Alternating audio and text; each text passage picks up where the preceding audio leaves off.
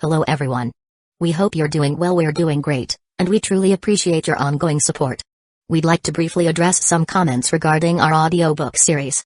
Rest assured, progress is ongoing. That said, your feedback is vital. If there's a novel you particularly enjoy and want to hear more of, please let us know in the comments.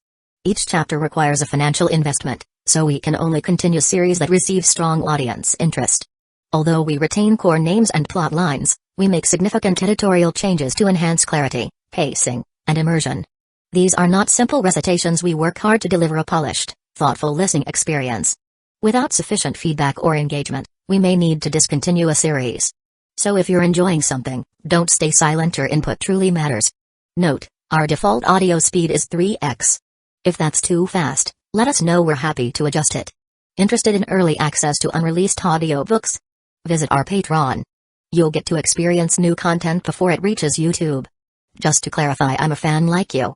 I've purchased these novels and adapted them with care, while respecting all rights and guidelines. For updates, follow us on Facebook and Twitter, X. YouTube update: recently, YouTube flagged some of our content for including mature themes, realistic violence, and darker story elements. As a result, we've decided to stop uploading anything that violates YouTube's guidelines. If you'd like access to the full, uncut versions including the more intense or mature content, you can find them on our Patreon page, where we upload everything first. Available now on Patreon: Shattered Innocence transmigrated into a novel as an extra. Transmigrating over 10,000 years late, I was forced to become a mighty presence. I, the celestial dragon, rule the heavens through the double gate, reigning supreme in countless worlds with beast taming, Tower of God sequence strength, cultivation when you take things to the extreme. Naruto is an Uchiha with cyst. WTF, the centuries-old ancestor in our family take concubine again. Plus 18, Ichi, reincarnated in Bleach as a wizard. Thanks for listening and happy listening. By now, disciples both on and off the bridge were completely shaken by the terrifying display of speed put on by Baziush-hun. Even the sect leader and the others on the balcony could only look on with jaws wide open, totally shocked by the speed they were witnessing. Smiling wryly, Li King looked over at Shenyu Ondong and said, "Well, you really know how to handle things, sect leader." Zumixian and the old man from Green Crest Peak had strange expressions on their faces, and the other surrounding elders couldn't hold back from chuckling. Shenyu Ondong cleared his throat. For a stubborn, mischievous kid like him, there really isn't any other option. At the same time, Baziush-hun was picking up more speed, throwing the audience into even further commotion. He's already passed up half of the other disciples. At this rate, he'll definitely make it into the top 100. Some of the audience instantly devolved into cheering. Go, Sect Uncle Bay, go. However, it was at this point that the stones on the bridge suddenly trembled, and began to transform into numerous puppets. Eyes glittering, the puppets roared and lunged toward the charging disciples. In the lead position was Shangguan Danyu, whose expression was the same as ever as he waved a sword through the air, causing several puppets to explode. He didn't even slow down by a bit, maintaining his first-place position. Close behind were Lu Tanglai and Shuzinki, as well as the handful of other disciples who had kept their cultivation and identities secret. The entire group easily dispatched the puppets and continued onward at full speed. Puppets appeared around Baziush-hun as well. He watched anxiously as they closed in on him, and was just about to attack when suddenly, a screaming wind could be heard behind him as Elder Zhu approached. "I've changed my mind, Baziush-hun. After I catch you, I won't make you experience what my phoenix did. I'll make you feel the pain that the other birds felt." With that, he cackled cruelly. By this point, he was pulling out all the stops in his attempt to incite Baziush-hun. When Baziush-hun heard Elder Zhu's words, all of the blood in his body rushed to his brain, and his vision began to fade. He thought about the miserable fates of the birds, the anguished calls of the spirit-tail chickens, and the powerful body of the phoenix. Then, he let out the most piercing, agonized scream of his entire life. "Help me. I don't want to be pounced on." He was now even more scared than he had been when being chased down by the Luotian clan. Never before in his life had he been incited in such a manner. As he screamed and trembled, silver light began to shine from his skin, covering him to the point where he almost seemed to be made from silver. At that point, he broke through to another level of speed. Even as Elder Zhu bore down on him, he bolted off like a startled wild boar. He was now moving so fast that any puppets who got near him were instantly bashed away and sent flying through the air. He was like a streak of light that shot forward at blinding speed. From a distance, it wasn't even possible to see Baziush-hun, only the countless puppets being tossed up into the air after being hit. He was now moving far, far faster than he had been before, and quickly passed up the top 400 to reach the top 300. Then 200. Until finally, he was in the top 100. He was moving too fast. Rumbling sounds echoed out as he passed countless disciples, who were left staring in shock at the maddened Baziush-hun. He screamed as he flew along, eyes wide and bloodshot, swearing to himself that he must never, ever allow himself to be caught by Elder Zhu.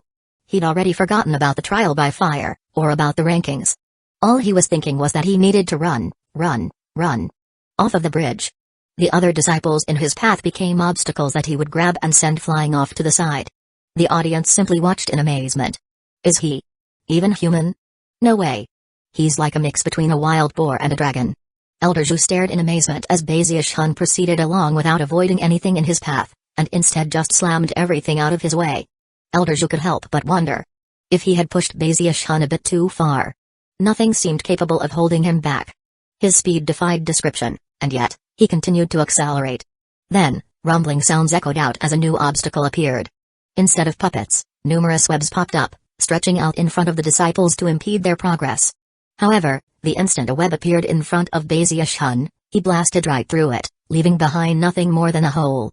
Popping sounds rang out as the nets didn't hinder him for even a moment. It was as if his incredible speed had transformed him into a razor-sharp blade.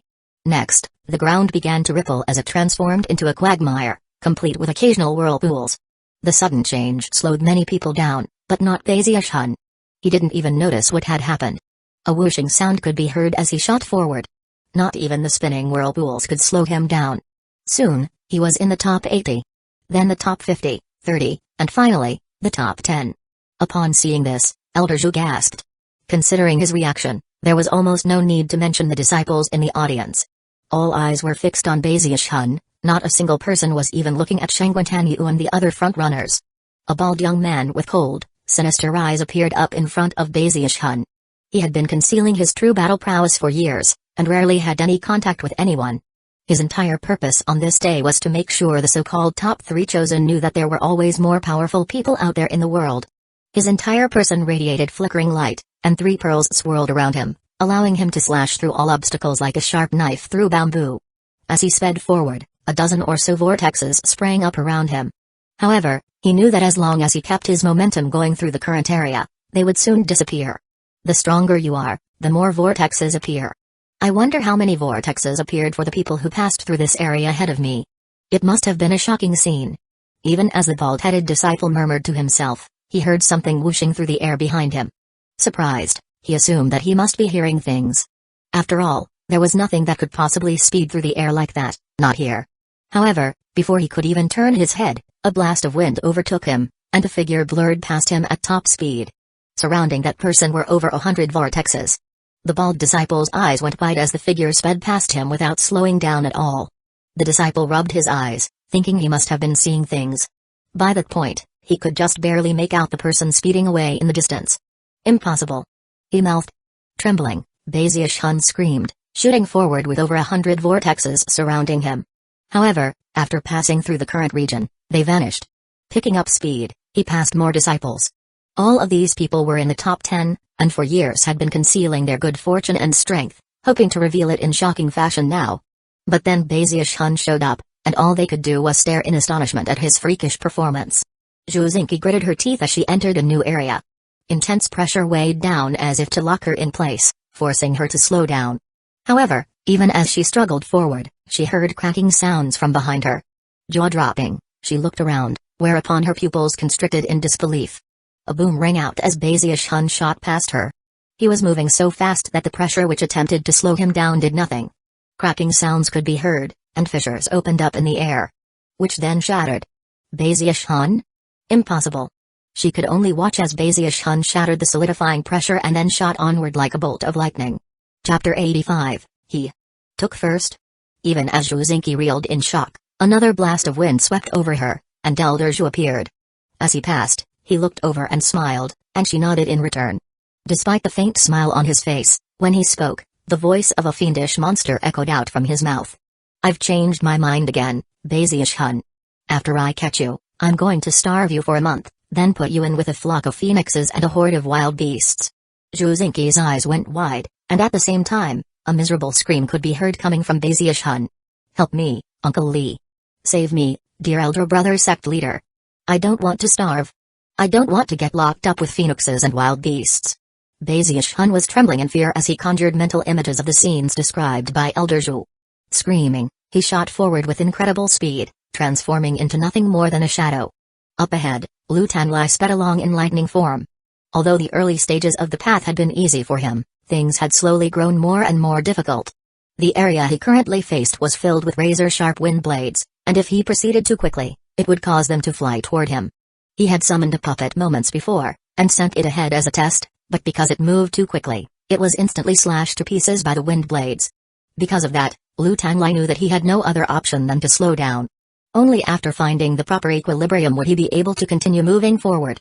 Shangguan Yu was so far ahead he wasn't even visible. Given his consummate level of talent, he had been able to transform into emptiness and then pass through the area effortlessly.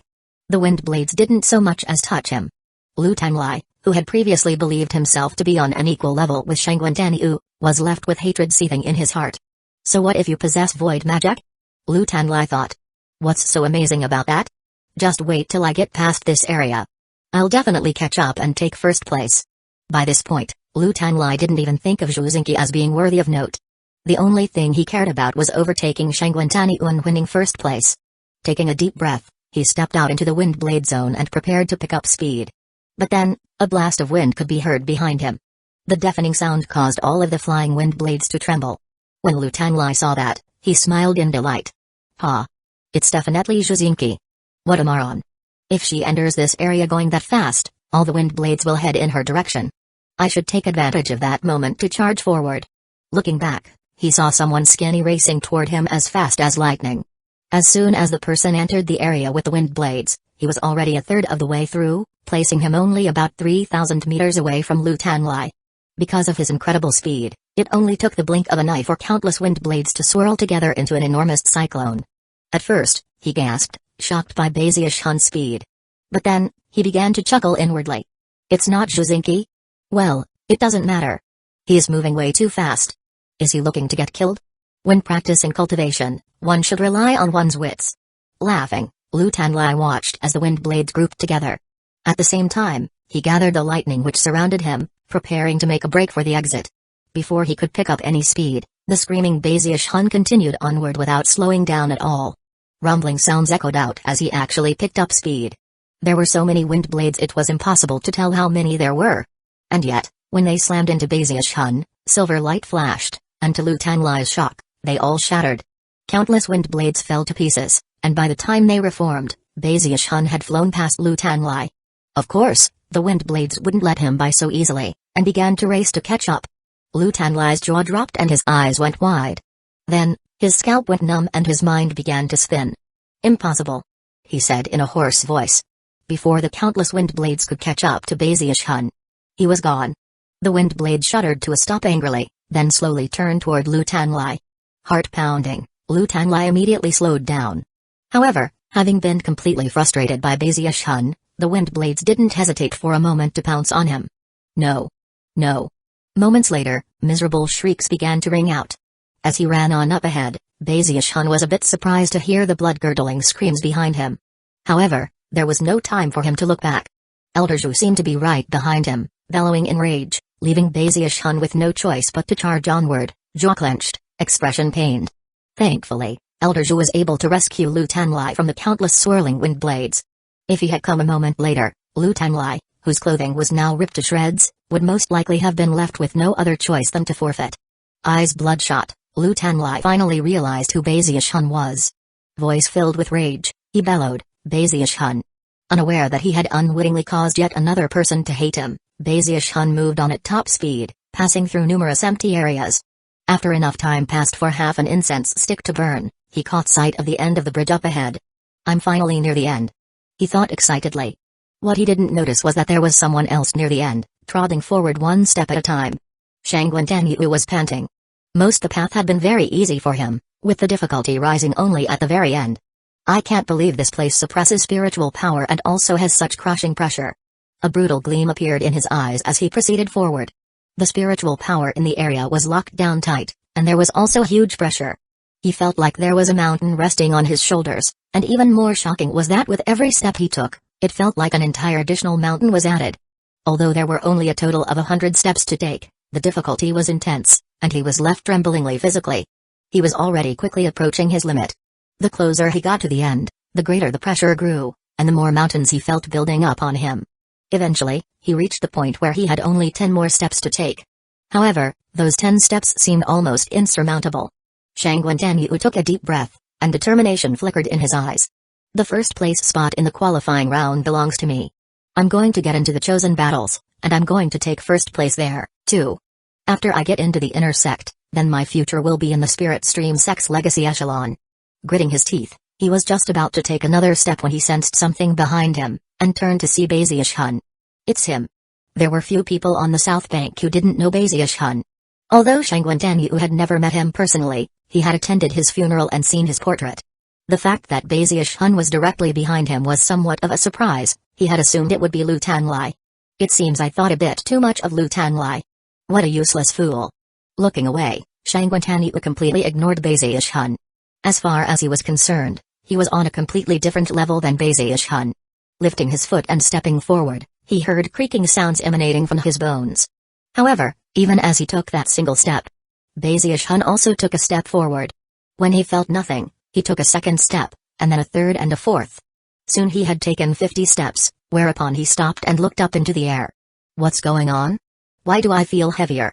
It was at this point that Shangguan trembled and put his foot down, having completed one single step. Having taken over 90 steps, he felt like he was on the verge of collapse. He was out of breath, but his expression was one of satisfaction. Then he looked back and saw Baziush-hun standing there, having taken 50 steps. His eyes went wide. How is he moving so fast? Looking shocked, he quickly gritted his teeth. He must be a body refinement cultivator. That will help him move more quickly at the beginning. But toward the end, things will get more difficult for him. Before Shangguan could finish his train of thought, a tremor ran through him, and he looked on in shock as Baziush-hun suddenly began to run. Run. He's running? Shangguan watched wide-eyed as Baziush-hun trotted up to him. Hey, why are you going so slow? Baziush-hun asked. Looking over his shoulder, he saw no sign of Elder Zhu, and finally breathed a sigh of relief. You don't feel like there are mountains on your back? Shangguan asked without even thinking about it, his eyelids twitching. Mountains? Baziush-hun jumped up and down a few times.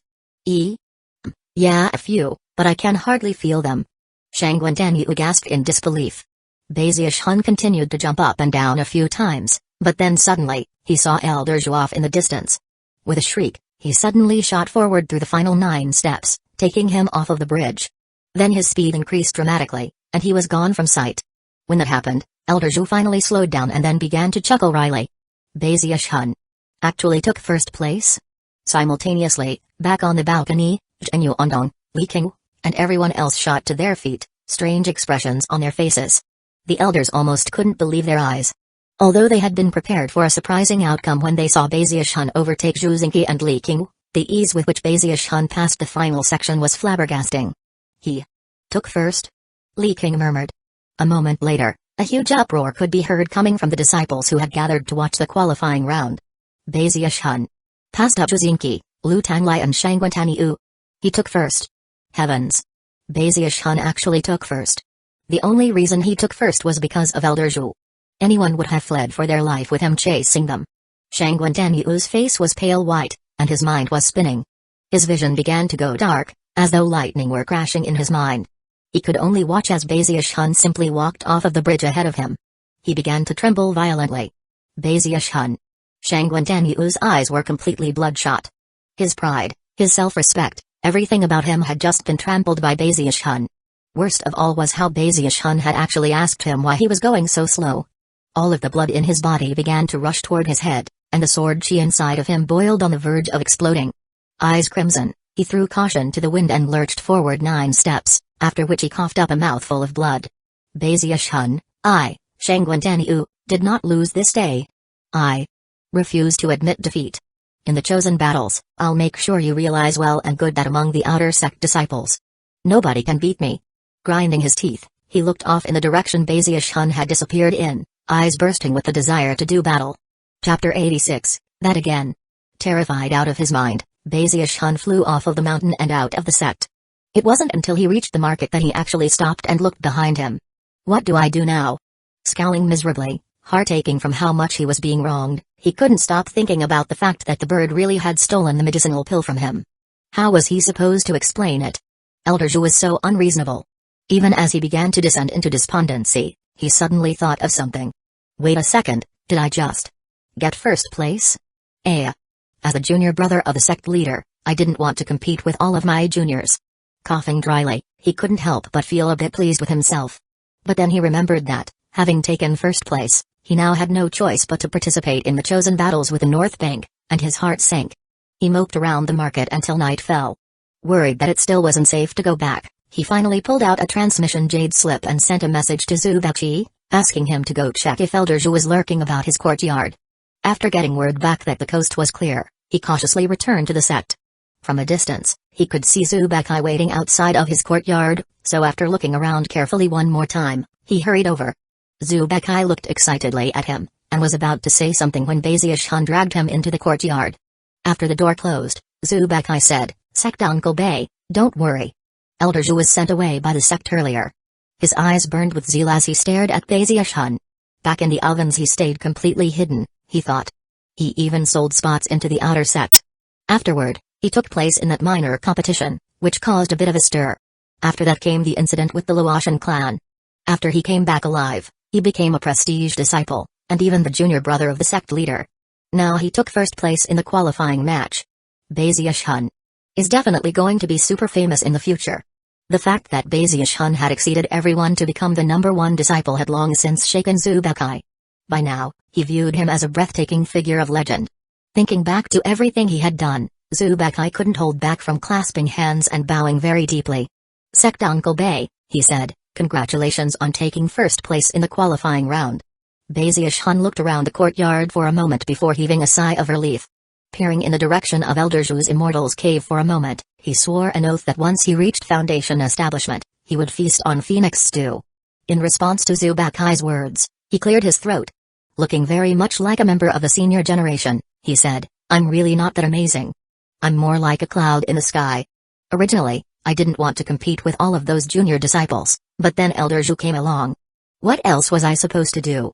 Before, Zubachi wouldn't have been able to prevent a look of scorn from appearing on his face in response to Baziush-hun's words. But now, Baziush-hun was a chosen among chosen. "You always kept a low profile, Sect Uncle Bay," he responded quickly. "However, a chosen can only stay hidden for so long. Even without intending to, you would have made a big scene one way or another."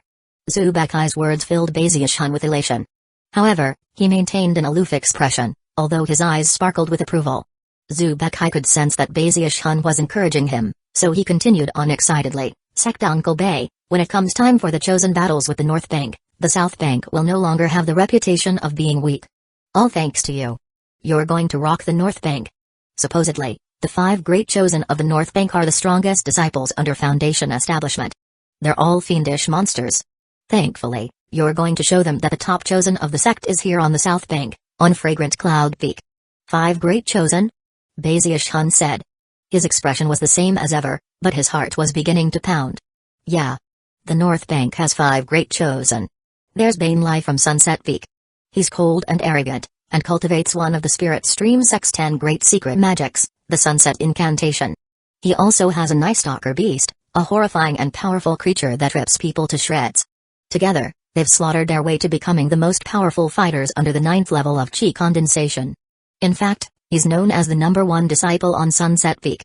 Rips people to shreds? Baziush-hun said, eyes widening. That's nothing. There's also Zhu Song from Archway Peak, who was born with a god-channeling body. The Peak Lord of Archway Peak paid a huge price to get him to join as a disciple. He's a complete expert in controlling wild beasts. According to the rumors, he can actually control 5 beasts at the same time. One time when a rogue Chi Condensation cultivator pissed him off, he chased the guy down for 3 months and then fed him to his battle beasts. The only thing left behind was the guy's skeleton. Only the skeleton? Baziush-hun said, mind-reeling. Even more ferocious than him are the 3rd and 4th chosen, a brother and sister team from Iris Petal Peak. The sister's name is Gong Sunwaner. She's spectacularly beautiful and an expert with birds of prey. One time she had a fight with Uzinki, and nobody could tell who came out on top. The brother is Gong Sunyun, who excels in the Tao of bugs. He always wears a black robe, which is filled with all sorts of bugs. People even say that his body is filled with bug eggs. What a freak! He usually covers his enemies with bugs, and then has them bore into their bodies and drink their blood. The pain is so horrible that people usually just want to die. If you don't escape quickly enough, you'll be completely eaten up, with only your bones left behind. Only your bones? Bazius-hun said, gasping. Visualizing the scene, his scalp began to tingle. The last of the 5 great chosen of the North Bank is a mysterious and legendary figure who has no known name. 20 years ago, the Peak Lord of Ghost Fang Peak brought him back to the sect from some unknown location. People just call him Ghost Fang, and he's an expert in magics relating to the Tao of Ghosts. He also practices one of the legendary 10 secret magics of the Spirit Stream sect, a magic equally as difficult to cultivate as the Water-swamped Kingdom. Ghosts haunt the night. Rumor has it that he can already summon 100 ghosts. People say that he's the #1 chosen on the North Bank. Having heard the complete explanation of what Zubakai knew, Bazius-hun was left trembling in fear. Terrifyingly, the chosen from the North Bank were far more ferocious than the chosen from the South Bank. Although the North Bank focused on controlling animals, and it made sense that they would be slightly more violent, the actual disparity with the South Bank was enormous. We've been outdone by the North Bank for years now, Zubakai went on to say. Every time the chosen battles come around, we always lose. In fact, last time, 9 of the top 10 were all from the North Bank. What a humiliation. At this point, Zubakai noticed that Bazius-hun had a very odd expression on his face. Sect Uncle Bay, are you okay? Bazius-hun quickly stuck his chin out and sternly said, as a member of the South Bank, hearing things like this makes me very angry. Sect Uncle Bay, you don't need to get angry. With you fighting, the North Bank will finally be able to see how awesome the South Bank is. Zubakai clenched his fists in excitement. Now that Bazius-hun had been thrust onto the stage, he found it hard to get off. Standing straight, he lifted his chin, flicked his sleeve, and said, what does the North Bank count for? With a wave of a hand, I can turn them all into ashes. Zubakai chatted excitedly for a few more minutes before taking his leave. By the time, it was late into the night. Bazius-hun stood there alone in his courtyard, thinking about the 5 people Zubakai had just told him about. Then, the wind began to blow, and he felt a chill creeping up his back. What kind of people are they over on the North Bank? They raise beasts and bugs and ghosts. It's spine-chilling. Walking back to his log cabin, the things Zubakai had told him continued to rattle around in his mind. The more he thought about the situation, the more fishy it seemed. Finally, he came to a conclusion. Elder Zhou must have done this on purpose. The thing I hate most in life is all the fighting and killing. After more thought, he decided that nothing in the world would be able to get him to participate in the chosen battles. The next morning at dawn, before he could even come up with a plan of how to avoid the chosen battles, a command jade slip flew down from the top of Fragrant Cloud Peak in a black beam of light. After it arrived, Li Qinghu's voice could be heard. Bazius-hun, you took first place in the qualifying round on the South Bank. In half a month, you will join 9 others to participate in the joint South and North Bank chosen battles. If you don't participate, you will be thrown into 10,000 Snakes Valley. That again. Bazius-hun said with a scowl. He suddenly had the feeling that he had been completely conned by Elder Zhou. As Li Qinghu's voice faded away, the jade slip vanished, whereupon a bracelet became visible, which floated down in front of Bazius-hun. Surprised, he looked at the bracelet, and then poured some spiritual power into it. The bracelet immediately melted into a black liquid, which then circled around Bazius-hun's wrist and then covered his entire body. Moments later, Bazius-hun heard Li Qinghu's voice again, explaining how to use the magic of the item. Apparently, this bracelet could defend against the full power attack of an early Foundation establishment cultivator. Bazius-hun shivered. He was no newcomer to the sect, so he knew exactly how much an item like this was worth. It was no less valuable than the divine crane shield given to him by the sect leader. Bazius-hun couldn't help but look up toward the top of Fragrant Cloud Peak. Although Li Qinghu hadn't said much about the item other than give a brief introduction, Bazius-hun couldn't help but feel a warm feeling when he looked at it. Then he thought back to when he had participated in the smaller competition years before, and the look of anticipation he'd seen on Li Qinghu's face. After a while, he gritted his teeth and made his decision. Fine. I'm going to fight in the chosen battles. Chapter 87, Outer Sect Chosen Battles. Days passed. Bazius-hun spent his time in secluded meditation, not taking even a single step outdoors. 10 days later, the sound of bells filled the sect, and Bazius-hun's jade slip began to vibrate. The chosen battles between the South and North Banks were about to begin. Like they did every 30 years, the matches would be held on Mount Deoseed. As the sound of bells rang out to fill the sect, countless outer sect disciples flooded toward that very mountain. Normally, the North and South banks had few dealings with each other. Only inner sect disciples qualified to travel back and forth between them. Now that Mount Deoseed had been opened up, outer sect disciples from both banks excitedly rushed over to watch the chosen battles. This time our South Bank is definitely going to wash away the disgrace of past times. We're going to make sure the North Bank knows that we've risen to new heights of glory. The South Bank outer sect disciples were all very excited. At the same time, the outer sect disciples from the North Bank were also rushing toward Mount Deoseed, boasting amongst themselves the entire way. The South Bank is so weak. They've lost to us for 1,000 years, and this time will be no different. The South Bank is destined to lose. In the Spirit Stream sect, the North Bank rules and the South Bank drools. The buzz of conversation filled the air as countless outer sect disciples streamed toward Mount Deoseed. On Green Crest Peak, Shangguan Danyu stood there with a cold expression on his face, his gaze as sharp as daggers as he suddenly flew out into the air. Meanwhile, on Violet Cauldron Peak, Lu Tanlai threw his head back and bellowed. Electricity danced around him as he burst into motion, accompanied by the cheers of numerous disciples. Zhu Xingqi also flew out into the air. The three great chosen of the South Bank all had very serious looks on their faces. As for Bezius Hun, he was still in his residence, his eyes bloodshot as he took a deep breath. Looking very serious, he said, "The time has come. When the warrior goes to battle, he must don his combat uniform." Rising slowly to his feet, he slapped his bag of holding, producing 8 leather jackets. The jackets he'd worn during his fight with the Luotian clan had all been destroyed. These were new jackets, of higher quality and much more durable. After somberly donning all of the leather clothing, he waved his arm. When the warrior goes to battle, he must have his armor. With that, a large wok flew out of his bag of holding. Big Fatty Zhang's wok had also been destroyed in the fighting with the Luotian clan. This was a new wok that he'd acquired after his return. Looking very serious, he strapped the black wok to his back. When the warrior goes to battle, he must have a magical weapon. Even as the words left his mouth, he waved his hand, causing a little wooden sword to fly out, which he strapped to his left side. Next came the golden crow sword, which he placed on his other side. After that came 3 more flying swords, which he strapped to his back. Finally was the divine crane shield, which he attached to his forearm. However, he still didn't feel at ease. After putting on the bracelet from Li King, he stuck his chin out and began to walk forward solemnly. Clanging and clattering, he walked out of his log cabin.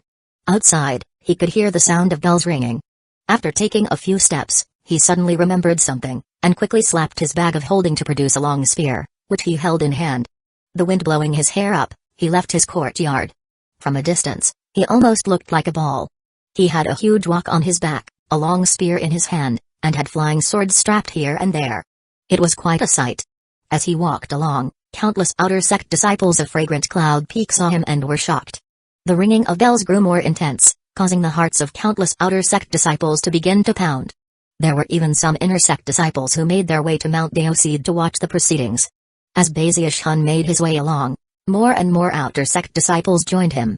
Zhu Bakai was among their number, and he took the lead in the cheering. Sect Uncle Bay's beyond amazing. He's a hero of the ages. He's definitely gonna win. Definitely. Quite a large group of outer sect disciples crowded around him, fans who took it upon themselves to escort him along his way. One of the most prominent was Huziomai, whose voice rose up above the others as she cheered. Bezius Hun was quite moved, and nodded magnanimously to the surrounding disciples. Considering how much everyone was cheering him on, he figured he really did need to do something to be worthy of it all. Chin jutting out, he strutted proudly all the way to Mount Deoseed. The first thing he saw when he got there was a huge battle arena which had been set up, which glittered with the light of an enormous spell formation. Further off in the distance were the various peaks of Mount Deoseed. From within the buildings that dotted their surfaces, quite a few sect elders were emerging and flying over toward the arena. On either side of the arena floor were the stands, which were being filled with numerous outer sect disciples. From the look of things, there were tens of thousands of them. On the north side of the arena were the disciples from the North Bank, who, generally speaking, seemed a lot more impressive than the South Bank disciples. Almost every single one of them had some sort of fierce beast accompanying them. The beasts were all different, but each one had a brutal gleam in its eyes, and none seemed like the type it would be wise to provoke. At the very front of all the North Bank disciples was a smaller group consisting of both young men and women. Their expressions were cold, and all seemed to burst with energy. Most conspicuous of the group was a beautiful young woman wearing a long violet gown. Standing next to her was a 7-colored phoenix that seemed even more elegant than Elder Zhu's phoenixes. It had lightning-like eyes that seemed to look down upon all creation. Next to the young woman was a young man in a long blue robe. He was extremely handsome, and shockingly, had the mark of a red sun on his forehead. Lounging at his feet was an enormous dog, with thick black fur and razor-sharp claws. It even seemed to emanate a golden light. Its long, sharp teeth looked particularly ferocious, and it was large enough to ride as a mount. If it rose to its feet, it would probably be as tall as two people, and seemed shockingly powerful. Clearly, its fleshly body strength was unimaginable. The young man with the mark of the red star was none other than one of the North Bank's 5 great chosen, Banelai. The huge dog laying at his feet was the famous Night Stalker beast. Near the young man and young woman was another disciple who wore a black robe that covered his face.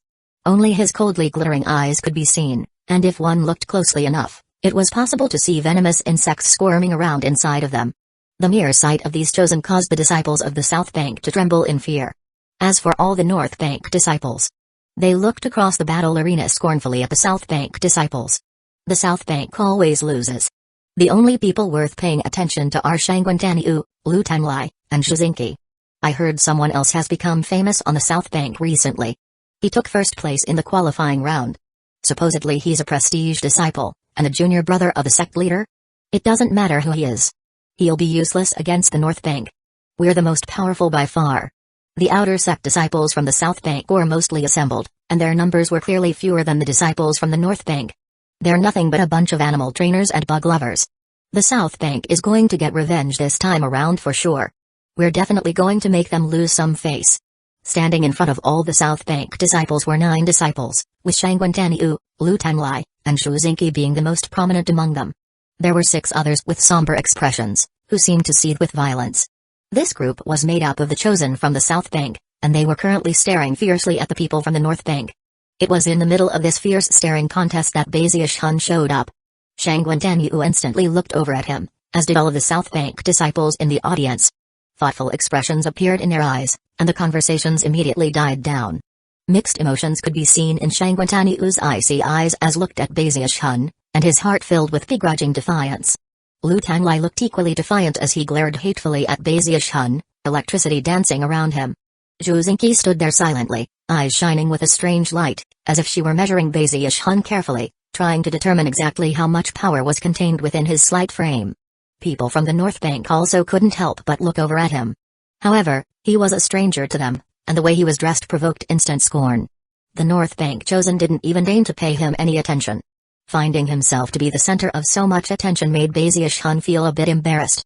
Clearing his throat, he stuck his chest out, hefted his spear, and strutted over to stand next to Shizinki. When he realized that both sides were staring threateningly at each other, his spirits instantly rose. A staring contest. I'm great at those. He immediately looked over at the North Bank disciples, a very serious expression on his face. In that moment, a breeze picked up, lifting his long hair off of his back. Coupled with the fact that he held a long spear in his hand, he cut quite an impressive figure. As time passed, more people began to fill the stands on either side. A huge sea of people was growing, separated only by the arena floor. Soon, all of the North Bank chosen had arrived. The last one to show up was a young man in a long black robe. He was handsome, but his face was so pale that it seemed to be completely devoid of blood. He came to stand in front of all the other chosen, where he closed his eyes, an expression of seeming complete disinterest on his face. In the same moment that he closed his eyes, the air around him seemed to twist and distort, as if he were surrounded by countless fierce ghosts, arisen from the shadows of hell. About this time, beams of light flew toward the battle arena from both the North and South Banks. Among them were the 7 peak lords from the 7 mountain peaks. Elder Zhu was also there, accompanied by an arrogant phoenix which flew around him. When the phoenix saw Bazius Hun, it looked at him with a very supercilious glare. Sect leader Zhenyu Ondong was also in the group. After everyone had gathered, he looked at the disciples from the North and South Banks, then said, the joint South and North Bank outer sect chosen battles were last won by the North Bank. As such, they may send 12 disciples into battle. As the previous loser, the South Bank may only send 10 people into battle. There will be a total of 22 competitors. Opponents will be chosen by drawing lots. The goal of the competition is to select the top 10 disciples, as well as the number 1 disciple. We are here to help each other learn and grow, so killing is not permitted. After every round, you will be given 3 incense sticks worth of time to recover. If your opponent concedes, you must immediately cease fighting. The competition will be presided over by Uanji from the Hall of Justice. Perform well. 4 Prime Elders will be observing the battle with divine sense. And now, let the outer sect chosen battles begin.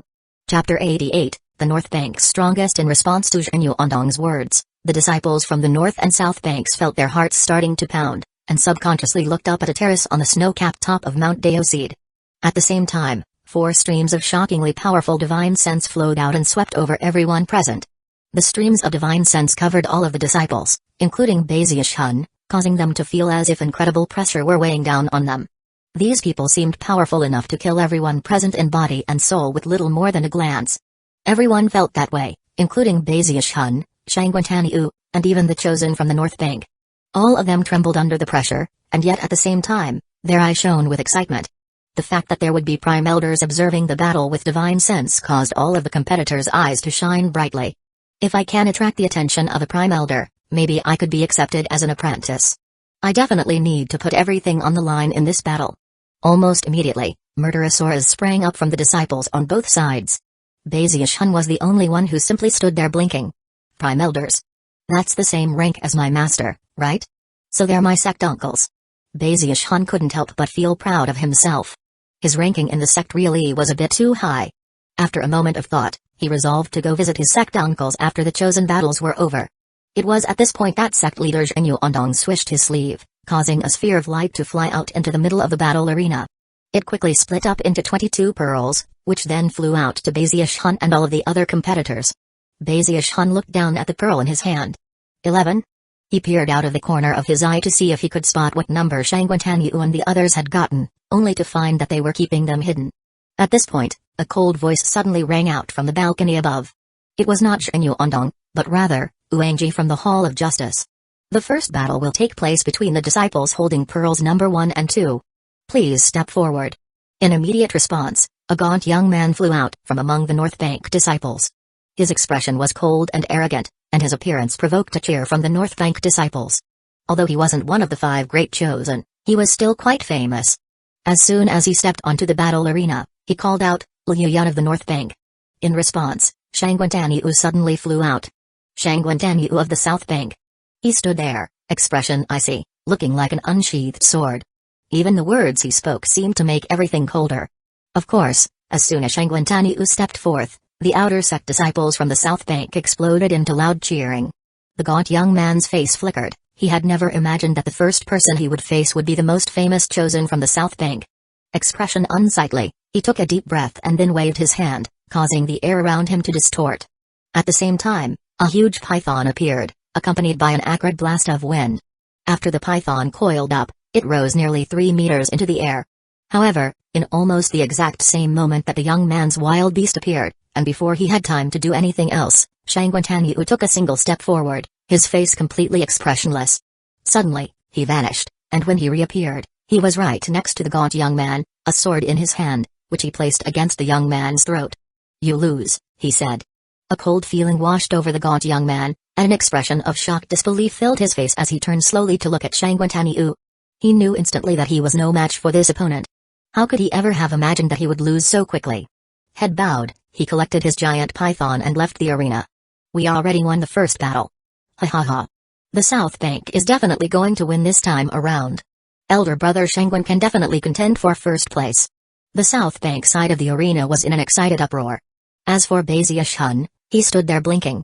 He hadn't been able to see exactly what Shangguantaniu had done, but he could see that he was definitely beyond ordinary when it came to power. Furthermore, 2 of the streams of divine sense from the Prime Elders began to pay closer attention to Shangguantaniu. The North Bank disciples were dumbfounded. Was that a minor teleportation? Impossible. What cultivation base does he have? That couldn't possibly have been teleportation. It was void magic. This guy definitely deserves to be known as the South Bank's #1 chosen. Even with a chi condensation cultivation base, he can actually use void magic. The other competitors from the North Bank looked on with flickering expressions. Bainlai's eyes flickered somberly. The Gongsun siblings and Zusong all had thoughtful expressions. Only the black-robed Ghost Fang simply remained in place, his eyes closed. Before the crowd could calm down, Uanji's cold voice once again cut through the noise. Second battle. From among the North Bank chosen, a rather pudgy young man stepped out. Smiling broadly, He seemed completely innocent and harmless. Zhu of the North Bank, he said to the disciple emerging from the ranks of the South Bank. His opponent was not Lu Tanlai or one of the other famous chosen. He was from the group of secretive disciples who had only unleashed his power in the qualifying round. He had a long face, and wasn't very good looking, but he was aware that the person he was facing was one of the North Bank's 5 great chosen. Zhu Feng of the South Bank, he said. Taking a deep breath, he began to rotate his cultivation base. Performing an incantation gesture, he summoned a flying sword. However, before he could send it flying out, a derisive gleam appeared in Zhu Song's eye, and he pushed his hand out in front of him. Rumbling could be heard as a rift opened up directly above Zhu Feng. Then, cracking sounds could be heard as a gigantic crocodilian beast lunged out with lightning speed and gobbled him up in a single bite. His flying sword lost its connection to spiritual power, and clattered down onto the ground. Fighting against Archway Peak disciples and ignoring the air above your head? How very disappointing. Chuckling, Zhu Song turned and walked out of the arena.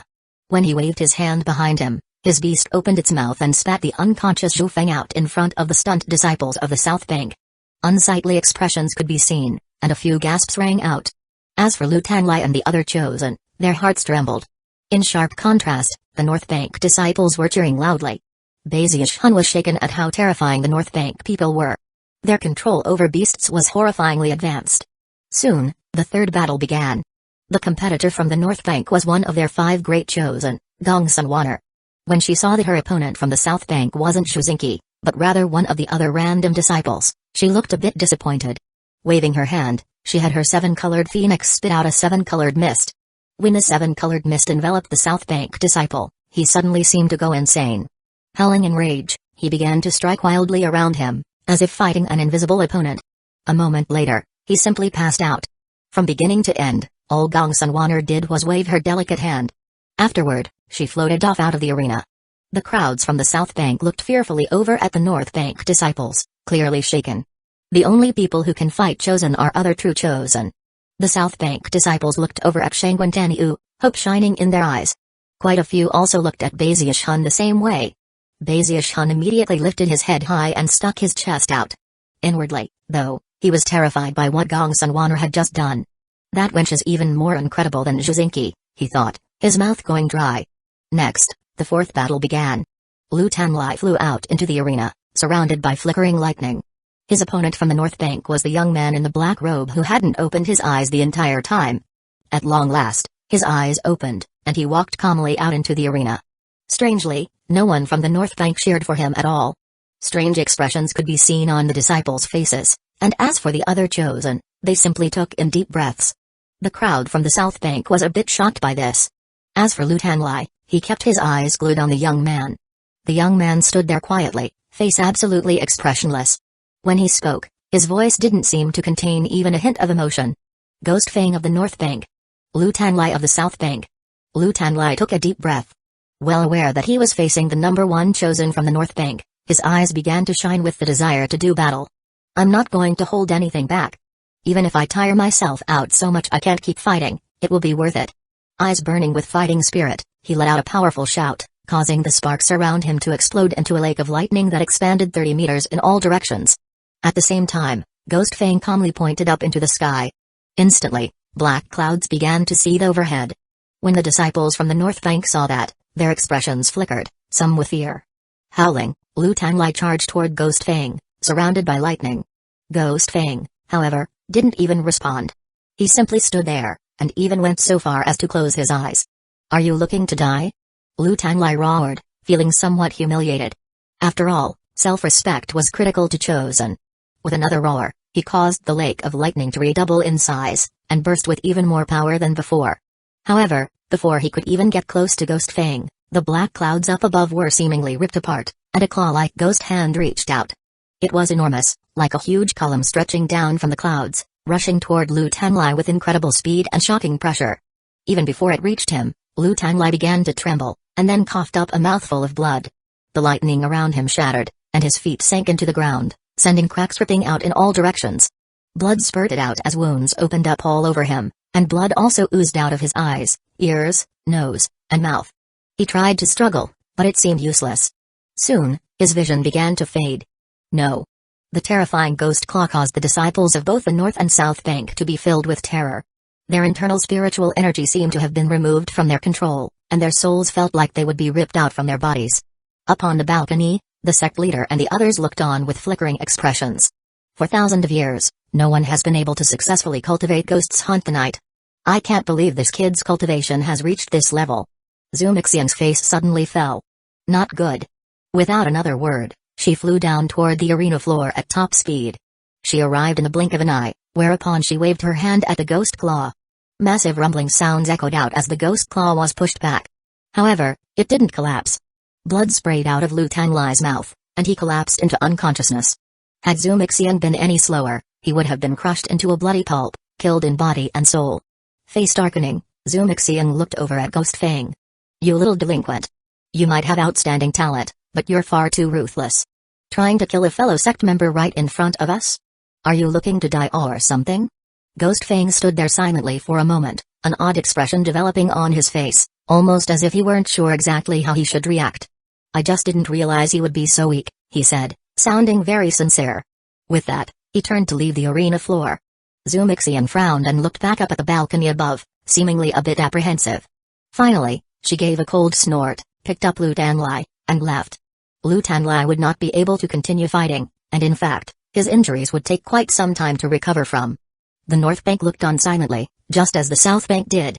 Ghost Fang walked back to the same spot he had been standing in, looking very lonely as he closed his eyes again. After a long moment, the disciples of the North Bank recovered their composure and began to cheer a bit. Nobody from the South Bank is a match for us at all. We're definitely going to win. They lost 3 battles already. The first one was just a fluke. I bet they'll lose all the rest of the battles too. In response to the taunting of the North Bank, the South Bank disciples could only stare furiously. The North Bank was simply too strong. The South Bank had won the first battle, but lost the following 3. The top chosen Lu Tanlai had almost been killed, and by now, the South Bank disciples no longer harbored any thoughts of securing their revenge. Shangguantanyu glared angrily at Ghost Fang. Inwardly, he was trembling, and even felt profound terror rising up in his heart. He wasn't the only one. The other chosen from the South Bank, Eva Juzinki, were deeply shaken. Even if the only person the North Bank had on their team was Ghost Fang, they would still wipe the South Bank away. That was beyond the power of chi condensation. Not even a peak lord could wipe out that ghost hand. Wasn't that one of the 10 secret magics of the Spirit Stream sect, one of only 2 that can be considered rare to the extreme? Ghosts hunt the night? The only thing that can compare to ghosts hunt the night is the Water Swamp Kingdom. Bezius Hun had a very serious expression on his face, and his heart was pounding. Ghost Fang's power left him jumpy to the extreme. Eventually, the 5th battle began. The competitor from the North Bank left the South Bank disciples feeling as bitter as ever. He was one of the 5 great chosen, a person who struck most others cold in the heart. Gong Sun-yun. Within his black robe, only his yellow eyes were visible, with insects crawling in and out of them. As he walked out, one of the South Bank disciples steeled himself and prepared to fight. Before he could even introduce himself, though, Gong Sun-yun's yes flickered coldly, and he waved his sleeve. Instantly, a buzzing sound could be heard as innumerable black bugs flew out toward the South Bank disciple. No matter how the South Bank disciple fought, it was useless. He was soon covered with insects, none of his defenses could protect him at all. Soon, they began to bite into him as if to bore into his flesh. It was a shocking sight that not even the crowds from the North Bank were used to seeing. I concede, cried the South Bank disciple. He had the feeling that a single thought on the part of his opponent would cause the insects to devour him. Gong Sun-yun's eyes flickered scornfully as he turned to leave. The black bugs receded like tidewaters, landing on Gong Sun-yun and crawling up into his sleeves. When Bezius Hun saw all of that, his scalp went numb. Even Juzinki and Shangguantanyu felt their hearts sinking. The rest of the South Bank disciples couldn't help but ponder that the North Bank seemed too powerful to even contend with. In their minds, the chosen battles were already over. We're really going to lose. The North Bank is so strong. At the same time, the North Bank disciples were elated. It's like I said before. They won the first battle, but will lose the rest. South Bank? What a joke. They'll always be beneath the North Bank. 30 years ago the South Bank only got 1 disciple into the top 10, and it looks like it'll be the same this time. When the South Bank disciples heard such talk, they wanted to offer retorts, but couldn't think of anything to say. The humiliation they felt was overwhelming. After Gong Sun-yun left the arena, Uangji's voice could once again be heard. 6th battle. Would the disciples with marbles 11 and 12 please step into the arena? Bezius Hun took a deep breath as he looked down at the number 11 marble he held in his hand. Chapter 89, Just Concede. As Bezius Hun looked up, one of the North Bank's 5 great chosen, Bane Lai, suddenly smiled. He was handsome to begin with, but his smile made him even more attractive to the countless female disciples who adored him. Patting the ferocious Night Stalker beast which lounged next to him, he took a step forward. The Night Stalker beast slowly rose to its feet, eyes shining with mysterious light. Almost as soon as the huge dog began to move, numerous North Bank disciples began to cheer. The Night Stalker beast was roughly 3 meters tall, heavily muscled, and brimming with seemingly endless power. Its head was huge, and the enormous fangs which protruded from its mouth dripped with saliva. Its long black fur made it seem even more fierce. Its legs were about as thick as an entire person, and had bone spurs sticking out all over them. It crouched down for a moment, then leaped out into the arena, where it threw its head back and roared. The roar became a sound wave that rolled out in all directions. Many beasts belonging to other North Bank disciples began to tremble and bow their heads, as if they were in the presence of royalty. All smiles, Bane Lai walked out and scanned the crowd from the South Bank. Bane Lai of the North Bank. I wonder which fellow disciple I'll be fighting today? At the same time, the huge dog's saliva splashed down onto the ground, and it looked around with cold, brutal eyes. Its fangs even seemed to grow longer all of a sudden. Anyone who faced such a dog would surely lose their fighting spirit instantly, especially when it licked its lips, which made it look even more ferocious than before. The crowd from the South Bank was completely silent as they looked at the group up front, waiting for someone to step out and fight. Bezius Hun glanced at Bane Lai and then the huge dog. After looking up thoughtfully for a moment, an odd expression appeared on his face. Clearing his throat, he proudly took a step forward. Almost immediately, the eyes of numerous South Bank disciples came to be fixed on him, and they shone with anticipation. The huge Night Stalker beast's shining green eyes also locked onto him. Looking like a powerful hero, Bezius Hun stuck his chin out and strode out into the arena. Up above, Elder Zhu's bird looked down attentively. Bezius Hun of the South Bank. As soon as Bezius Hun announced himself, the Night Stalker beast threw its head back and howled, the brutal gleam in its eyes transforming into a murderous aura directed solely at Bezius Hun. Bane Lai took one look at Bezius Hun's get-up, and did nothing to conceal the derision in his eyes. Bezius Hun? I heard you took first place in the South Bank qualifying round, is that right? Although Bezius Hun's heart trembled under the murderous gaze of the huge dog, he continued to hold himself like a powerful master, as lofty as a cloud floating in the sky. You're Bane Lai, right? I'll give you one chance to concede. Bane Lai's jaw dropped. Concede? He threw his head back and laughed uproariously, as if he had just heard the funniest joke in the world. However, a murderous gleam could be seen in his eyes. Very funny.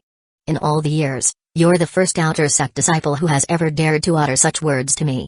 Next, he extended his right hand and performed an incantation gesture, taking control of his Night Stalker beast. Bezius Hun sighed.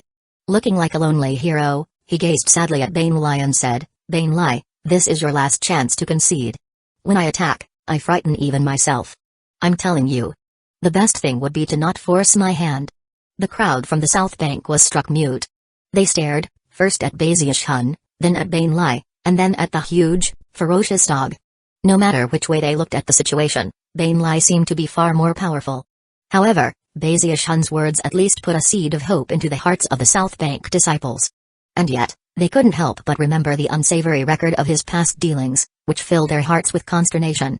As for the North Bank audience, they roared with laughter and made all sorts of taunting statements. Is this guy a moron or what?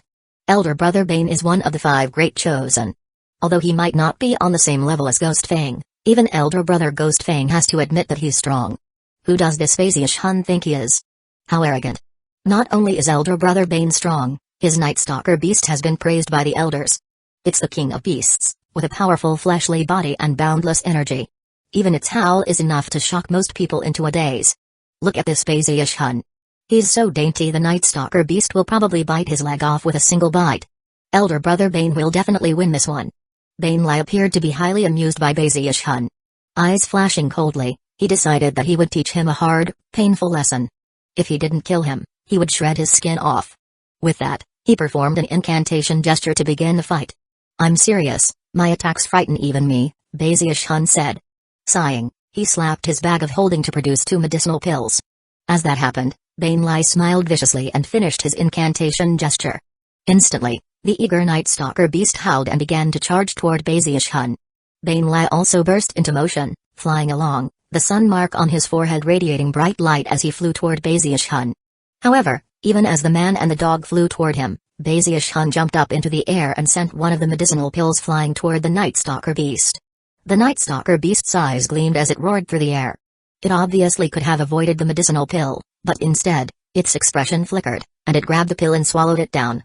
Instantly, a tremor ran through the huge dog, and its eyes went bloodshot. Rumbling sounds echoed out as it began to grow larger and more muscular. Shockingly, its bone spurs and fangs also grew longer. It began to salivate, and also, something rod-like bulged out between its legs. Overall, it looked so ferocious and terrifying that it was difficult to put into words. Its eyes became violet, and it began to pant. Mind muddled, it dug its claws into the ground, threw its head back, and let out a shocking howl, the sound of which caused the South Bank disciples in the audience to gasp. What? What kind of medicinal pill was that? Hold on, why does that dog's posture seem so familiar? The disciples on the North Bank were looking on with wide eyes. The changes in the Night Stalker beast were obvious, and somehow, it now seemed even more terrifying than before. Not only was it stronger in terms of its fleshly body, it also seemed even more maddened than before. The North Bank disciples were greatly shocked. That medicinal pill is so effective. It can actually make wild beasts even more wild. The audience was astonished, and so was Bane Lai, who was unsure of exactly what was happening. Although the Night Stalker beast was obviously a lot more powerful than before, he had the sinking feeling that something was wrong. I'll warn you one more time, Baziush-hun said coolly, sticking his jaw out. Concede. Bane Lai's eyes shone with murderous light. I'd only planned to break one of your arms, but since you're trying to act so mysterious, I think I'll break all of your limbs instead. Although taking lives was prohibited in the chosen battles, serious injuries were often unavoidable. Even as the words left his mouth, he continued his charge toward Baziush-hun. Baziush-hun sighed and waved his right hand, sending one of his pheromone pills out toward Bane Lai. Afterward, he fell back at top speed until he was at the edge of the arena, where he stood nervously, looking at Bane Lai. Bane Lai's pupils constricted, and just when he was about to dodge out of the way, the pill detonated, transforming into a powder that filled the area. Even though he tried to avoid it, some of it happened to get on him. His expression flickered. Assuming it was a poison pill, he fell back and quickly examined himself. However, he found nothing out of the ordinary except for a somewhat pleasant aroma. A frown appeared on his face. The situation only seemed to be getting stranger and stranger. Just when he was going to attempt to end the battle once and for all, a howl split the air. It was none other than the Night Stalker beast, which turned toward Bane Lai, panting, its eyes shining bright red. Bane Lai's heart began to pound, and just when he was about to try to exert control over the dog, a terrifying roar shook everything, and the Night Stalker beast began to charge in his direction. Its speed was incredible, giving Bane Lai absolutely no time to dodge. Instantly, the Night Stalker beast pounced on him. Damn it, are you crazy? What are you doing? Bane Lai's face darkened, and he roared in fury, but the huge dog had him pinned tight. Because of the maddened Night Stalker beast, Bane Lai couldn't move a muscle. Furthermore, he suddenly had a very terrifying premonition, and his face went pale. At the same time, the outer sect disciples in the audience couldn't help but crane their necks to see what was happening. Even the peak lords and elders were watching closely, and the divine sense belonging to the prime elders was focused intently on the scene. Next, everyone gasped as Bane Lai began to let out miserable shrieks. No. No. You. Aiie. Bane Lai's blood-girdling screams could shake heaven and earth. His expression was that of pain and confusion, as though he couldn't believe what was happening. Trembling, he could do nothing but scream. The North Bank disciples were in an uproar, and could hardly believe what they were seeing. Panting, their eyes filled with unprecedented fear and terror. Heavens! What medicinal pill is that? It isn't turning the dog crazy, it's turning the dog on. This. Elder brother Bane is being done by his battle beast? Bane Lai struggled frantically, and let out constant, desperate screams. What was happening now would become a legend the likes of which had never existed in the Spirit Stream sect. Even Ghost Fang was watching with wide eyes, trembling in utter disbelief. As for the South Bank disciples, their minds were spinning, and they could hardly think straight. Shangguan Danyu stared blankly, suddenly feeling as if the world were a much darker place than before. Zhu Xingqi, on the other hand, was blushing fiercely. Baziush-hun stood off to the side, just as shaken as everyone else. This was his first time using his aphrodisiac pill in battle, and he had never imagined that the results would be so astonishing. As he watched the screaming Bane Lai, he couldn't hold back from sighing. Sounding very innocent, he said, Like I said, even I am frightened by my attacks. I told you several times, but you just insisted on doing things your way. It was at this point that an enraged roar filled the air as Bainlai's master finally intervened. Baziush-hun. Murderous aura raging, he leaped forward, flicking his sleeve to send the Night Stalker beast spinning away off into the distance. Then he picked up Bainlai, who by this point had absolutely no face left. The master almost felt as if what had just occurred wasn't even real. Too embarrassed to stay, he glared angrily at Baziush-hun and then departed. As for Bainlai, the mental and physical injuries he had sustained caused him to close his eyes and lapse into a coma. It was impossible to say when he would have the face to appear in public again. The pain he was in was like a living nightmare. Chapter 90, Archenemy of the North Bank. As Bainlai and his master left, the disciples of both the South and North Bank looked on with wide eyes, their minds spinning, completely speechless. The only thing they could think about was what had just occurred with Bainlai and his huge dog. They weren't the only flabbergasted ones. The sect leader, peak lords, and other elders were all struck mute. All they could do was stare down into the arena at the innocent-looking Baziush-hun. Elder Zhu sat there trembling, his eyes bulging, mixed emotions written on his face. As for the phoenix soaring in the air above, it let out a few piercing cries, as if to remind everyone that it had been tainted by Baziush-hun long ago. Eventually, the sound of breathing could be heard, and the South Bank outer sect disciples began to turn and look at Baziush-hun with strange expressions on their faces. The female disciples were all blushing, and some even spat in contempt at him. However, the male disciples were even more profoundly affected. Without exception, they all edged away from Baziush-hun, sweat popping out on their foreheads as sympathy for Bainlai rose up in their hearts. Eventually, the crowd devolved into a hubbub. Sect Uncle Bay is a god. That Bainlai will probably never recover from this injury. Never, ever provoke Sect Uncle Bay. He's a complete menace. Isn't that the same medicinal pill he fed to Elder Zhu's phoenix? It's basically an aphrodisiac for beasts. I can't think of any possible reason why Sect Uncle Bay would concoct something like that. Regardless of the methods used, Baziush-hun had won a victory for the South Bank, only the second one so far. Although the South Bank disciples weren't really sure how to feel at the moment, they began to cheer for Baziush-hun. Shang Guantaniu wiped the sweat off his brow. He might have looked down on Baziush-hun with contempt before, but now he couldn't help but gasp. When he thought back to Bainlai's cruel fate, he couldn't help but imagine what it would have been like if he had been in the same position. After a moment, he cast such thoughts aside. Zhu Xingqi was tongue-tied, her mind spinning. Moments later, though, an even greater commotion could be heard, something like the rumble of thunder. The North Bank disciples erupted in unprecedented fashion. It didn't matter that they had won so many battles in the competition so far, and in such amazing fashion. Now, everything had changed. All of the North Bank disciples, even the inner sect disciples who had come to observe the battles, were all incensed. Eyes bloodshot, they shouted out at the tops of their lungs. Demented. What medicinal pill is that? Damn it. How can a pill like that even exist in the world? I'm gonna exterminate Baziush-hun and destroy that pill. Heavens.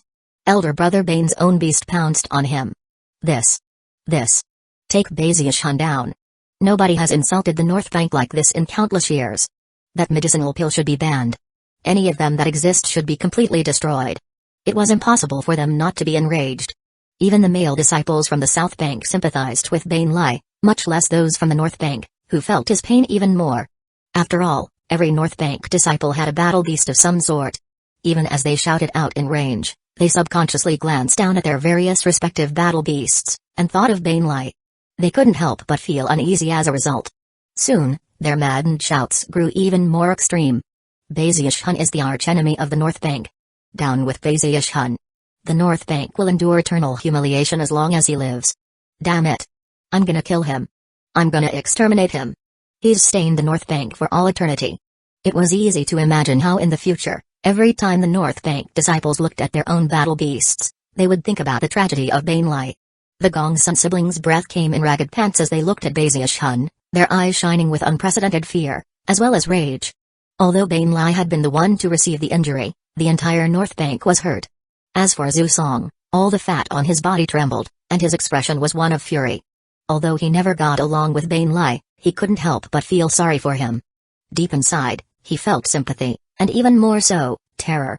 Bainlai could only control one battle beast. I have 5. When he thought about that, Zhu Song almost cried. Gnashing his teeth, he glared at Baziush-hun with furious, bloodshot eyes. Even the black-robed ghost Fang trembled, a look of intense seriousness in his eyes as he stared at Baziush-hun. Baziush-hun looked around innocently at the hornet's nest he had stirred up. When he saw how mad the North Bank disciples were getting, he quickly tried to offer an explanation. "Hey, don't blame me. Before the fighting even started, I told Bang Lai to concede. He didn't listen. I made it clear that even I'm afraid of my own attacks." Baziush-hun really felt that he was being given the short end of the stick. However, his explanations did nothing except pour fuel onto the fire. "Baziush-hun? I can't believe you have a name like that. Damn it. You're not pure at all. One completely shameless. Despicable. How dare you continue to humiliate us? Take Baziush-hun down." The enraged North Bank disciples began to edge forward, eyes bloodshot. From the look of it, tens of thousands of disciples were all about to charge onto the arena floor to take Baziush-hun out. Baziush-hun's heart began to thump, and he quickly retreated a few steps closer to the South Bank audience. Sighing, he stuck his chin out, waved his sleeve, and stood there like a lonely hero. "I am pure and good, no matter how anybody tries to smear me," he said. Sighing, he finally left the arena floor. Behind him, countless North Bank disciples were shouting in fury and staring daggers. If looks could kill, Baziush-hun would be dead many, many times over already. He coughed dryly as he returned to the South Bank side. Strange expressions could be seen on the faces of the disciples there. By this point, they could sense the intense anger the North Bank felt toward him, and it was terrifying. As of this moment, the true enemy of the North Bank wasn't the South Bank, it was a single person. Baziush-hun. It was easy to imagine how, even if the North Bank won the competition, because of Bang Lai, they would consider it a loss. The sect leader sat awkwardly up on the balcony, glaring down at Baziush-hun, his heart pounding with helplessness. He couldn't help but muse that whenever Baziush-hun showed up, it didn't matter how solemn the occasion was, the atmosphere would quickly devolve. As for the three peak lords from the South Bank, none of them were quite sure what expression was appropriate. They had never encountered a situation like this in their entire lives. Li Qing's complexion flickered between green and red, and his eyes were blank. He had been completely shaken by what just occurred. Even the four prime elders on the peak of Mount Deoseed felt their divine sense shaking, and they weren't sure exactly what to think or feel.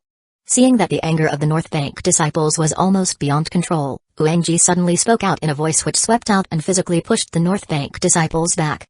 "Let the seventh battle begin." Instantly, a burly man flew out from among the North Bank forces. His eyes were bright red as he landed on the arena floor, where he let out a roar of rage. "Baziush-hun, I challenge you to fight. Let's wait and see if you can get into the top 10, Baziush-hun replied, sticking his chin out like a lonely hero. "Then maybe you'll qualify to fight me." The burly man howled in fury, his eyes completely bloodshot. At the same time, the disciple standing next to Shangwen Danyu braced himself and walked out onto the arena floor. Booms echoed out. The North Bank disciples had gone mad. And this burly man, the first to fight after Baziush-hun's performance, was clearly venting his anger by fighting. The South Bank disciple was pushed backward over and over again until he finally conceded. Next were the 8th and 9th battles. The North Bank disciples might as well have been slaughtering chickens. They fought with enraged madness, their hearts bursting with anger. All of them wanted to get into the top 10 to have a chance to fight Baziush-hun and cleanse the stain of humiliation. "I have to win. Once I'm in the top 10, I'll take Baziush-hun down. Then we'll see how he likes to get pounced on by a wild beast. Fudge. Even if I have to break the damn sect rules, I'm going to cripple him. Even if I kill him, my master won't punish me too badly. Anybody that kills Baziush-hun will be a hero to the North Bank." The North Bank disciples used every means at their disposal in the fighting. Because the North Bank had 2 more people on their team than the South Bank, the 10th battle was fought between 2 North Bank disciples. However, they didn't go easy on each other. Soon, the final battle of the first round had arrived. Zhu Xingqi took a deep breath and walked out onto the arena floor, violet light flickering around her feet. Moments later, she began to fight the final North Bank disciple. The battle was not shocking or amazing. Zhu Xingqi was a chosen, and although the North Bank disciple she fought was extraordinary, he couldn't compare to her at all. After only 10 breaths of time passed, the North Bank disciple coughed up a mouthful of blood and begrudgingly conceded. As Zhu Xingqi walked back to the team, the South Bank disciples erupted into cheering. When Baziush-hun heard it, he felt a bit sour inwardly. The cheering for Zhu Xingqi was clearly much louder than the cheering had been for him. As of this moment, the first round of the chosen battles was over. 11 disciples remained, 8 from the North Bank, and 3 from the South Bank. Chapter 91, The Enraged North Bank. Now that the first round was over, a rest period began that would last for 3 incense sticks worth of time. As everyone sat there, the North Bank disciples bristled, glaring angrily at Baziushun. The contestants were all itching to begin the second round, in which they would do anything possible to take Baziushun out. By now, none of them cared whether or not the North Bank won in the end, they merely wanted to shed his blood to wash away their humiliation. Baziushun, in the second round, I'm going to make you pay a horrifying price for humiliating the North Bank. He should be given to an entire pack of beasts to ease our hatred. This second round will be the most painful experience of his life. Take Baziushun down. Take this shameless bastard down. The North Bank cared about nothing but taking out Baziushun, and that responsibility was given to the 8 people who had made it through the first round. Although Ghost Fang simply sat there with his eyes closed, the other 7 glared angrily at Baziushun with clenched fists. They represented all of the other disciples of the North Bank, and were now analyzing what they had learned about him from his previous performance. All of them were coming up with their own ways of dealing with him. All Baziushun has are some medicinal pills. As long as he doesn't have a chance to use them, he can be dealt with easily. He only won because of those medicinal pills. Without them, exterminating him will be as easy as turning over your hand. He'll definitely be defeated in the second round. Defeated, and defeated ruthlessly. As far as Baziushun was concerned, the North Bank disciples were acting like bullies. He'd won, hadn't he? As for the brutality of that victory, he wanted to say something in his defense, but was worried that if he said the wrong thing, it would only make things worse. Much worse. This is ridiculous, he thought. As the North Bank stood in their anger, the South Bank disciples didn't say much either. They simply sat there bristling until Luangji finally spoke. 3 incense sticks have burned. The second round of the chosen battles will now begin, and the top 6 will be selected. Of the 11 of you, 1 will sit out of the fighting and directly enter the top 6. The other 10 will draw lots and fight each other in twos to proceed. Accompanying Luangji's words, a beam of light shot out over the arena floor, which transformed into a glowing sphere, roughly 3 meters in diameter. In turn, the pearls in the hands of Baziushun and the other remaining contestants were tugged toward it. Upon releasing the pearls, they flew directly toward the glowing sphere. Once inside, new numbers appeared on their surfaces, from 1 to 10, with one of the pearls being blank. The 11 pearls began to rotate inside the sphere, moving faster and faster until they were nothing more than a blur. A secret magic is at work here to ensure complete and utter fairness, explained Duangji. Not even I can interfere with the pearls. Rest at ease as you take the marbles back to decide the order of fighting. Zhu Song glared at Baziushun and then chuckled coldly. Baziushun, you'd better pray that you don't fight me. I'll crush you like a twig. With that, he waved his hand, causing a pearl to fly out into his hand. One of the other North Bank chosen gritted his teeth and coldly said, "It doesn't matter who you face, you're definitely going to lose painfully in the second round." With that, he and everyone else, Baziushun included, made grasping motions to secure their pearls. Instantly, 10 pearls flew out toward the group of contestants. I have number 3. I'm number 7. I got number 1. When the North Bank disciples got their pearls, they announced the numbers. Soon, the order of fighting was becoming clear. After they announced their numbers, they looked ferociously toward Baziushun. Eventually, Ghost Fang got his pearl and coolly said, "Number 9. The North Bank disciples soon found that not a single one of their number had acquired the blank pearl. As of this moment, the only pearls left were numbers 4 and 10, as well as the blank pearl. The North Bank disciples began to look nervously over at the South Bank. I'm number 4. Shangwen Danyu announced coolly. Number 10. Zhu Xingqi said, her face somewhat unsightly. As soon as the words left her mouth, she looked over at Ghost Fang. By now, everyone's fighting spot had been determined, with the exception of Baziushun. Strange expressions appeared on the faces of the South Bank audience, especially the Fragrant Cloud Peak disciples, who had been there to watch Baziushun fight in the smaller competition. Their eyes went as wide as saucers. No way. They thought incredulously. Even more incredulous than them were the North Bank disciples, who so badly wanted to teach him a lesson. Fists clenched, the entire group stared blankly at Baziushun. Baziushun couldn't keep from looking a bit proud. The pearl in his hand had no number on it whatsoever. At first, he'd thought that he might have seen incorrectly. However, after closer examination, he confirmed that it was indeed blank. Then he looked around and realized that everyone was staring at him, and suddenly, he realized how lonely life could be sometimes. Flicking his sleeve, he assumed the manner of a lonely hero, staring up into the clouds. Voice cool, he said, "My apologies. I'll be sitting this round out. If you want to fight me, you'll have to work hard to get to the next round." His words were met with a moment of silence. A few breaths worth of time passed, and then the North Bank audience erupted into enraged shouting. "Impossible. Damn it, he's sitting around out? Why did it have to be him, the shameless Phasius Hun? Why? Question mark. How could he be so lucky? Out of 11 people, I can't believe that he gets to sit around out. How could someone like him have luck like this? It's preposterous. I can't take this. What an absolute show-off. I have to take him down.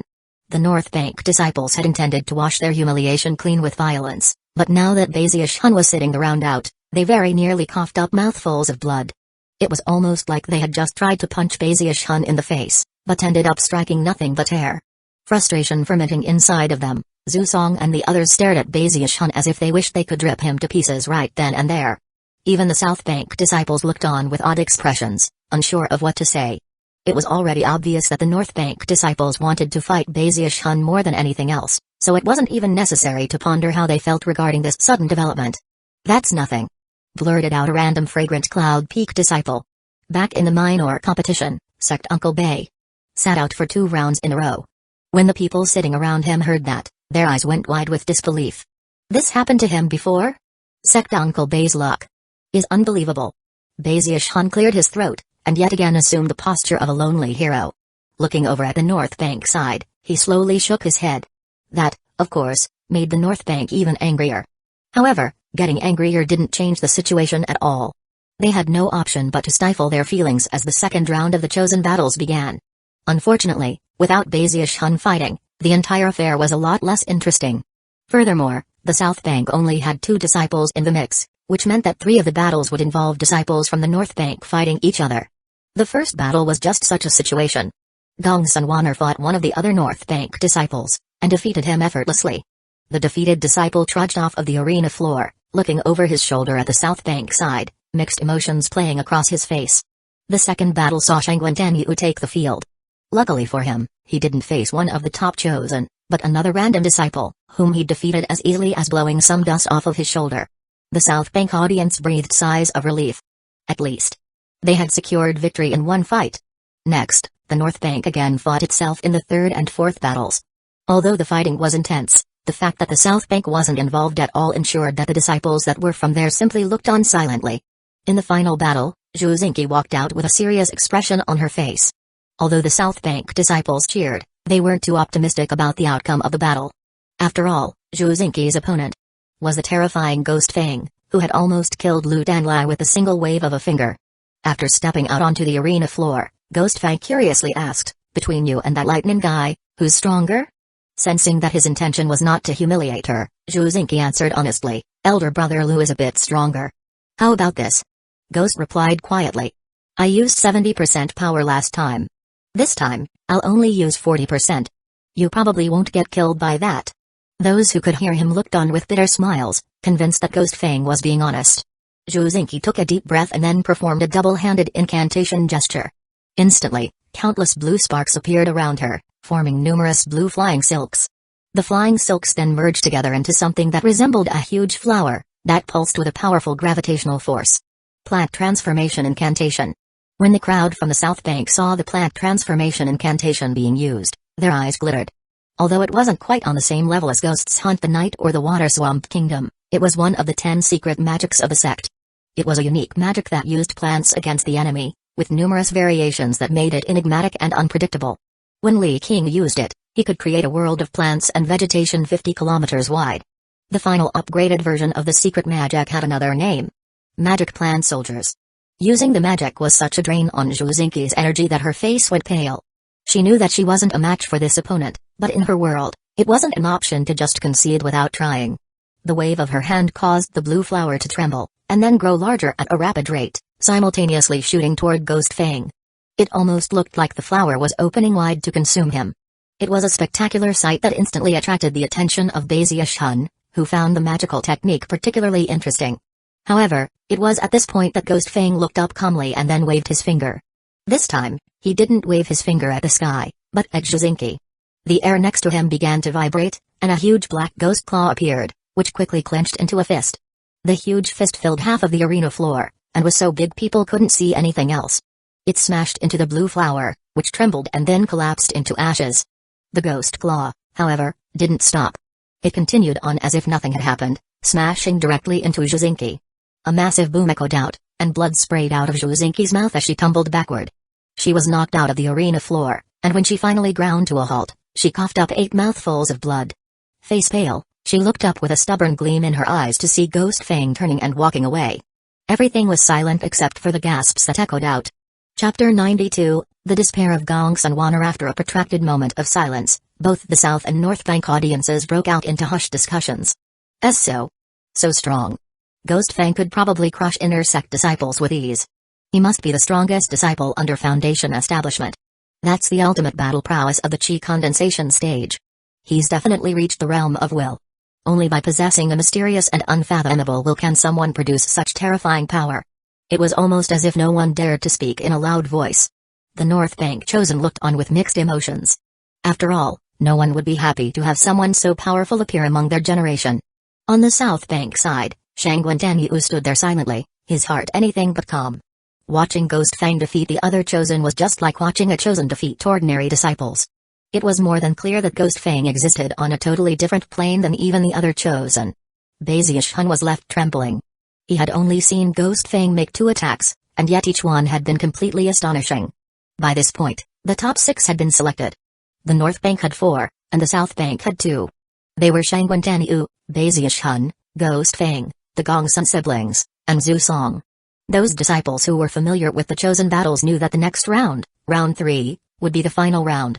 The matches to follow, and the resulting victories and defeats, would determine the final ranking of the top 6 disciples. Anyone who could secure 5 victories would naturally take first place. During the past 1,000 years, the North Bank had always swept the South Bank and taken the top spots. Furthermore, the South Bank disciples all knew that Ghost Fang was exactly the type of person who could defeat everyone else. He was simply too powerful. The South Bank audience sat there quietly. If Ghost Fang weren't in the picture, they might hold hope that Shangguan Danyu could take first place. Second place isn't bad though. That was what many of the South Bank disciples were thinking as they sat there sighing. Some of them looked over at Beziashun. Many had a hard time determining exactly what they thought of him, but regardless of the specifics, he hadn't given any of them the impression that he was a fighter. In fact, he hadn't fought anyone since joining the sect. The only thing they did know for certain was that he had come back alive after the Luotian clan tried to chase him down and kill him. Many of the South Bank disciples had already resigned themselves to the fact that the South Bank had lost, both in terms of the number of disciples who made it into the top 10, and also the first-placed spot. In contrast, the North Bank disciples were getting excited. Their eyes shone with anticipation and ferocity as they glared at Beziashun. The rules for the top 6 probably haven't changed. This time, Beziashun is definitely going to be hurting. That's right. According to the rules, everyone will fight once with all the other disciples. That means that 4 blazing suns from the North Bank will all have a chance to pummel him. Finally, the humiliation our North Bank has endured will be avenged. It wasn't just the ordinary North Bank disciples who were musing in such a way. Zhu Song and the Gongsun siblings were all chuckling coldly as they stared at Beziashun, determined to come out victorious. Beziashun shrunk back a bit. Looking over at the furious North Bank disciples, he shook his head a bit helplessly. Immortal cultivation is supposed to be about living forever. What's the point of all the fighting and killing? It was at this point that Huangji's voice finally rang out. The third round of the chosen battles will follow the same rules as before. Victory will be given to whoever takes the most wins. The first set of matches will be Shangguan Danyu vs Zhu Song, Ghost Fang vs Gongsun Yun, and Beziashun vs Gongsun Wan'er. These fights will be carried out simultaneously. With that, a beam of light descended from the balcony onto the arena floor, dividing it into 3 areas. Ceiling barriers immediately sprang up to separate them.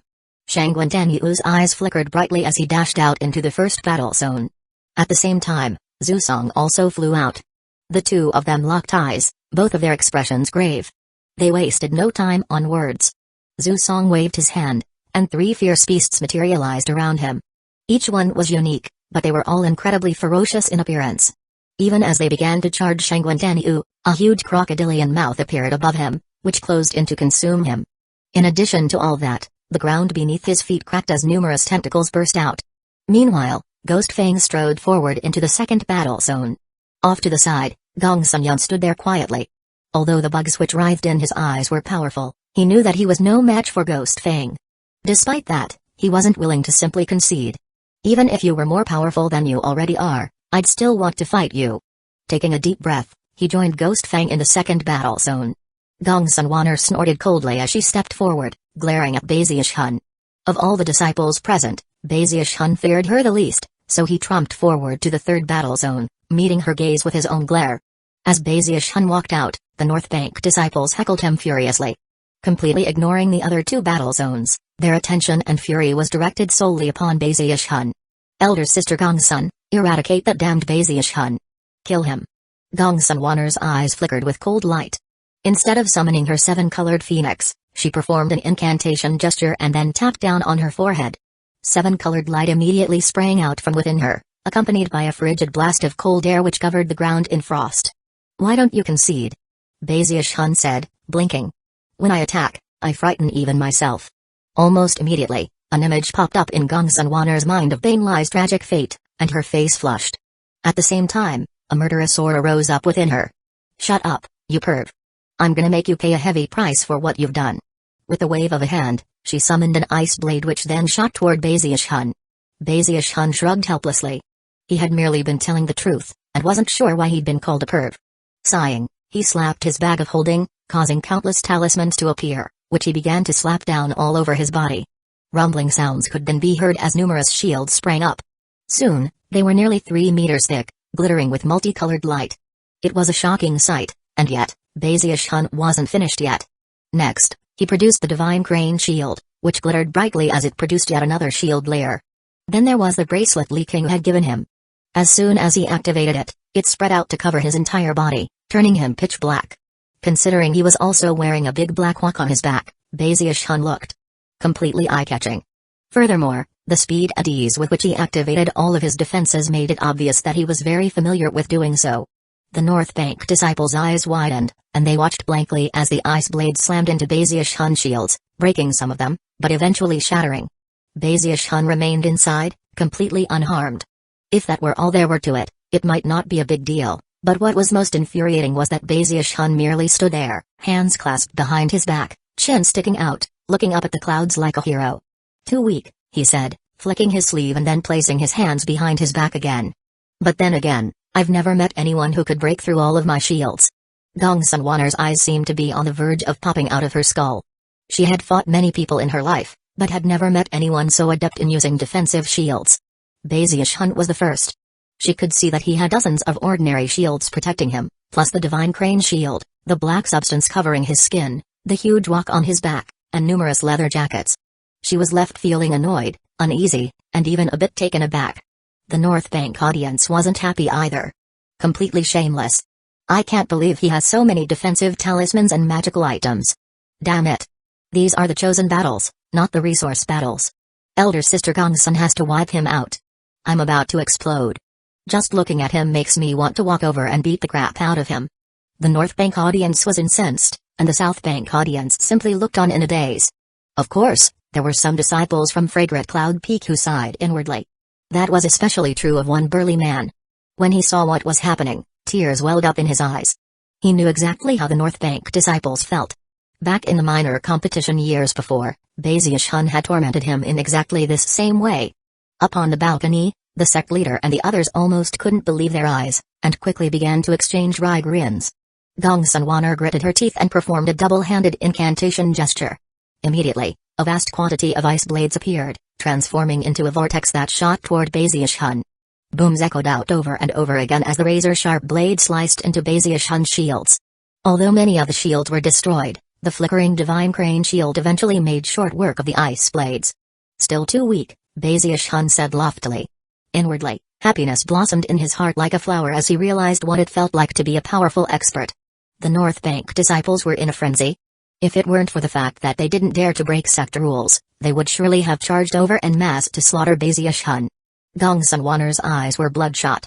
Gritting her teeth, she continued to unleash attacks, using even more ice blades than before. The sheer number involved was shocking, to the point where even Baziash Hun's heart began to tremble in fear. After some time passed, his shields finally gave out completely, whereupon he drew upon the full power of the Divine Crane Shield. In the blink of an eye, his defenses were shored up, and he breathed a sigh of relief. He stuck his chin out, and just when he was about to say something, the bedraggled Gongsun Wanner let out a piercing scream. Rumbling sounds echoed out, and blood oozed out of the corners of her mouth. Astonishingly, a blood-colored ice flower appeared on her forehead, which caused the energy of heaven and earth to flow toward her in shocking fashion. As this happened, the North Bank disciples began to cheer at the top of their lungs. It's elder sister Gongsun's Bloodfrost Orchid. The Bloodfrost Orchid is elder sister Gongsun's trump card. Not even someone in the 9th level of chi condensation could block it. Bazius Hun's defenses are definitely going to be broken through this time. As the freezing flower flew out, radiating a terrifying aura, it caused the surrounding temperature to drop rapidly. It shot toward Bazius Hun at top speed, cutting through his defenses like a hot knife through butter. His shields shattered, and just when he was about to use the Divine Crane Shield, the Bloodfrost Orchid split into 2 parts. One part was successfully blocked, but the other twisted past to slam violently into Bazius Hun's chest. A banging sound could be heard, and Bazius Hun looked down in surprise. To him, it felt like getting hit with a fluffy snowball. Shivering slightly, he looked up at Gongsun Wanner, whose hair was by now completely disheveled. "Take your time," he said. "I'm going to watch some of the other matches." With that, he turned in the direction of the first and second battle zones, which he began to casually watch, even occasionally cheering for one side or the other. No matter your perspective, he looked like he was asking for a beating. Chapter 93, What a Useful Pill. In the second battle zone, Ghost Fang was just on the verge of waving his finger through the air a second time. He could defeat most people with the single wave of a finger, but not Gongsun Yun. As for Gongsun Yun, he dashed backward at top speed and barked that he conceded. He had been able to stand up to one of Ghost Fang's finger attacks, but any more, and he would suffer serious injuries. Knowing that he had no chance of taking first place, he decided that contending for second place would be the best thing to do. Clasping his hands to Ghost Fang, he left the arena floor. As he did, he glanced over in the direction of Gongsun Wanner, and frowned. Ghost Fang's expression was placid as he left the arena floor and returned to where he had been standing all along. When he looked over at Bazius Hun and all of his defenses, a strange gleam appeared in his eyes. The audience members from the South Bank were all looking down, averting their gazes from the scene playing out on the arena floor. Embarrassed, they actually felt sorry for the North Bank. The North Bank disciples were going crazy. Gongsun Wanner was frantic, screaming as she launched one attack after another at Bazius Hun, using every technique she could think of. She unleashed countless divine abilities and magical techniques, and yet, nothing could break Bazius Hun's defenses. After all, his final line of defense was the Black Bracelet, a life-saving magic that could protect him from a blow by a Foundation Establishment cultivator. After the time it takes an incense stick to burn, Gongsun Wanner coughed up a mouthful of blood and collapsed onto the ground, staring at Bazius Hun with listless despair. She was about to summon her phoenix when Bazius Hun looked over at her and suddenly produced a medicinal pill, which he began to toss up and down in his palm. Furious, Gongsun Wanner clenched her hands into fists. "I concede," she said begrudgingly, eyes flickering with defiance. Clasping hands and looking as superior as possible, he said, "You let me win. It seems you know what's best, and didn't force me to attack." In response to his words, tears leaked out of the eyes of the South Bank disciples. Gongsun Wanner was so mad she was shaking. Gritting her teeth, she stalked off of the arena floor. It was at this point that the battle between Shangguantanyu and Zhu Song reached its conclusion. Shangguantanyu's sword descended, and intense light shone out in all directions. Zhu Song's 5 beasts were all in bad shape, and he himself staggered backward several paces, looking at Shangguantanyu in admiration. "It turns out sword spirit bodies really are pretty incredible," he said, blood oozing out of his mouth. Finally, he turned and walked off of the arena floor. Shangguantanyu didn't respond.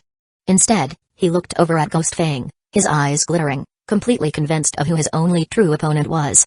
"Presumably, he feels the same way I do," he thought, "that fighting against these other people is simply boring."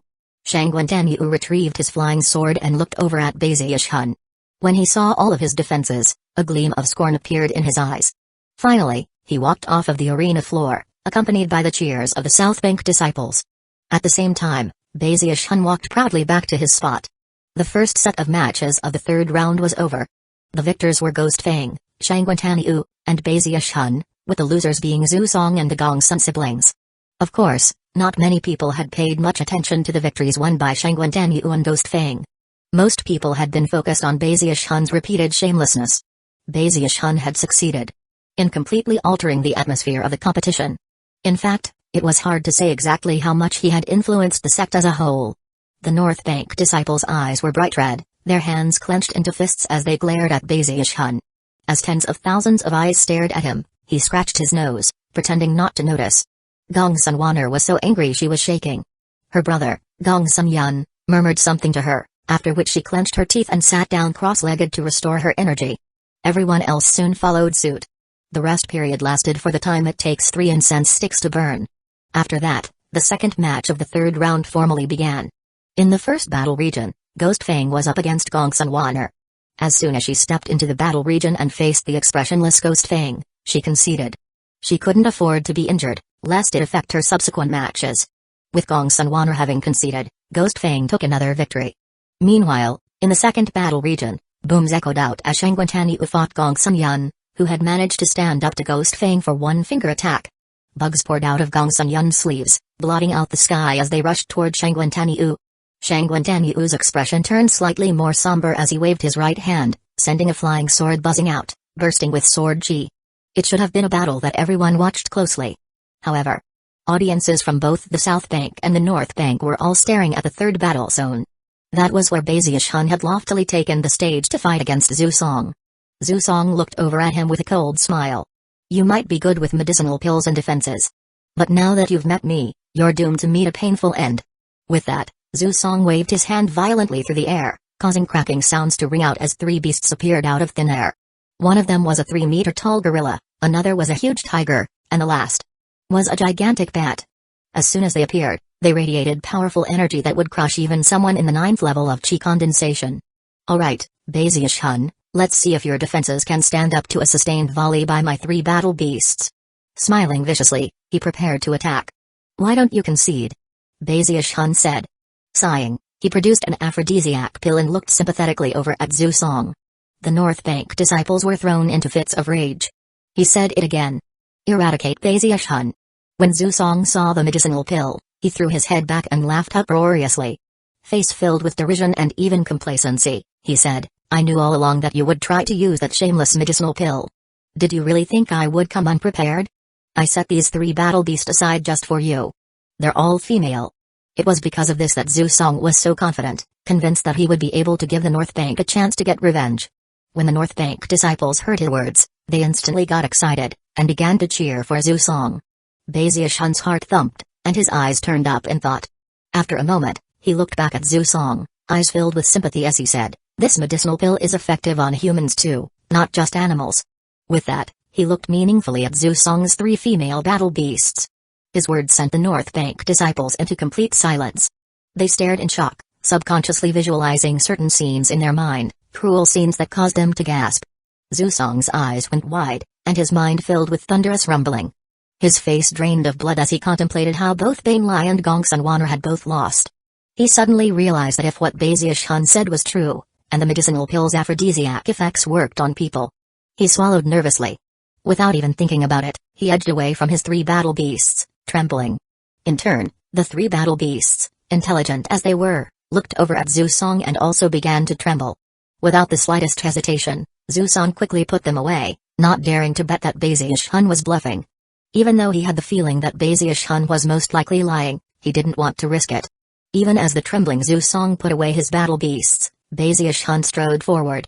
Light flickered as his defenses went up, and as he closed in on Zhu Song, he reached his right hand back and then waved it out in front of him. A blast of power surged out. Zhu Song's strength lay in his control of beasts, and at the moment, he didn't dare to use even a single one. That cut his effective power in half, and made it impossible for him to stand up to Baziush-hun. He was instantly sent flying, blood spraying out of his mouth. When he staggered to a stop, rage and humiliation filled his eyes as he shrieked that he conceded. Baziush-hun blinked and then cleared his throat. Clasping hands and bowing, he strutted off the arena floor amidst the countless enraged curses from the North Bank disciples. Baziush-hun, why you? That damned medicinal pill ought to be destroyed. Heavens! I'll pay 10 spirit stones to anyone who can take down Baziush-hun. I'll put in 50 spirit stones. Take him out. The North Bank was going crazy, and countless people began to shout out that they would add spirit stones as well. Soon the total was over 10,000. The shocked South Bank disciples looked at Baziush-hun, their admiration for him growing by leaps and bounds. The huge bounty caused Baziush-hun's face to flicker, and he hurried to escape the arena floor.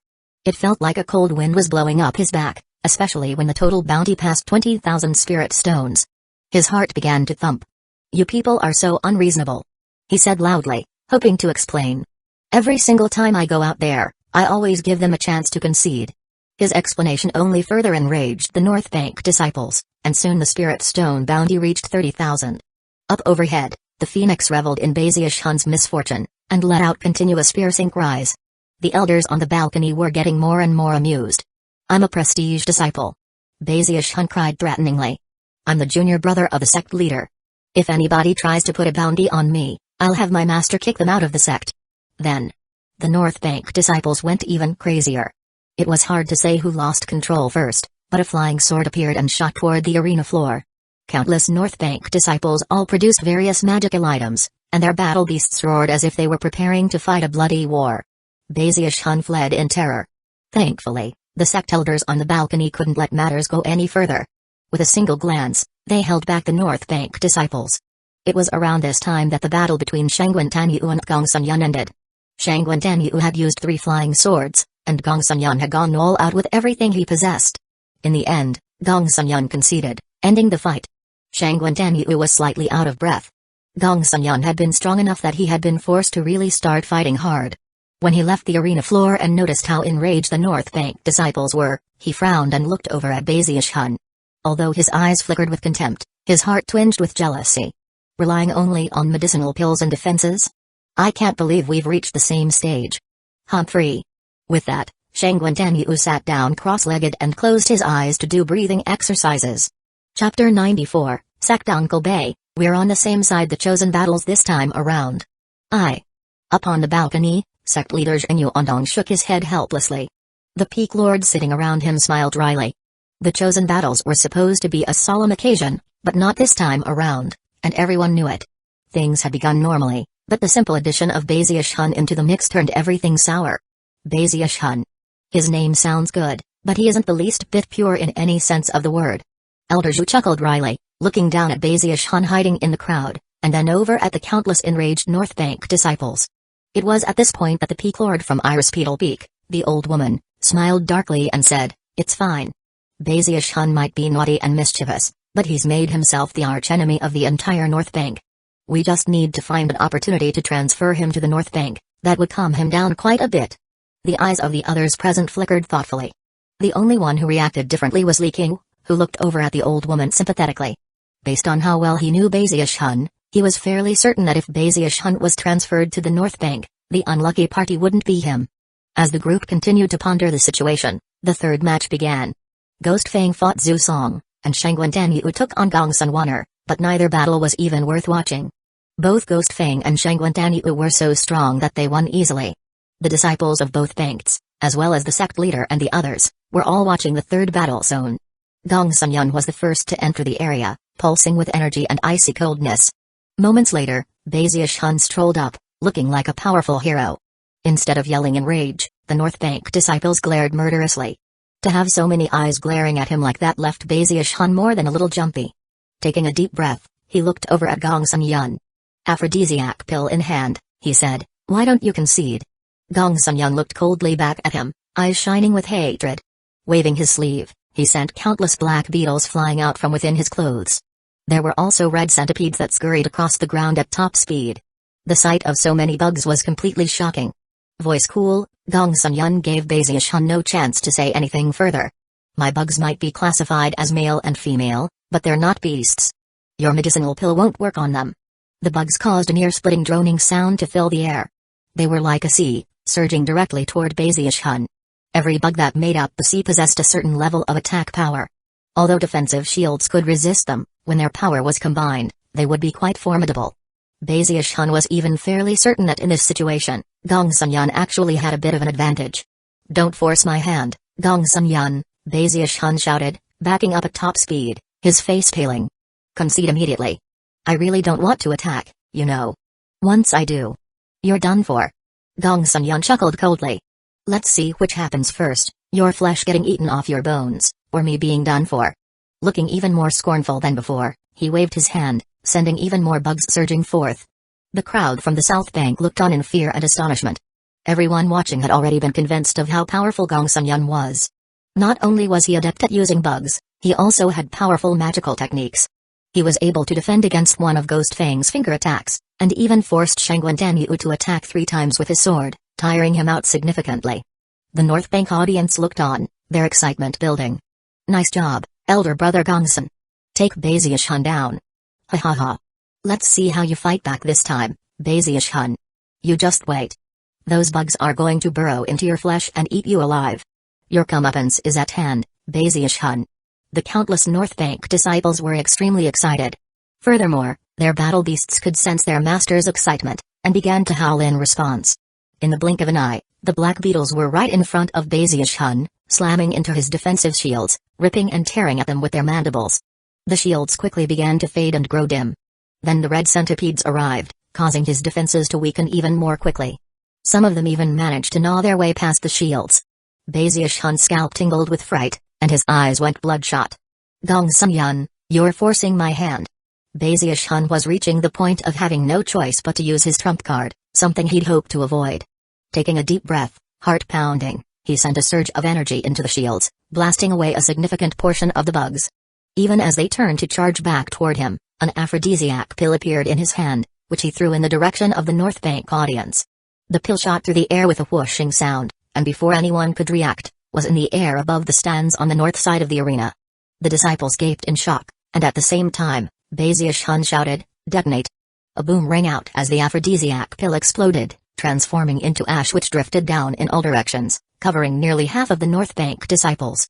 Gongsun-yun's eyes went wide with shock. Baziush-hun actually wasn't sure whether or not the pill would have an effect on humans. He had never dared to personally test out any of the strange pills he'd concocted. However, he was certain that the pill was effective on animals, and would stimulate them to a shocking degree. In the blink of an eye, the ash that was the remains of the aphrodisiac pill had fallen down onto the battle beasts below, which began to throw their heads back and howl. Their bodies grew larger, their eyes turned red, and they began to pant heavily. In turn, their masters cried out in alarm and began to back up. It took only a moment for the North Bank disciples to devolve into a stampede, quickly clearing the entire area of people. The only thing that remained were the howling beasts, sitting there looking around for a target. The North Bank disciples all began to shriek at the tops of their lungs. Baziush-hun. At the same time, beads of sweat popped out on Gongsun-yun's forehead, which was shocking considering that after beginning to cultivate the Tao of bugs, he had never sweat. Now, though, he was panting heavily as Baziush-hun slowly pulled out another medicinal pill. As soon as he did, the stimulated battle beasts began to tremble in excitement. Gongsun-yun couldn't help but think about what had occurred when a pill just like that had been shattered and then spread onto Banelai. You! An intense feeling of foreboding rose up in his heart, and he began to tremble. Images flashed through his mind, and he began to back up. Even his legs were shaking. He could well imagine what would happen if Baziush-hun crushed that pill on him. And then the battle beasts pounced. You forced my hand, Baziush-hun said with a despairing scowl. I didn't want to do this. With that, he pulled his hand back in preparation to throw the pill. I concede. Shrieked Gongsun-yun in the most high-pitched voice that had left his mouth in his entire life. His face was ashen as he raced off of the arena floor. Only when he was safe amongst the crowd did he look back in fright at Baziush-hun. Baziush-hun's jaw dropped at the sight of the terrified Gongsun-yun hiding in the crowd. Then he looked at the trembling battle beasts, and suddenly had a very bad feeling. Many of them were howling at the tops of their lungs, eyes fixed directly on the medicinal pill he held in his hand. They were already started to edge toward him. Drops of sweat broke out on his forehead, and he suddenly turned to look at the crowd of North Bank disciples. That simple turn of his head caused the North Bank disciples' hearts to seize with fear. Baziush-hun turned to look in another direction, but quickly found that any place he looked at would quickly become devoid of people. Everyone would scramble away at top speed, screaming in desperation. Finally, his gaze came to rest on the South Bank disciples. Instantly, their scalps went numb, and they began to back up. In the blink of an eye, everyone had retreated by 30 meters. We're on the same side, sacked Uncle Bay. People began to cry out. The same side. Even Ghost Fang and Shangguan were backing up, their faces flickering with shock. Roar. More of the stimulated battle beasts began to walk forward, their eyes crimson, salivating as they eyed Baziush-hun. What do I do? He thought. What do I do? Didn't I warn you people to concede? Didn't I say that I fear my own attacks? Feeling that he was completely innocent in the matter, he gritted his teeth and looked over at the North Bank audience. Didn't you people just say something about putting a bounty on my head? None of the trembling North Bank disciples dared to even look Baziush-hun in the eye. Baziush-hun's heart was also trembling. In his heart, he believed himself to be a good person, and wasn't willing to simply throw the pill out in a random direction. Anxiety building up within him, He looked at the increasingly stimulated battle beasts, and then finally happened to glance up into the sky above him and notice the proud, arrogant phoenix of Elder Zhu's. Eyes shining, and having no time to consider the matter, he launched the medicinal pill at top speed toward the phoenix. It transformed into a beam of light shooting through the air. The phoenix was in the middle of gloating over Baziush-Hun's misfortune, and didn't even notice the pill flying toward him at first. When he did, his feathers all stood on end, and he let out a miserable shriek. Just when he was about to dodge, the pill exploded, covering him with a fine powder. The phoenix stared in shock as the battle beasts below began to howl. Eyes burning as if with fire, they began to leap up into the air as if to chase down the phoenix. The sect leader and the others gasped, crowding around the edge of the balcony to look down at what was happening. At one point, one of the random elders asked, "Is attacking the audience against the rules?" However, nobody seemed to care about that at the moment. All of them were staring down into the north stands, at the area devoid of people but filled with battle beasts. The remaining 3 peak lords from the North Bank all had strange looks in their eyes as they stared at one particular beast among the crowd. It looked like a deer, and was currently howling up into the air under the effects of the aphrodisiac pill. Before, I assumed that pill's effectiveness was limited to beasts with third-order bloodlines. I never imagined that it would also be effective on second-order bloodlines. That pill would be incredibly useful to us on the North Bank. The 3 peak lords from the North Bank were trembling in excitement. The old woman among their number then waved her right finger through the air toward the phoenix. Instantly, the phoenix trembled as a powerful force wrapped around it and dragged it down toward the balcony. At the same time, the battle beasts roared and flew in the same direction. The old woman snorted coldly and looked down at the beasts, which then began to howl mournfully. Another powerful force swept them up, sending them spinning toward her. As they approached, they shrank down and disappeared into her sleeve. The old woman looked over at the miserable, shrieking phoenix, eyes shining as she turned to confer with the other peak lords. Off to the side, Elder Zhu's face had turned green. Baziush-Hun seemed no worse for the wear. Heaving a sigh of relief, he was just about to walk off the arena floor when the North Bank's disciples recovered from the fear of the threat which had been levied against them, and began to roar in anger. "I'm gonna kill you, Baziush-Hun. Baziush-Hun, the North Bank will never rest until you're dead. Exterminate Baziush-Hun." The North Bank disciples had veins bulging out on their necks and faces as they howled in fury. In response, Baziush-Hun turned back to look at them, and raised an ordinary medicinal pill up into the air as he stuck his jaw out. Instantly, the entire crowd trembled and went completely silent. Baziush-Hun waved his sleeve and chuckled darkly. Popping the medicinal pill into his mouth, he left the arena floor. Behind him, the North Bank disciples erupted in rage yet again. Chapter 95, That's Not How You Use Swords. The disciples of the South Bank looked at Baziush-Hun in admiration, and even began to give voice to their feelings. Sect Uncle Bay is a god.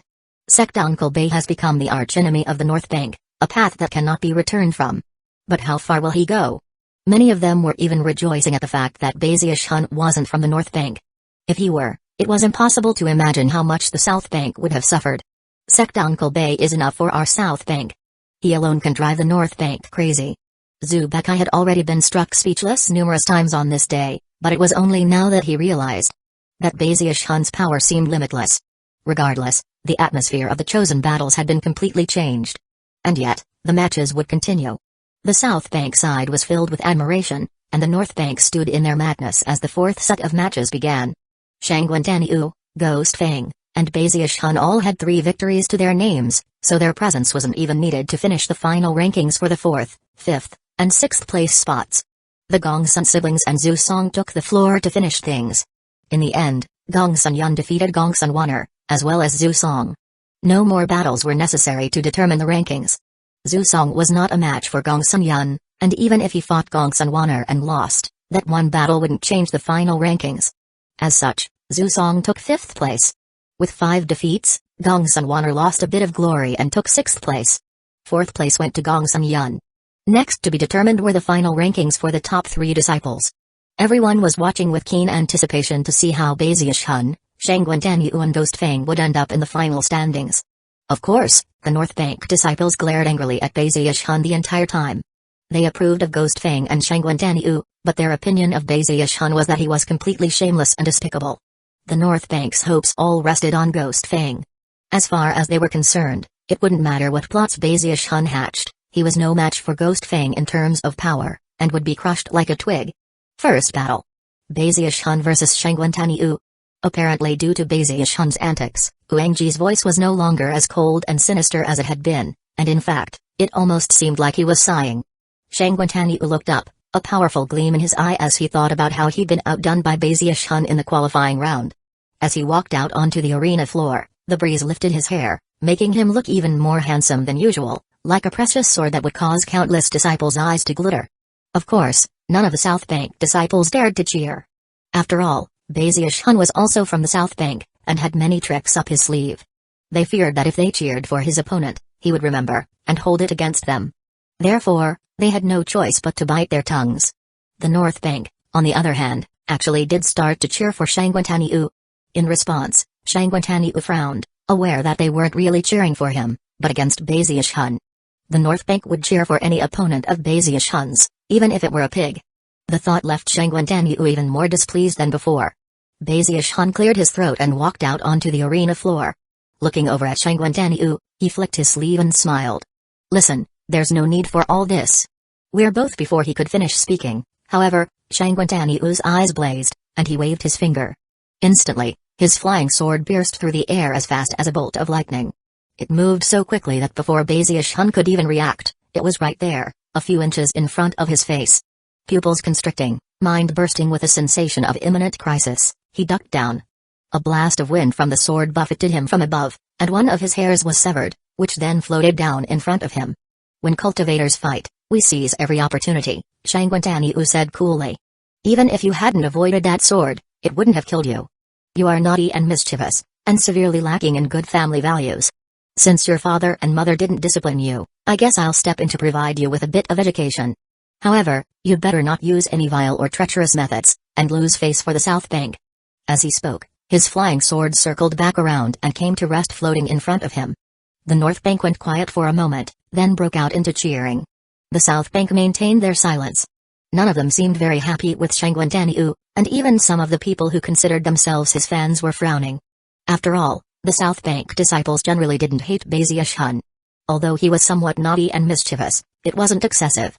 He left them feeling a bit helpless sometimes, but they actually liked him. The North Bank hated him, but to the South Bank, he represented their hope for glory. Furthermore, it was obvious to everyone that Bezier Hun had been on the verge of conceding. Clearly, he'd hoped to keep from getting into a fierce fight with Shangguantaniu, thus sparing Shangguantaniu some spiritual power to use in his final battle with Ghost Fang. Shangguantaniu had been aware of that too, and yet had attacked anyway, and in an underhanded way at that.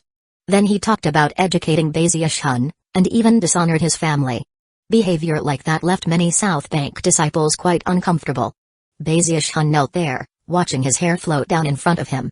Slowly, his smile faded, and he looked up at Shangguantaniu, the word education ringing in his ears. You're a chosen, so if you want to look down on me, fine. I don't really care what other people think about me anyway. For some reason, something seemed different about Bezier Hun all of a sudden. You want to use underhanded attacks? That's your business. I practice cultivation so that I can live forever. I don't like fighting and killing. He waved his right hand off to the side, tossing the defensive amulets away. All of a sudden, it seemed as if his veins were filled with, not blood, but steel. In the South Bank audience, Hu Yunfei's eyes glittered, and he couldn't stop himself from shaking. All of a sudden, he was looking at the same Bezier Hun who had saved him from the Luotian clan. But what gives you the right to step in for my dad and mom and educate me? Bezier Hun's eyes were completely bloodshot. His parents had both passed away when he was young, an event which had influenced him in profound ways. It was one of the biggest reasons why he began to wish to live forever. He was a generally optimistic person, an attitude he had intentionally fostered since a young age.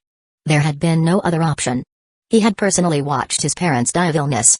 He remembered sitting with their corpses for days, weeping, refusing to believe that they were gone, even calling their names. Eventually, the corpses began to stink, and relatives came to bury them. Bezier Hun had been left in a daze, and at one point even took to talking to himself. If a child grew up in such a manner, his entire life would be one of darkness. So Bezier Hun replaced the crying with laughter. He began to think about the idea of living forever. He would never forget how his parents had died, and although he missed them, it only made him want to keep living. He was stubborn and mischievous, but not to an excessive degree. Many of the things he did were even accidents. Deep down, he was a good person. He feared death, and seemed weak on the outside, but when his friends were in danger, he would fight to the death to protect them. If he needed to, He could bellow in rage and risk his life on the field of battle. He liked to joke, but was also deeply emotional. Big Fatty Zhang, Li King, Hu Yunfei, Du Lingfei, Hu Xiaomai, the sect leader, and all the other people who treated him well, were people he would never, ever forget.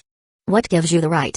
He suddenly burst into action, moving so quickly that he was instantly in front of Shangguantaniu. Shangguantaniu's eyes widened, and his hair stood on end, but before he could do a single thing in response, Basius Hun's fist struck out, glittering with silver light. Rumbling sounds could be heard as Shangguantaniu's personal shield sprang up, but it was absolutely incapable of providing any defense. Basius Hun's fist pierced through it like a hammer crushing ice. Just as it was about to land on Shangguantaniu, a tiny buckler appeared, which subsequently trembled and was sent flying off to the side. Basius Hun's fist landed on Shangguantaniu's chest, causing blood to spray out of his mouth.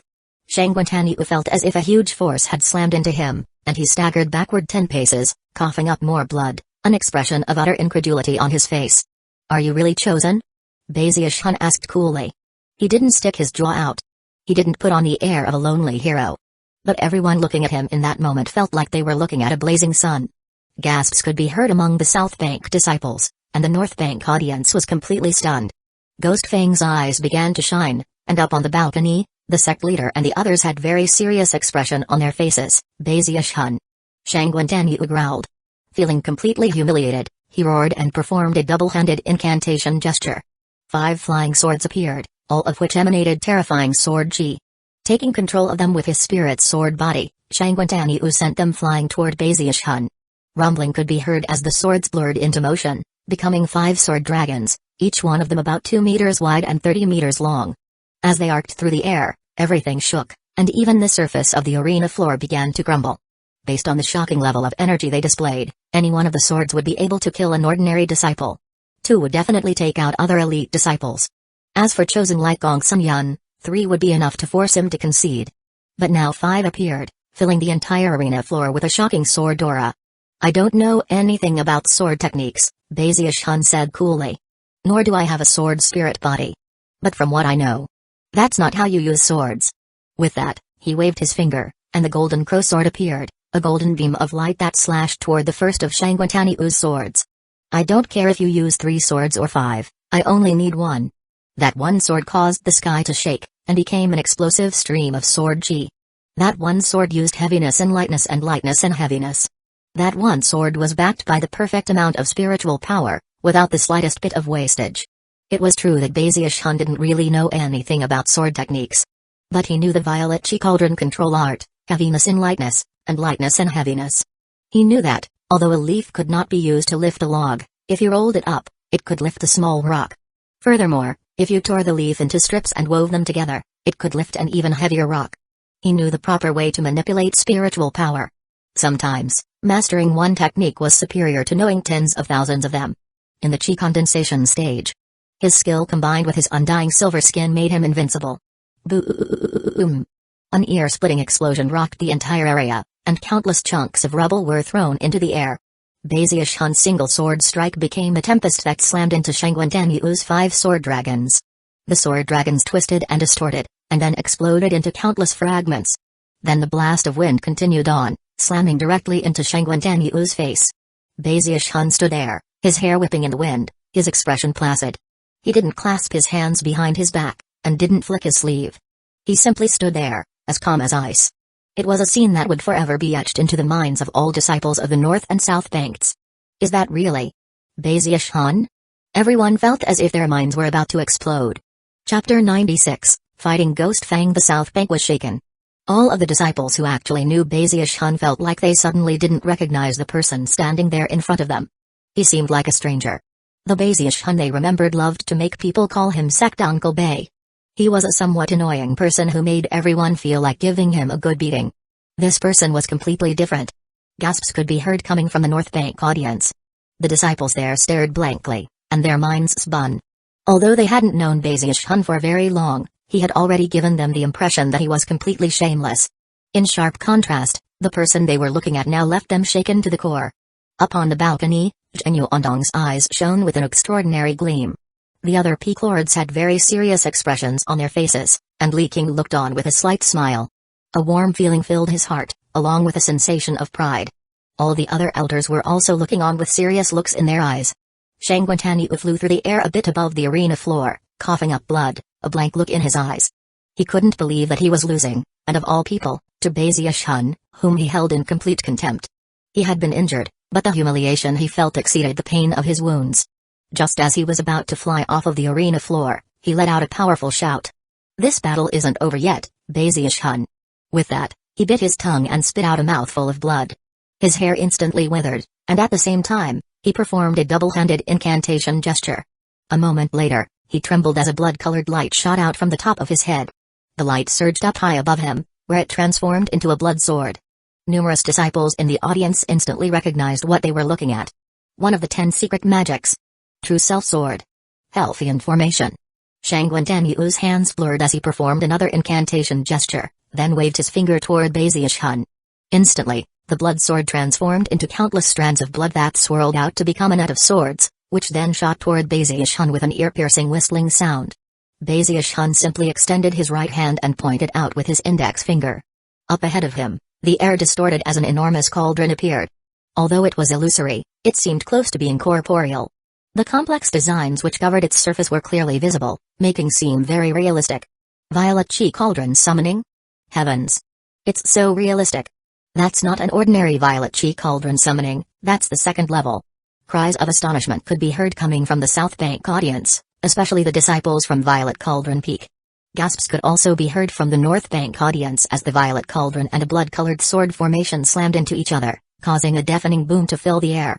Shangguantanyu let out a miserable shriek as he was sent spinning backward, blood spraying out of his mouth. Bezier-shun's expression was the same as ever as he stood there on the arena floor, watching the enormous cauldron fade away. At the same time, Ghost Fang's eyes suddenly began to gleam, and without another word, he flew over to stand across from Bezier-shun. Shangguantanyu is too weak to fight any longer, he said. Let's make things simple. And fight right now. Even as the words left his mouth, black mist began to pulse out around him, swirling into the form of numerous vicious ghosts who let out soundless shrieks. The ghosts were completely vicious in appearance. Some had disheveled hair, some had green skin, and some looked like rotting corpses. There were even some that carried their own heads in their arms. They were terrifying to the extreme. The entire arena floor began to fill with an aura of death, causing hearts to grow cold among the disciples of both banks. As that happened, numerous figures flew out of the crowd on both sides, people with very serious expressions on their faces. They weren't outer sect disciples, but rather, inner sect disciples from both the South and North Banks who were extremely interested in the final match of the chosen battles. Even the divine sense of the prime elders atop Mount Deoseat was completely focused on the arena floor. All eyes were glued on Bezier-shun and Ghost Fang. Bezier-shun slowly turned to face Ghost Fang, his expression serious. He had seen Ghost Fang fight several times during the chosen battles, and each time had been astonishing. A single wave of his finger had almost killed Lu Danlai, and that had been only 70% of his power. It was hard to imagine what it would be like if he unleashed all of his battle prowess. In the moment that Bezier-shun looked over at Ghost Fang's eyes flickered with a mysterious light. Then he waved his finger at Bezier-shun, causing rumbling sounds to fill heaven and earth. A gigantic ghost claw appeared next to Ghost Fang, filling half of the arena floor. Surging with astonishing levels of power, it rocketed toward Bezier-shun. In the blink of an eye, it was upon him. Bezier-shun clenched his right hand into a fist, and silver light flashed, making him look like a silver statue. Then he struck out toward the incoming ghost claw. From a distance, Bezier-shun's slight frame seemed completely insignificant compared to the shocking ghost claw. And yet, as soon as his fist made contact with it, an ear-splitting blast exploded out. Boom! The thunderous explosion caused disciples on both sides of the arena to tumble backward, astonished expressions on their faces. Some of them even saw stars swimming in their eyes. As the shockwaves spread out from the contact point, the ghost claw trembled. Cracking sounds rang out, and fissures spread out to fill its entire surface. One breath of time passed, and then the gigantic ghost claw shattered into countless pieces. Black mist exploded out in all directions, and the entire arena floor shook violently. Ghost Fang's eyes shone brightly as he fell back a single pace before slamming his foot down to stop himself. Cracks spread out in the ground from the foot he stomped down. As for Bezier-shun, he also fell back a single pace, his face flushed, his hand glittering with silver light. If you looked closely at that hand, it was possible to see it trembling slightly. The surrounding disciples gasped, and both sides of the arena immediately burst forth with cries of shock and astonishment. I can't believe. Bezier-shun is So strong. He's actually at the same level as elder brother Ghost Fang. Back when the Laotian clan turned traitor, I heard that he barely escaped with his life, but killed a bunch of them in the process. I thought those stories were exaggerations, but now. That's the first time I've ever seen anyone destroy Ghost Fang's Ghost Claw. The inner sect disciples were equally astonished, and all of them felt their hearts pounding with bitter astonishment as they looked at Bazius Hun and Ghost Fang. As far as they were concerned, these two weren't even outer sect disciples anymore. Oftentimes, years would pass without a single inhuman disciple rising up from within the ranks. And yet now, two had appeared at the same time. Upon the balcony, the sect leader's eyes shone with joy, and the other elder's eyebrows were raised in shock. Bazius Hun frowned at the tingling sensation he felt in his hand, but the feeling soon went away. Looking over at Ghost Fang, he realized that he was facing a formidable opponent. Ghost Fang's eyes shone with what appeared to be happiness. I only used 50% power, but you still destroyed my finger attack. That means you're a lot stronger than anyone else I've faced. Well, in that case, I can safely use 80% power. Right hand flashing with an incantation gesture, he waved his finger again at Bazius Hun. Instantly, black mist swirled into being above Bazius Hun. The air was ripped apart as, unexpectedly, another huge ghost claw appeared. This one was even more massive than the one which had nearly killed Lu Danlai, and caused rumbling sounds to echo out in all directions as it descended toward Bazius Hun like a mountain. Bazius Hun looked up, clenched his right hand into a fist, and then launched into the air, turning into a bright beam of light that shot directly toward the ghost claw. Silver light spread out in all directions as the power of his fist caused heaven and earth to shake. Bazius Hun's undying skin erupted with power, causing the ghost claw to tremble, and then begin to break apart just like the previous one. Ghost Fang's face flickered as he performed more incantation gestures, sending a third, a fourth, and a fifth finger attack out in quick succession. In the blink of an eye, Bazius Hun was facing four enormous ghost claws. Although all of this takes some time to describe, it happened in the briefest of instants.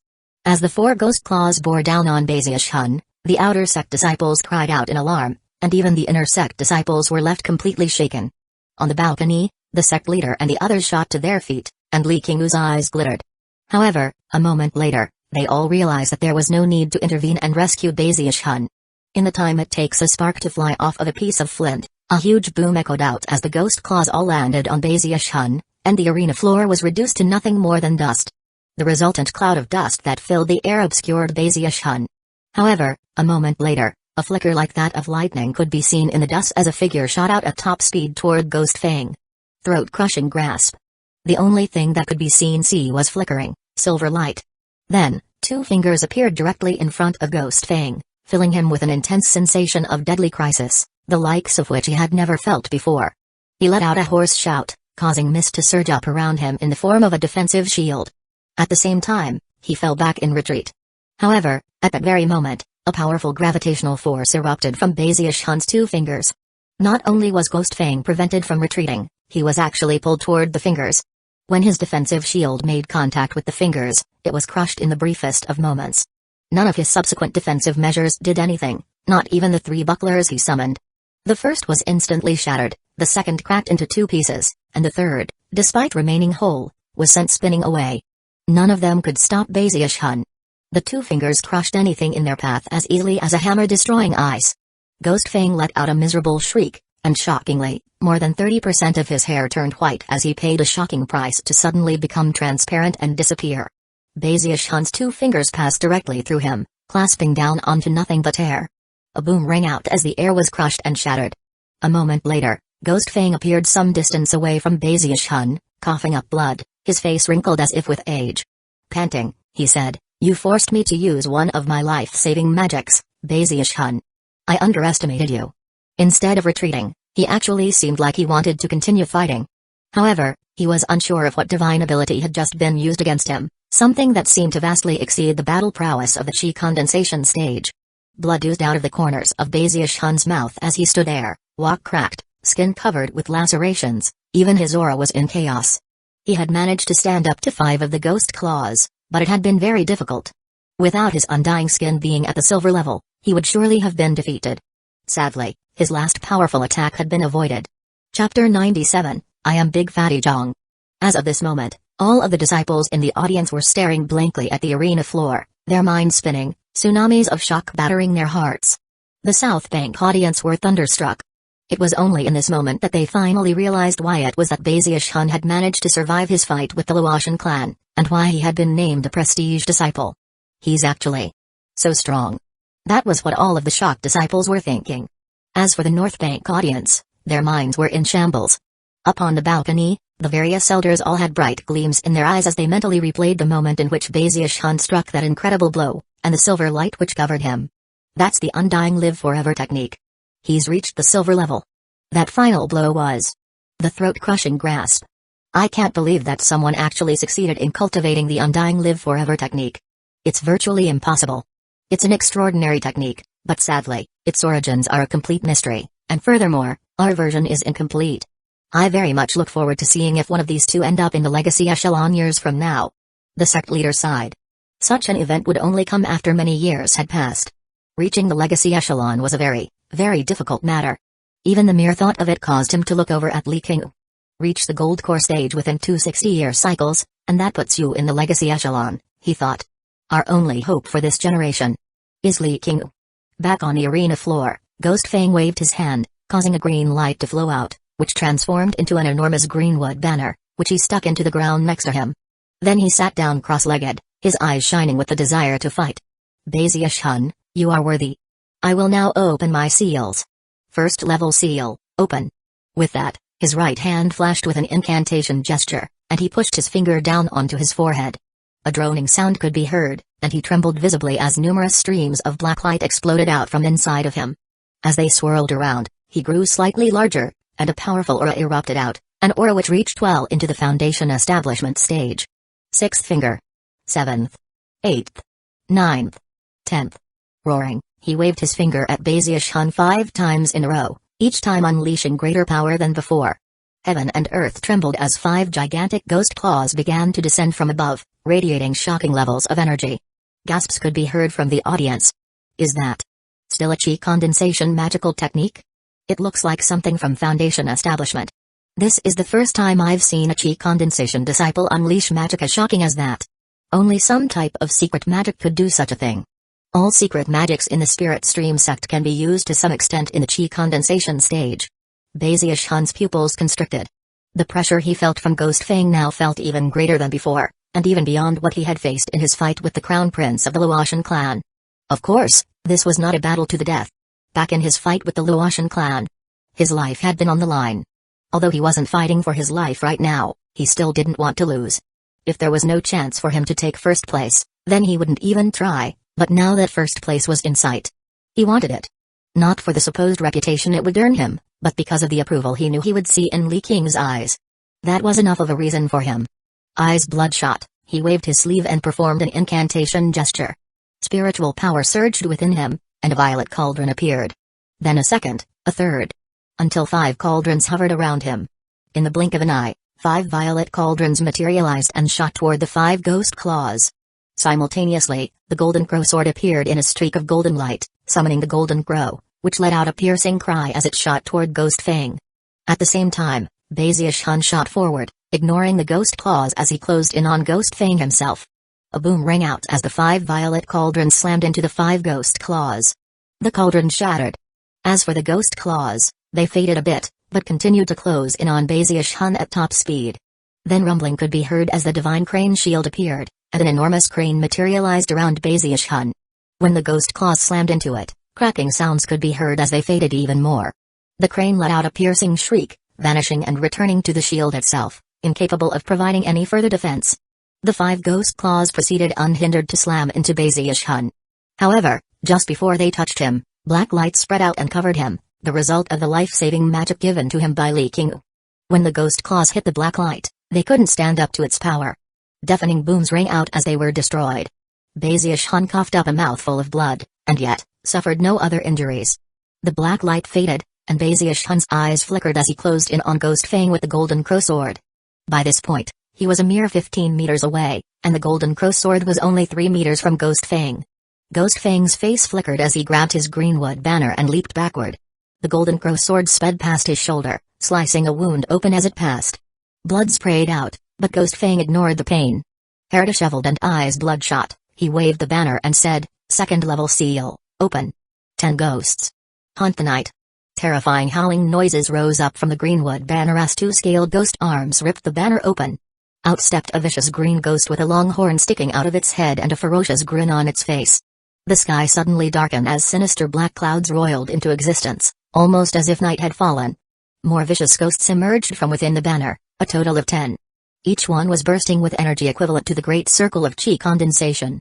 As they began to charge Baziush-hun, his face flickered, and his heart began to pound. Even if he were stronger than his current level, there was no way he could fight 10 ghosts who had battle prowess equivalent to the great circle of chi condensation. Ghost Fang breathed a sigh of relief. He couldn't keep his second seal open for too long, and knew that all of his hopes for victory rested with these 10 ghosts. He stood there behind them, eyeing Baziush-hun coldly. The battle between these two had been like a fight between a dragon and a tiger, and provoked cries of alarm and surprise from the audience. Now everyone could see exactly how powerful Ghost Fang was, and the North Bank audience was in high spirits. As for the South Bank disciples, they were starting to get very nervous. Baziush-hun was in full retreat as the 10 ghosts spread out to surround him. Their cultivation bases were shocking, so powerful that not even the Golden Crowsword could defend against them. 10 ghosts hunt the night. Suddenly, he looked up into the sky at the black clouds that made everything seem like night. Eyes flickering thoughtfully, his right hand flashed with an incantation gesture, and the Golden Crowsword shot up toward the clouds. Apparently, Baziush-hun wanted to slash the clouds open so that the arena floor was no longer covered in night. Ghost Fang frowned slightly in response to Baziush-hun's quick reaction. The best time to use this divine ability of his was at night, when it was virtually invincible. During the daytime, it was definitely possible to break it. Unless he unleashed the 100 ghosts level. That cloud cover is beyond ordinary, Ghost Fang thought with a cold smile. Only spirit-enhanced treasures could possibly break it. Even if Baziush-hun finds a weakness, he's definitely not strong enough to pierce it open. It was at that point that the Golden Crowsword pierced into the clouds, and rumbling echoed out. The clouds seemed to weaken, but strangely, sucked in the Golden Crowsword, making it impossible to use again. Getting nervous, Baziush-hun fell back again and pulled out 2 spirit-enhanced flying swords. After sending them shooting up, they were also sucked into the clouds, although the clouds weakened further in the process. Ghost Fang's jaw dropped. Spirit-enhanced treasures. Next, before Ghost Fang could even react, Baziush-hun suddenly produced 8 more flying swords, all of which glittered with silver light as they shot up into the sky. Each and every one had a 2-fold spirit enhancement, and when they pierced into the cloud cover, it was weakened so much that rays of sunlight began to shine down, which caused the 10 ghosts to shriek and dodge to the side. Ghost Fang's eyes went wide, and despite his level of willpower, couldn't help but let out a cry of shock. So many. Damn it, he can't have more than that, can he? He wasn't the only person to react in such a way. The outer sect disciples from both the South and North Banks all looked on with disbelieving eyes, and began to shout aloud. Heavens! How many spirit-enhanced items does Baziush-hun have? Most disciples have trouble getting their hands on a single one. But he has so many. Who enhanced them for him? As people shouted out in surprise, Big Fatty Jong was there in the crowd. However, he was more toward the back, and although he had been cheering for Baziush-hun, nobody had really paid any attention to him. Now that he saw Baziush-hun using all of the flying swords, he lifted his chin loftily and said, "All of them were enhanced by me, Big Fatty Jong." Even as Ghost Fang tried to convince himself that Baziush-hun couldn't possibly have any more spirit-enhanced items, Baziush-hun was delighted to discover that his swords were actually affecting the cloud cover. Immediately, he began to laugh out loud, and then produced 2 more flying swords. Silver light flashed as the spirit-enhanced swords shot toward the clouds. Impossible! Ghost Fang shouted in shock. Rumbling sounds emanated from the clouds, which could not stand up to so many attacks by spirit-enhanced swords. As sunlight spilled down, the 10 ghosts screamed shrilly as they retreated back into the banner. As that happened, Baziush-hun laughed heartily and began to close in on Ghost Fang, building up power to unleash the throat-crushing grasp again. An extremely unsightly expression appeared on Ghost Fang's face. Just as he was about to fight back, blood sprayed out of his mouth, and he trembled. The side effects of opening his second seal were now beginning to affect him. An unyielding expression on his face, he began to fall back as fast as possible. "I concede," he said through gritted teeth. He knew that in his current state, he wasn't a match for Baziush-hun. Even still, he refused to acknowledge that he had truly been defeated. If Baziush-hun hadn't possessed so many spirit-enhanced treasures, he would never have been able to defeat Ghosts Hunt the Night. Furthermore, if they had actually been fighting at night, he would have been defeated even more handily. In the moment that Ghost Fang conceded, The shocked disciples of the South Bank immediately broke out into excited cheering. We won. The South Bank won. Ha ha ha. We took first place. We got 2 people into the top 3. We've gotten our revenge. Sect Uncle Bay is invincible. The South Bank disciples were cheering up a storm, while the North Bank disciples looked on bitterly. They could all see that the problem wasn't Ghost Fang being weak, it was Baziush-hun having too many treasures. How come you have so many spirit-enhanced treasures, Baziush-hun? Ghost Fang asked, wanting to know why he had been defeated in such a way. My elder brother Big Fatty Jong is a spirit enhancement genius, Baziush-hun responded proudly. The kind you only see once in 1,000. No, once in 10,000 years. All of those treasures I used were gifts from him. If you want to assign blame, blame the fact that my elder brother is a genius of spirit enhancement. The South Bank disciples cried out in shock, with the commotion being especially loud among the Violet Cauldron Peak disciples. Big Fatty Jong? Who is this godlike individual? Big Fatty Jong. He's a Violet Cauldron Peak disciple. He's the apprentice of the Peak Lord. Heavens, he usually keeps such a low profile. Who could ever have guessed that he was so incredible? Excited, Big Fatty Jong threw his head back and roared at the top of his lungs, I am Big Fatty Jong. All of the flying swords used by Baziush-hun were enhanced by me. Big Fatty Jong's excited words echoed out for everyone to hear. Even the sect leader and the others on the balcony turned to look at him curiously.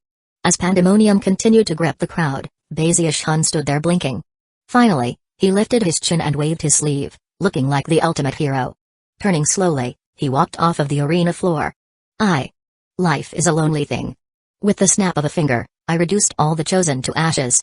Chapter 98, Dragon Mammoth Sea-forming scripture. The chosen battles had caused many eyes to be focused on Big Fatty Jong, even those of the sect leader.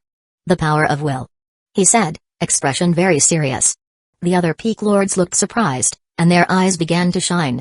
Zhu Mixiang had taken Lu Tanlai away to begin treating his injuries, but if she were present, she would have been incredulous. Sounding very happy, the sect leader said, Junior Sister Mixiang rarely takes this chubby kid out in public. But now his future prospects are clear. His spirit enhancement has developed his will. With a strong will and a strong spirit, this kid is the kind that must be trained well. The Peak Lord from Green Crest Peak smiled and said, now that you mention it, his friend, that girl who also came from the ovens, King Ru, is actually quite impressive. She might not measure up to Taniu, but she has her own special destiny. She seems connected to Green Crest Peak's mountain defense sword. She's currently seeking enlightenment in Green Crest Cave, and if things go well, Green Crest Peak will soon have another spirit sword guardian. As the South Bank audience went wild, the North Bank disciples simply sat there silently while the sect leader formally announced the results. Baziush-hun had taken first place in the joint South and North Bank chosen battles. He would now join the inner sect. As a reward, he could visit Heavenhorn Pavilion on Mount Daosi to select a precious treasure of the chi condensation level. Furthermore, he would be given the chance to enter the Spirit Stream Sect's arcane pocket realm, where he could gain enlightenment of a divine ability. Of course, to take advantage of such an opportunity in the chi condensation stage would be a bit of a waste. Any disciple who took first place in the chosen battles would almost certainly reach Foundation Establishment. That would be the time to use such a chance. The final reward was a prize of 10,000 spirit stones. Next, Zheng Yuandong formally bestowed the top 10 disciples with the title of Chosen, and promoted them into the inner sect. Gradually, the crowds began to depart. The North Bank disciples weren't very happy, but the South Bank disciples were bursting with excitement. As for the Chosen, they had mixed expressions on their faces. Ghost Fang watched Baziush-hun walk off, and sighed. Deep in his heart, he still didn't believe himself to have truly lost. As for the other North Bank Chosen such as the Gongsun siblings and Zhu Song, they left with clenched fists, all of them intent on returning to their respective mountain peaks and going into secluded meditation. Zhu Xingqi still had a hard time believing what she had seen, and looked a bit puzzled as she watched Baziush-hun leaving. Even more incredulous than her was Shangguan Taniu. He stood there despondently, ignored by virtually everyone. His underhanded attack on Baziush-hun was something that would forever be etched into the hearts of the South Bank disciples. Chuckling bitterly, he clenched his hands into fists. We're only in chi condensation. Just wait until Foundation Establishment. I'll definitely be number 1 in that stage. I'll outdo Baziush-hun and Ghost Fang both. Filled with determination, he held his head high with pride as he shot off in a beam of light. Gradually, everyone left the arena. The chosen battles were over. However, the true fight between all the chosen had only just begun. Everyone on both the South and North Bank knew Baziush-hun's name, although on the North Bank, it became a taboo word. He was the archenemy of the North Bank, a shameless villain who had brought humiliation to all the disciples there. That was especially true of Bainlai. After being taken away by his master, he immediately went into secluded meditation, not daring to show his face in public. As for his huge dog, he released it somewhere on the north bank, relinquishing ownership of it for all time. Although the Night Stalker beast was extraordinary, nobody could control it, and soon it became like a wild dog. Occasionally, people would catch glimpses of it roaming around near the 4 mountain peaks of the North Bank. Countless North Bank disciples went back and madly devoted themselves to cultivation. All of them swore oaths that one day, they would take the stain of humiliation inflicted by Baziash-hun and wash it clean with blood. The disciples even formed an organization called the Slaziash-hun Society, which was devoted to eradicating Baziash-hun. Because of what had occurred in the chosen battles, Big Fatty Zhang became incredibly famous. Everyone was completely shocked by the sheer number of spirit-enhanced treasures of his that Baziash-hun had used in his final fight with Ghost Fang. Big Fatty Zhang became a chosen on Violet Cauldron Peak, and soon, countless disciples began to visit him, hoping to become friends and thus have access to spirit-enhanced items. Big Fatty Zhang was very pleased by this, but didn't let it show. He wouldn't perform spirit enhancements for just anyone. Of course, the more he acted like that, the more people fawned over him. Eventually Zhu Mixian called him over to make a detailed inquiry.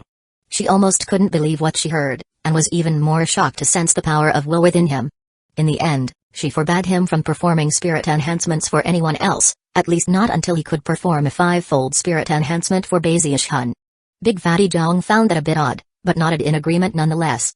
Spirit enhancement is the most mysterious of arts, she thought. Perhaps Baziash-hun and Big Fatty Zhang have some special connection. If they help each other, the results could be shocking. Zhu Mixian watched thoughtfully as Big Fatty Zhang left. She didn't look into the matter any further. In the Spirit Stream sect, everyone had their own destiny, and greedily attempting to take advantage of others could harm the foundation of the sect. Such actions were strictly forbidden.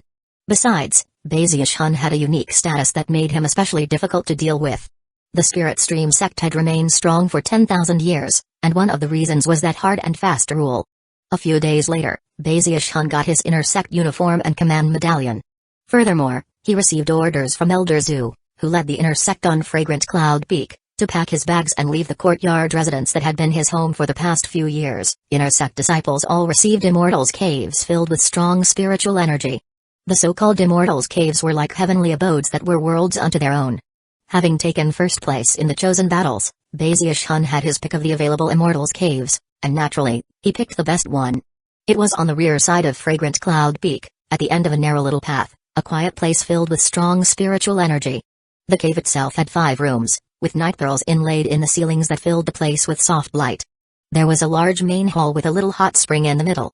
Warm water bubbled up, forming a small pond, within which a few hot spring fish swam lazily about. The Immortals Cave was simple but impressive. It had a medicine concocting workshop, secluded meditation facilities, a spirit plant nursery, and a place set aside for practicing magics. Also included were 2 puppets with cultivation bases equivalent to the 5th level of chi condensation, who cared for day-to-day affairs for Baziash-hun. Every room in the Immortals Cave had a spell formation, as did the main hall. Once activated, the stone walls and ceilings would vanish to reveal an image of the sky above. At night, it was even possible to see the moon and the stars.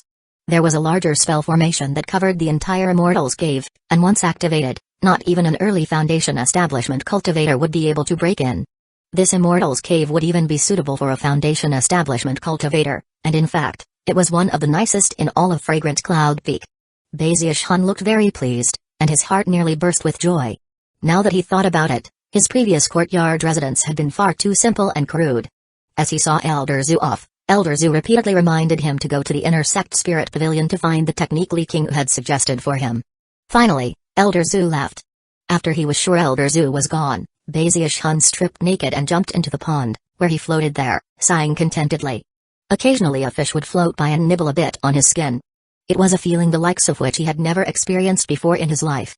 It's too bad Du Lingfei isn't here in the sect. Having her here to bathe with would be great. Sighing, he thought of Hu Xiaomai, and then smiled radiantly. As of that moment, he vowed to find an opportunity to get her to come over and join him in the hot spring to look at the stars. After some deep thought, he came to the conclusion that his previous way of thinking had been far too limited. As a man of ambition, I should get Hu Xiaomai and Du Lingfei to come join me in the hot spring at the same time. The next morning, Baziash-hun woke early and left his Immortals Cave.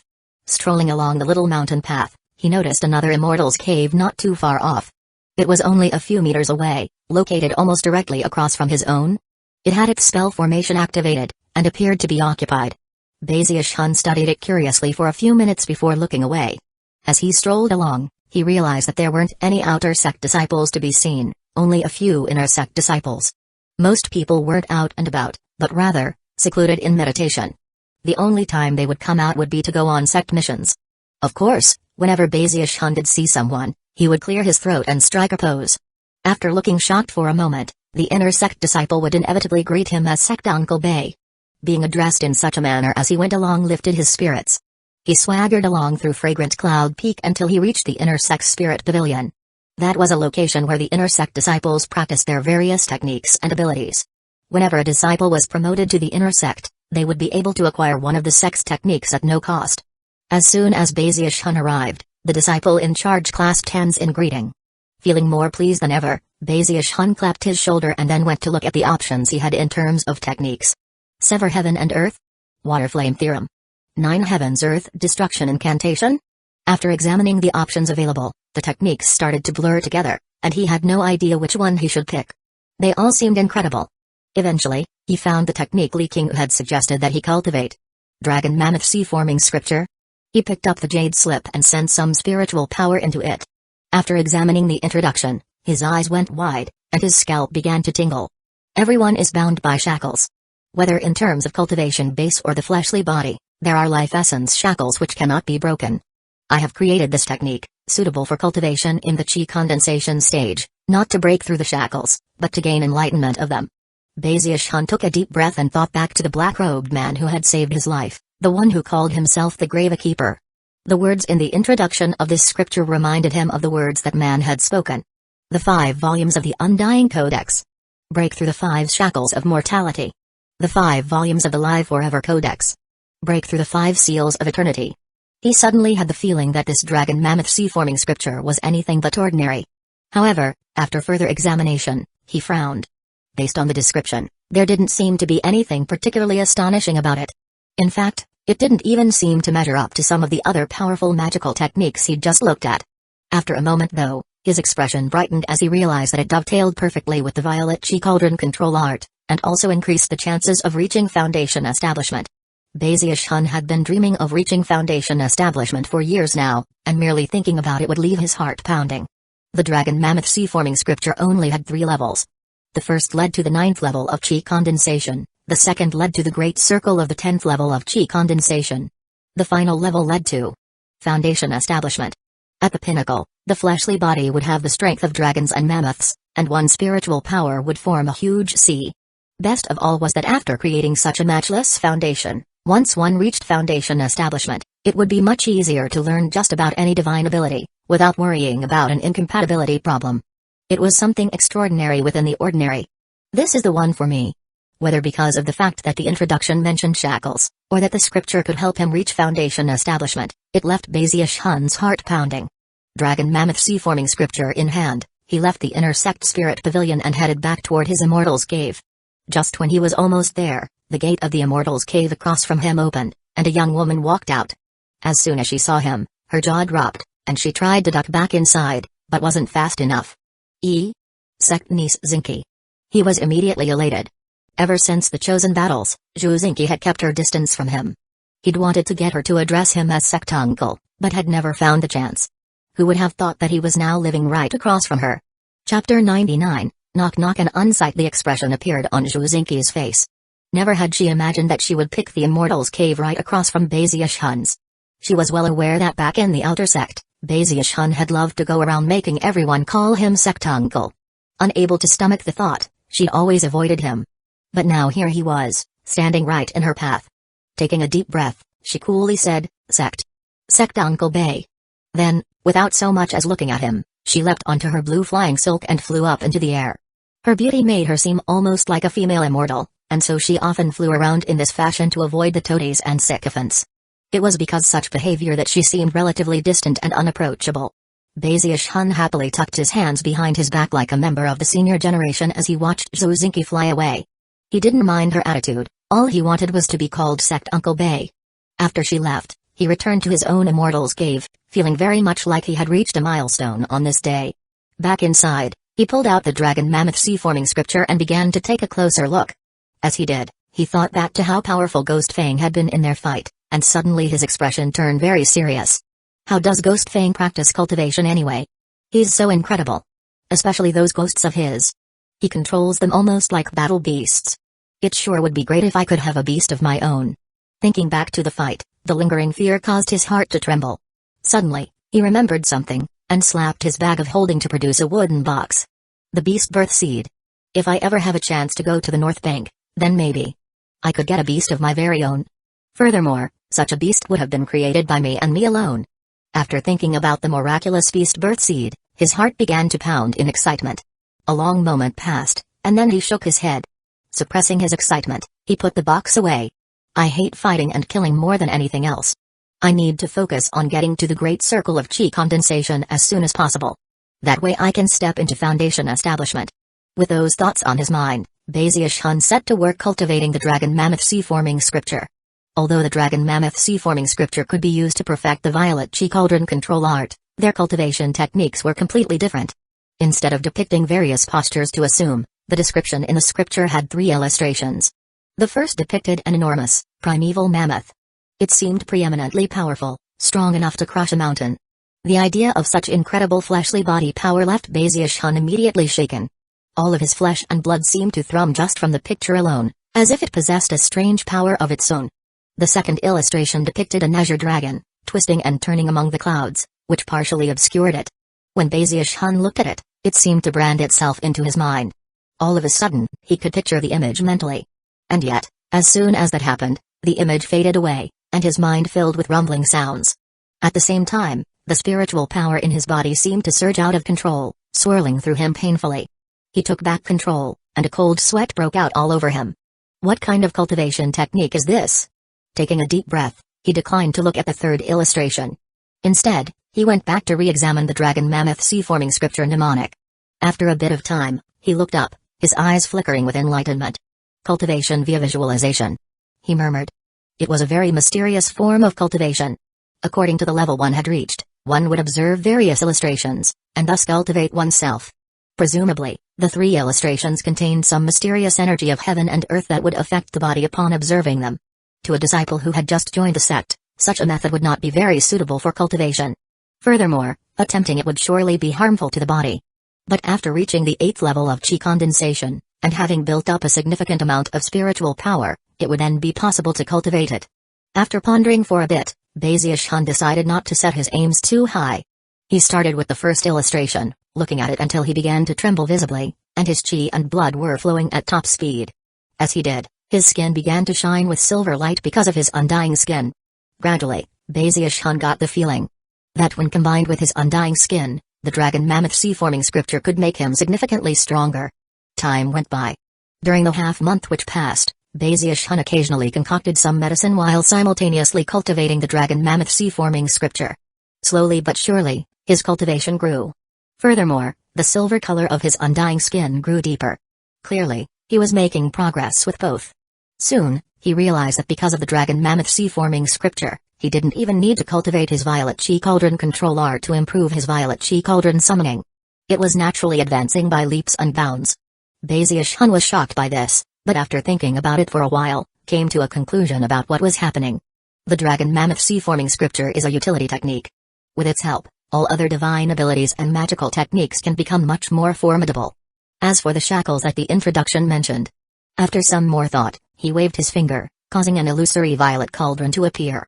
It looked very realistic, was larger than the cauldrons from before, and exerted formidable pressure.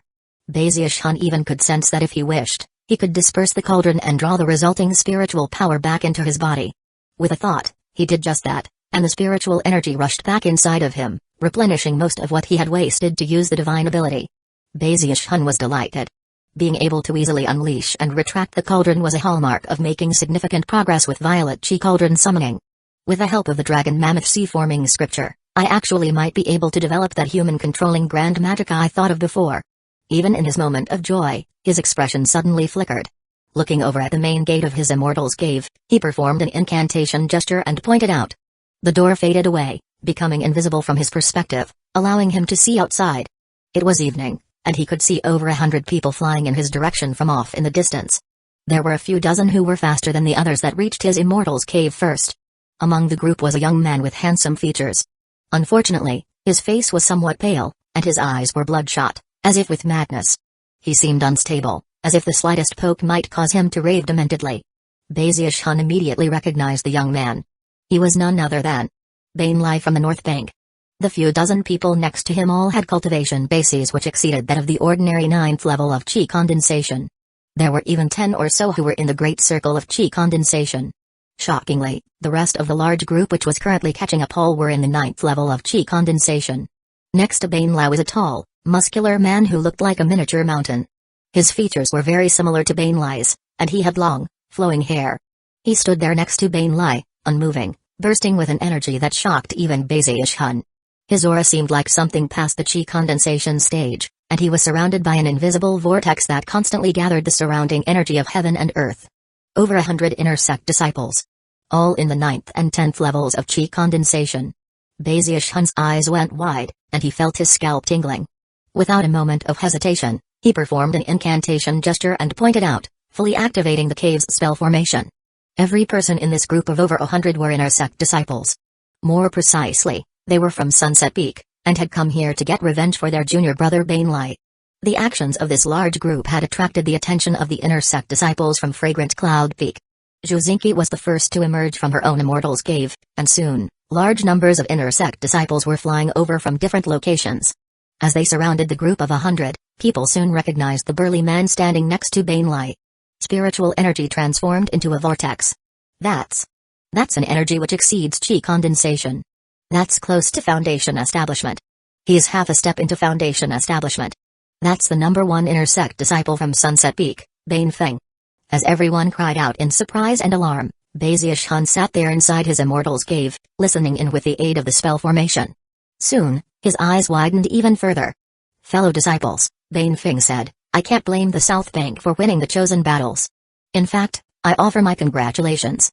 My purpose in coming here today has nothing to do with matters between the South and North Banks. This is a private matter of the Bain clan. The shameless and despicable Bazius Hun inflicted a wound upon my clan's junior brother that will never be healed. As his elder brother, how could I simply sit and do nothing? I have come here today to take compensation for my junior brother. Before any of the Fragrant Cloud Peak inner sect disciples could even respond, he looked over at Bazius Hun's immortal's cave. Bazius Hun, get the hell out here right now.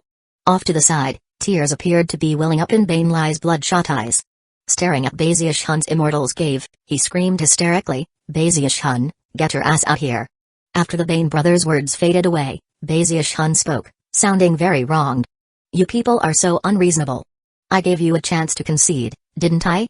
You can't blame me. When that big dog pounced on you, I even thought of trying to separate you two. Shut up, Bazius Hun. Bainlai shrieked. Get out here right now. My differences with you are irreconcilable. It was as if Bazius Hun had just opened up old wounds. Bainlai looked insane as he charged forward and slammed into the Immortal's cave spell formation, seemingly intent on venting all of his pent-up anger right then and there. Bazius Hun's heart trembled in fear, but when he saw that the surface of the spell formation simply rippled a bit, and clearly wasn't even close to breaking, he calmed down a bit. Vowing not to go out, he looked at the maddened Bainlai and sighed. Bainlai, he called out. Listen, it's really not that big of a deal. Think about it. Now that you and that big dog have a much closer relationship, you could say that you've profited from disaster. Your beast-controlling magic will probably be much more incredible from here on out. Bazius Hun really did want to comfort Bainlai, and yet, before he could even finish speaking, Bainlai exploded in fury. Bain Feng's face turned grim, and he took a step forward and smashed his palm into the spell formation. The formation trembled, and Bazius Hun's heart began to pound. By this point, the Fragrant Cloud Peak inner sect disciples couldn't stand idly by any longer. Although they weren't very familiar with Bazius Hun, if they just stood around while a bunch of Sunset Peak disciples came and did whatever they wanted, the reputation of the Fragrant Cloud Peak inner sect would reach rock bottom. Stay your hand. People began to shout. The Fragrant Cloud Peak inner sect disciples flew forward to interfere, but before they could reach the Immortal's cave, the Sunset Peak disciples blocked their paths. No deadly combat broke out. All the Sunset Peak disciples had to do was block the paths of the Fragrant Cloud Peak disciples long enough to give Bain Feng some time. The situation had already reached the point where open conflict was breaking out between the disciples of two mountain peaks, which was a violation of sector rules. However, Bane Feng didn't care. The Bane clan was also a prestige clan, so as long as he didn't actually kill anyone, he wouldn't be punished very severely. Rumbling could be heard as the spell formation began to twist and distort, and the ripples became more intense. However, this was not an ordinary immortal's cave. At first, Baziushun was worried, but soon he realized that nothing more was happening, and he relaxed. However, being a good person, he really felt bad, and therefore decided to offer more advice about how to resolve the situation. You really can't blame me. How about you make dog stew out of that dog? That way everyone will know that Bane Lai is manly and tough, and that he'll eat anyone who pounces on him. By that point, he realized that maybe he'd gone a bit too far, and was about to rein things back in when Bane Lai coughed up a massive mouthful of blood. Hair completely disheveled, and almost completely out of his mind, he had butted the spell formation. Baziushun's heart continued to pound in terror. Chapter 100, Still Won't Apologize to Your Sect Uncle B? Baziushun felt more wrong than ever. Of course, he had long since come to the realization that whenever he needed to explain himself the most, he would go overboard and end up with egg on his face. That wasn't his intention nor his desire. Baziushun's explanation enraged Bane Feng even further. He took a deep breath and waved his hand, causing pulses of black light to instantly form in his palm, which rapidly took the shape of a black crescent moon. It was like the moon on the darkest of nights, and pulsed with a terrifying power that caused the heart to pound. Bane Feng immediately shoved the moon toward the cave spell formation. A boom echoed out, and the entire immortal's cave trembled. The spell formation shield outside distorted madly, and even seemed to be on the verge of cracking open in several places. However, in the end, it didn't break. In the blink of an eye, it was back to normal. Even Bane Feng gasped. The strength of this spell formation was giving him quite a headache. Gritting his teeth in fury, he was just about to continue attacking, when all of a sudden a cold snort could be heard from off in the distance. Bane Feng, what are you doing? Stay your hand immediately. The voice echoed like thunder, causing everything to shake, especially around Bane Feng. Trembling, even Bane Lai ceased his ravings and fell back, heart pounding with fear. The other inner sect disciples from Sunset Peak all retreated, faces falling. Looking up, they saw 6 beams of light flying through the air toward them, coming from Mount Daoseed. The person who had just spoken was a middle-aged man, clad in a black robe. Fury filled his face, and he emanated a terrifyingly destructive aura. Bane Lai and Bane Feng both murmured, "Master." Trembling, they clasped hands in greeting, and as for all the other inner sect disciples from Sunset Peak, they trembled and bowed their heads. "Greetings, Peak Lord." The middle-aged man was none other than Bane Lai's master, and the Peak Lord of Sunset Peak, who had glared angrily at Baziushun when he took Bane Lai away from the chosen battles. "You ill-mannered curs," he shouted. "Could you lose any more face than this? Get your asses off to the side, I'll deal with you later. Everyone else, when you back to the mountain, go into secluded meditation for 3 years as punishment." The Bane siblings were trembling inwardly, unsure of exactly what was happening. They knew that their actions were a violation of sector rules, but they couldn't imagine what had riled out their normally kind and gentle master. After all, back when the original incident had occurred, their master had also been furious with Baziushun. The Bane siblings both assumed that something else must have happened that they weren't aware of, and it left their hearts simmering with fear. Stepping back anxiously, they looked up at their master floating there in midair, and their scalps began to tingle. Next to the Peak Lord of Sunset Peak were the 3 Peak Lords from the North Bank. The Peak Lord from Iris-Petal Peak, the old woman, looked especially displeased as she stared down coldly at the Sunset Peak disciples. In addition to the 4 Peak Lords from the North Bank, sect leader Zhenyu Ondong was also present, as was another individual. That final individual wore a cool expression on his face, as if he didn't care at all about the dispute playing out down below. He was Peak Lord of Fragrant Cloud Peak, Li Qingyu. Sinking feelings rose up in the hearts of the Sunset Peak disciples, and as for the inner sect disciples of Fragrant Cloud Peak, they were completely taken aback. Everyone suddenly felt as if something completely odd were taking place. The truth was that the North Bank usually acted in domineering fashion. When situations similar to this had arisen in the past, and they had, the North Bank would usually put the South Bank in place quickly, even with big issues. For them to be as enraged as they were today was a rare thing. Sitting there in his immortal's cave, Baziushun was also shocked as he stared at the crowd outside. Up in midair, the 4 North Bank Peak Lords looked around at the scene down below. Then the old woman from Iris-Petal Peak cleared her throat and looked over at Li Qingyu. "Peak Lord Li, about what we were discussing earlier, do you think?" Li Qingyu shook his head slightly and said, "Were it not for this little mishap, I would have agreed. But this complicates matters. You're on your own now, With that he looked down at Bazius Hun's Immortal's Cave, a faint smile on his face. The old woman glanced over at the Peak Lord from Sunset Peak, looking a bit frustrated. The Peak Lord from Sunset Peak sighed, well aware that the trouble had been caused by disciples from his own mountain peak. That meant that he had to resolve the situation. Plastering a smile onto his face, he looked down at Bazius Hun's Immortal's Cave. Junior brother Bazius Hun. The words almost stuck in his mouth on the way out, but he managed to utter them. There was really no other choice. After some discussion, the North Bank leadership had come to the conclusion that Bazius Hun's aphrodisiac pill was of critical importance to them. After some further study of the battle beasts which had been affected, they realized that the pill could even affect first-order bloodlines. That virtually drove them crazy. To the North Bank, Bazius Hun's medicinal pill was almost like a holy relic. For various reasons, it was often difficult for some of the most powerful battle beasts to breed. There were even some first-order bloodline beasts that would only go into heat once every few dozen years, or even once in 100 years. That had been one of the most frustrating problems for the North Bank for years on end. A perfect example was the blue-eyed Nethermoon ape, one of Sunset Peak's 2 holy beasts. It was reaching the end of its lifespan, and still had not produced any offspring. It was a very critical situation. But then Bazius Hun came along with his heaven-defying medicinal pill, which the 4 Peak Lords of the North Bank were determined to acquire. Unfortunately for them, no amount of research led them to any description of the pill, and eventually they had no choice but to acknowledge that the pill had been invented by Bazius Hun. Afterward, they went to the sect leader and Li King to ask for it. If it were any other disciple, even an inner sect disciple, all they would have to do was express their desire, and it would be fulfilled. There were many ways to force such a disciple to obediently hand over the pill formula. But Bazius Hun was different. He was a prestige disciple, and with that status, they had no choice but to offer him compensation of some sort. Furthermore, without Bazius Hun's consent, they would never be able to get the pill. Forcing him to hand it over wasn't an option. The Peak Lords had all discussed the matter, and even agreed to some demands put forth by Li King, but before they could formalize the agreement, they got news that the Sunset Peak disciples had gone to cause trouble for Bazius Hun. The 4 Peak Lords from the North Bank were instantly enraged. Their biggest fear was that the Sunset Peak disciples wouldn't control themselves, and end up offending Bazius Hun, thus making it even harder for them to acquire his medicinal pill. And that was what had led to the current scene. Junior brother Bazius Hun, would you mind coming out to discuss something? The Peak Lord from Sunset Peak did his best to seem as friendly as possible, keeping his voice calm and mild. The surrounding Sunset Peak disciples were shaking, and the Bane siblings stood there wide-eyed, as mute as wooden chickens. Inside his Immortal's Cave, Bazius Hun looked up for a moment in thought.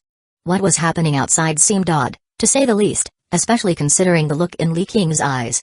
After a bit of thought, he couldn't pinpoint exactly what was happening, but he had some speculations. Finally, he spoke out in a bemoaning voice. Those disciples of yours are too fierce. I just about lost my poor little life right now. I really don't dare to go out. The heart-rending way he spoke caused a cold wind to creep up the backs of the Bane siblings. As for the other Sunset Peak disciples, their faces flickered with various emotions. They could all see how seriously the 4 Peak Lords seemed to take Bazius Hun, and how ingratiating they were being. After hearing Bazius Hun's response, they could only imagine what fate was in store for them later. The faces of Li King and Shen Yuandong twitched slightly, and the Peak Lord from Sunset Peak turned to glare angrily at his disciples before shouting, "Apologize to your sect Uncle Bay immediately." Looking like they were about to cry, the Sunset Peak disciples immediately clasped hands in the direction of Bazius Hun's Immortal's Cave and apologized. In his grief and indignation, Bane Lao was about to argue, but when he saw the fierce gleam in his master's eyes, he bowed his head and clasped his hands toward the Immortal's Cave. "Sect Uncle Bay. I apologize." Bane Feng looked up sullenly at his master, only to find the look in the man's eyes growing sharper by the second. Heart trembling, veins bulging out on his forehead, he had no choice but to clasp hands and apologize. Everyone was left shaking and staring in anger at the Immortal's Cave. Trying very much to seem pleasant, the Peak Lord from Sunset Peak said, "Junior brother Bazius Hun, how was that?" After a moment passed, an opening appeared in a spell formation, and Bazius Hun poked his head out. After looking around, he coughed dryly, then swaggered out, chin stuck up, looking as arrogant as ever. "Let bygones be bygones. As a member of the senior generation, I won't lower myself to bickering with these sect nephews." With that, he swished his sleeve. Bane Lai stood there, eyes bloodshot, trembling violently. It looked as if he almost couldn't restrain himself from leaping forward and punching Bazius Hun in the face. However, he didn't dare to do such a thing. His elder brother Bane Feng felt as if the world were spinning around him, as if he were about to go mad. The looks in their eyes angered Baziushun, who glared over at them fiercely. Now who's afraid? He thought. Not me. I'm not afraid of anybody. The Peak Lord from Sunset Peak took a deep breath. Voice calm, he said, Ziushun, that aphrodisiac pill of yours. Did you create it yourself? As the words left his mouth, the other Peak Lords from the North Bank all looked down with anticipation gleaming in their eyes. The Bane siblings' minds reeled as they suddenly realized what was happening. In their bitterness, their hatred for Baziushun grew even stronger. Baziushun blinked a few times as he also came to realize what was happening. Sticking his chest out, he nodded grandly. That's right. That mighty medicinal pill was created using a secret formula that I myself created. No one except for me can concoct it. The four Peak Lords' hearts swelled with joy, but they did their best to keep it from showing it on their faces. The Peak Lord from Sunset Peak smiled and nodded. Junior brother Ziushun, he said in the most charming fashion possible, the fact that you were able to create a pill formula like that at such a young age shows that you truly deserve to be called chosen. That pill formula is of vital importance to the Spirit Stream sect. How about I offer you 100,000 merit points for it? What do you say? Junior brother Ziushun, if you give that pill formula to the sect, it would be a great service. As a prestige disciple, our sect is your home, you know. Very well. Baziushun replied, looking as though he'd just gone through hell and high water for the sect. With that, he began to explain the pill formula to the four delighted Peak Lords. The ingredients are Brightburst Seed, Paradise Wood Flower, Spirit Winter Bamboo, and... What else? How come I can't think of it? Could it be that I was so frightened just now that I forgot it? Baziushun stood there frowning in thought. Li Qing's mouth twisted into a smile, and Shenyu Ondong shrugged helplessly. The four Peak Lords immediately realized what was happening, and smiled bitterly. The Peak Lord from Sunset Peak gritted his teeth and glared angrily over at his disciples. As his gaze passed over them, the Sunset Peak disciples, including the Bane siblings, all shivered. Chapter 101, Water Swamp Kingdom and Proto-Magnetic Wings. The Peak Lord from Sunset Peak let out a cold harumph and waved his right sleeve. Instantly, a powerful force descended onto the trembling Sunset Peak disciples. To them, it felt like mountains were crushing down on them, provoking miserable shrieks of pain. The Bane siblings felt even more pressure than the others. Their faces twisted in pain as their cultivation bases shook. Although their hatred for Baziushun surged, they couldn't let any of it show on their faces. The lot of you had better get the hell back to the North Bank this instant. Go into secluded meditation and don't come out for 10 years. Although the Peak Lord of Sunset Peak was the one to take action, these were disciples from his mountain peak, so he was actually protecting them to some extent. Although he seemed to be acting harshly, he actually was sympathetic to their cause. With a wave of a sleeve, he caused a powerful wind to spring up that swept the Sunset Peak disciples off into the distance. Looking back at Baziushun, he plastered another smile onto his face and slowly said, Ziushun, can you remember now? Baziushun knew that he shouldn't push things too far. Things had already worked out quite well for him, so he cleared his throat in satisfaction. Ha ha ha. There's no need for all of this, elder brother. As a prestige disciple, and a junior brother of the sect leader, how could I lower myself to the same level as those raucous sect nephews? What a bunch of naughty and mischievous kids. The way Baziushun was acting as if he really were the same generation as him caused the Peak Lord of Sunset Peak to grimace inwardly. Off to the side, Shenyu Ondong cleared his throat, and yet again wished he could take back his impulsive decision from years before. Baziushun ignored the strange looks and puffed his chest out. Suppressing his feeling of pride, he prepared to finish explaining the pill formula. At that point, Li Qing cleared his throat. Self-created pill formulas are precious to apothecaries, he said coolly. I wonder what else the North Bank has prepared to offer in exchange for the formula. Baziushun blinked, and then stood there looking up at the four North Bank Peak Lords. The Peak Lords exchanged glances. Then the old woman from Iris Petal Peak pulled out a green pearl filled with swirling mist. The magnetic pulses it emitted caused everything in the area to fill with ripples. This is a proto-magnetic pearl, she explained, extracted from the heart of a proto-magnetic giant. It even contains a bit of pure proto-magnetic power. Used on its own, it can exert influence on all magical items within a certain area.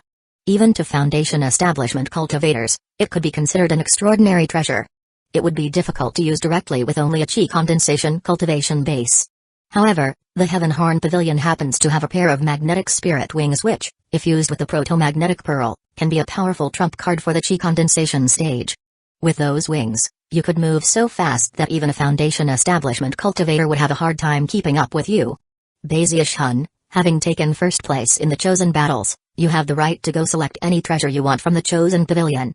I've already taken the liberty of bringing the magnetic spirit wings to give you, along with the pearl, in exchange for the pill formula." Even as the words left her mouth, the old woman waved her right hand, causing a set of green wings to appear. They, along with the pearl, flew over to float in front of Baziush-hun. Baziush-hun's eyes began to shine. He could already move with incredible quickness, but if a Foundation establishment cultivator really wanted to chase him down, he wouldn't be able to outrun them. However, with the proto-magnetic pearl and the magnetic spirit wings in combination with his speed, he could move unbelievably quickly. A life-saving object such as that was something that left his heart pounding. Furthermore, the old woman continued with a stiff smile, "If luck is on your side, you might even be able to sense the manifestation of proto-magnetic power. With that, you might be able to gain enlightenment of one of the top 10 secret magics of the Spirit Stream sect, Arcane Gravitational Repulsion." Baziush-hun licked his lips, and was just about to agree, when he suddenly stopped and looked over at Li King to see whether or not he approved. He had long since come to view Li King as one of his own relatives, and as such, would follow his lead. If Li King asked him to hand over the pill formula, then Baziush-hun would do so without hesitation. To him, it was just a pill formula. To the North Bank, it was like a holy relic. The truth was that Baziush-hun had lots of strange pills in his bag of holding. In fact, he was already coming to the conclusion that he should start testing some of them out to see what wondrous effects they might have. Li King glanced at the proto-magnetic pearl and the magnetic spirit wings, then looked over at the 4 North Bank Peak Lords. Eventually, his gaze came to rest on the old woman. Eyes glittering, he suddenly said, "Add in one of the other 10 secret magics, the legacy of the North Bank. The Water Swamp Kingdom." As soon as the words left his mouth, sect leader Zhenyu Ondong's eyelids twitched.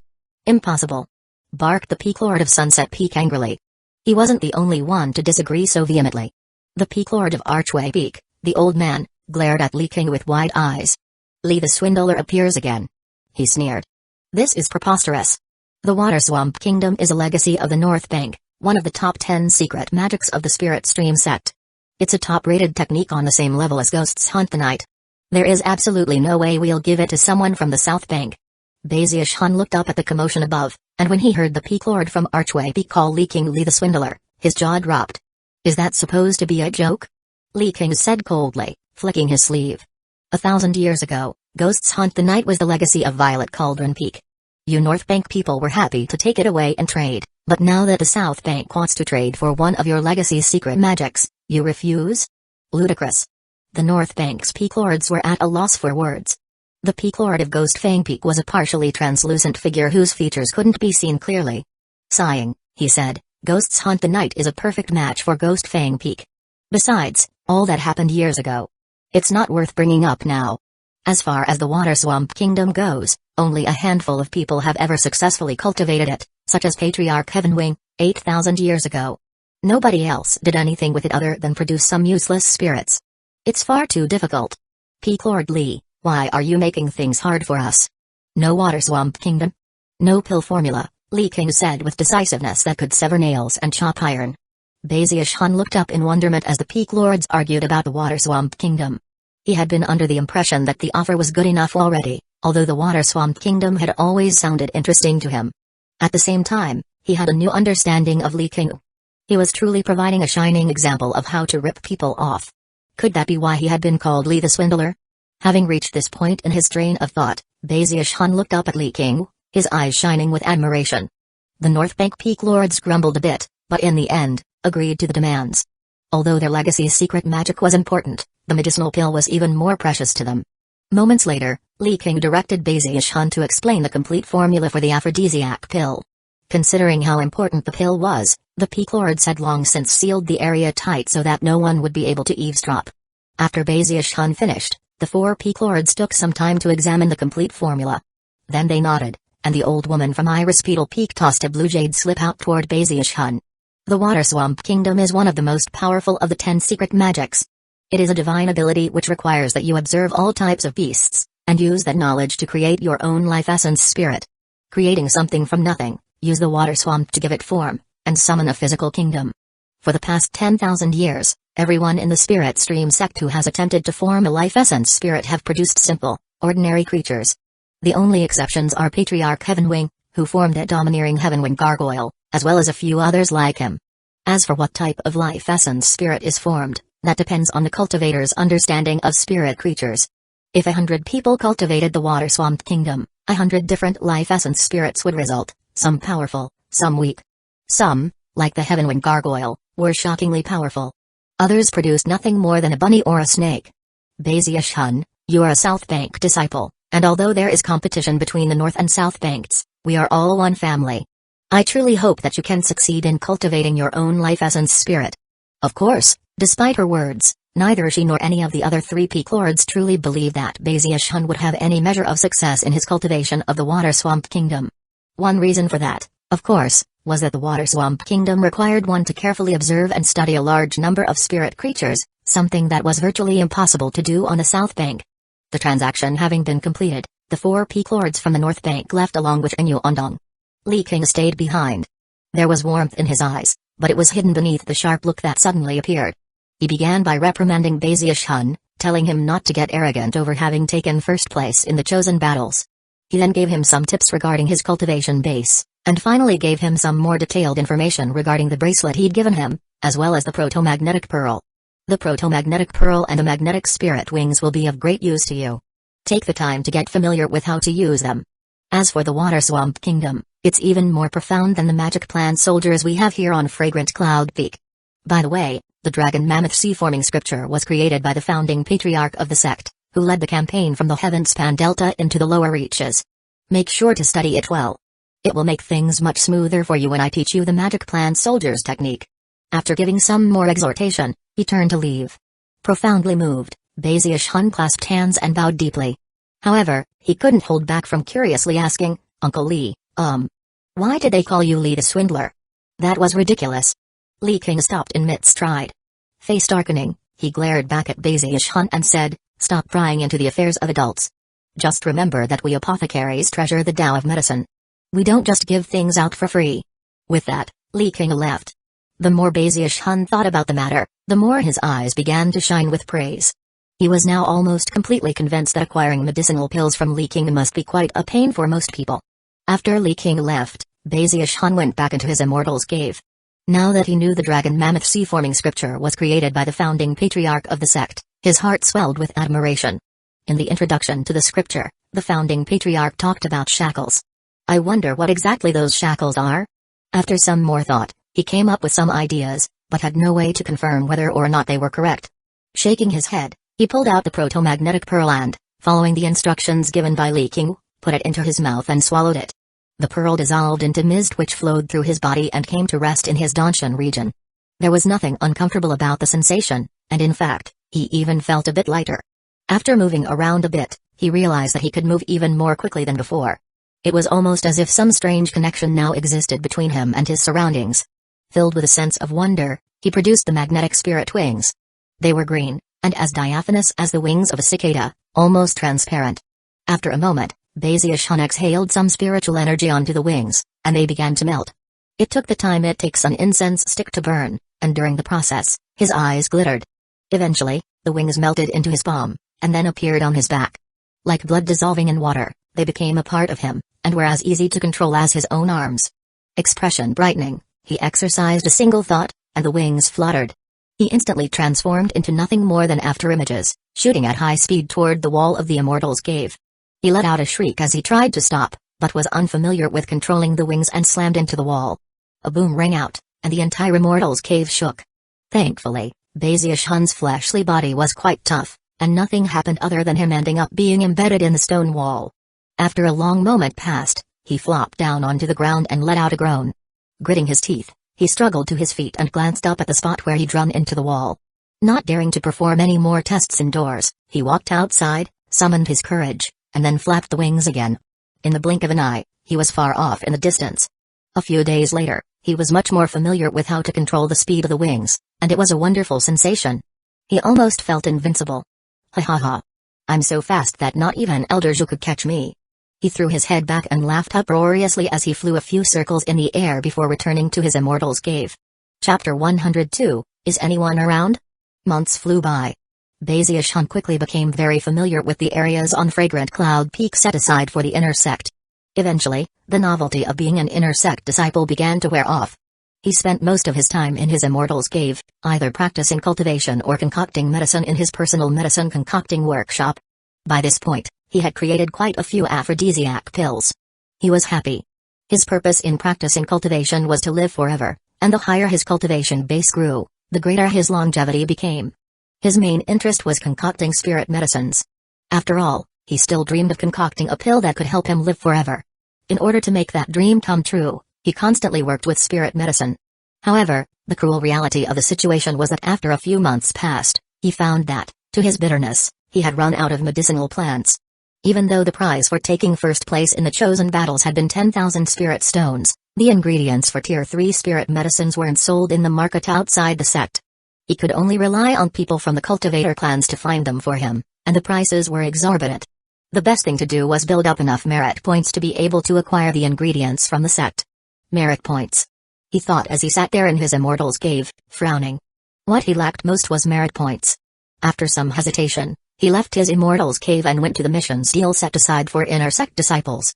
Back in the outer sect, the missions office had always been packed, but the inner sect was different. Inner sect disciples were all very busy, and viewed their time as precious.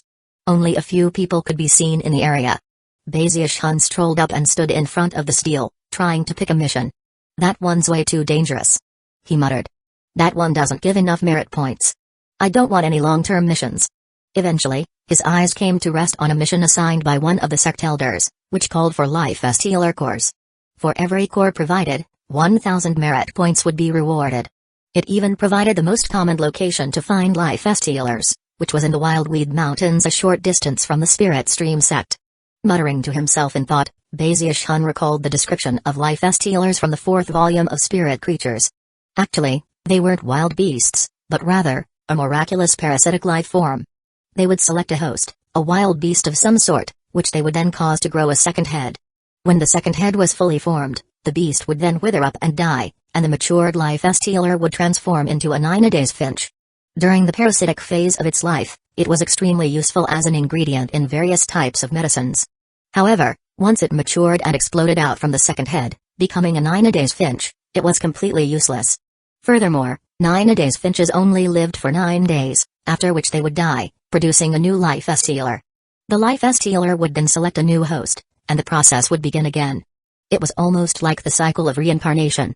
Life as healers were very rare, and in some ways, they lived forever, eternally reincarnating over and over again. Hun clearly remembered how impressed he had been the first time he read about life as healers in the 4th volume of Spirit Creatures. The hard part of this mission is actually finding the life as healers. The Wildweed Mountains are too vast. It would be way too annoying to try to find them one by one. Accumulating merit points that way would be a waste of time. After doing some more research into the Wildweed Mountains, he confirmed that despite how vast they were, most animals were under the Foundation establishment level. Eventually, he decided to accept the mission. However, he didn't immediately set forth from the sect. First, he returned to his immortal's cave to make a few preparations. Finally, he hopped onto the Golden Crow sword and shot off into the distance. The Wildweed Mountains weren't very far from the Spirit Stream sect. Considering his speed when using the Golden Crow sword, it would only take a day of travel to reach them. Unfortunately, due to the fact that his current cultivation base too low to be able to fly for a long time, he had to alternate between flying and running. 4 days later, he finally reached the Wildweed Mountains. A majestic scene spread out in front of him, with lushly vegetated mountains rising up in all directions. It was like a never-ending jungle, from within which rose the cries of various birds and beasts. Instead of going to search for life as healers, he explored the mountains for about half a month until he found a valley which acted as a natural pathway between two main parts of the jungle. There, he settled down in the branches of a tall tree and peered down into the valley below. Using normal search methods would be a waste of time, and would rely on blind luck. Even with fortune on my side, I might only find one.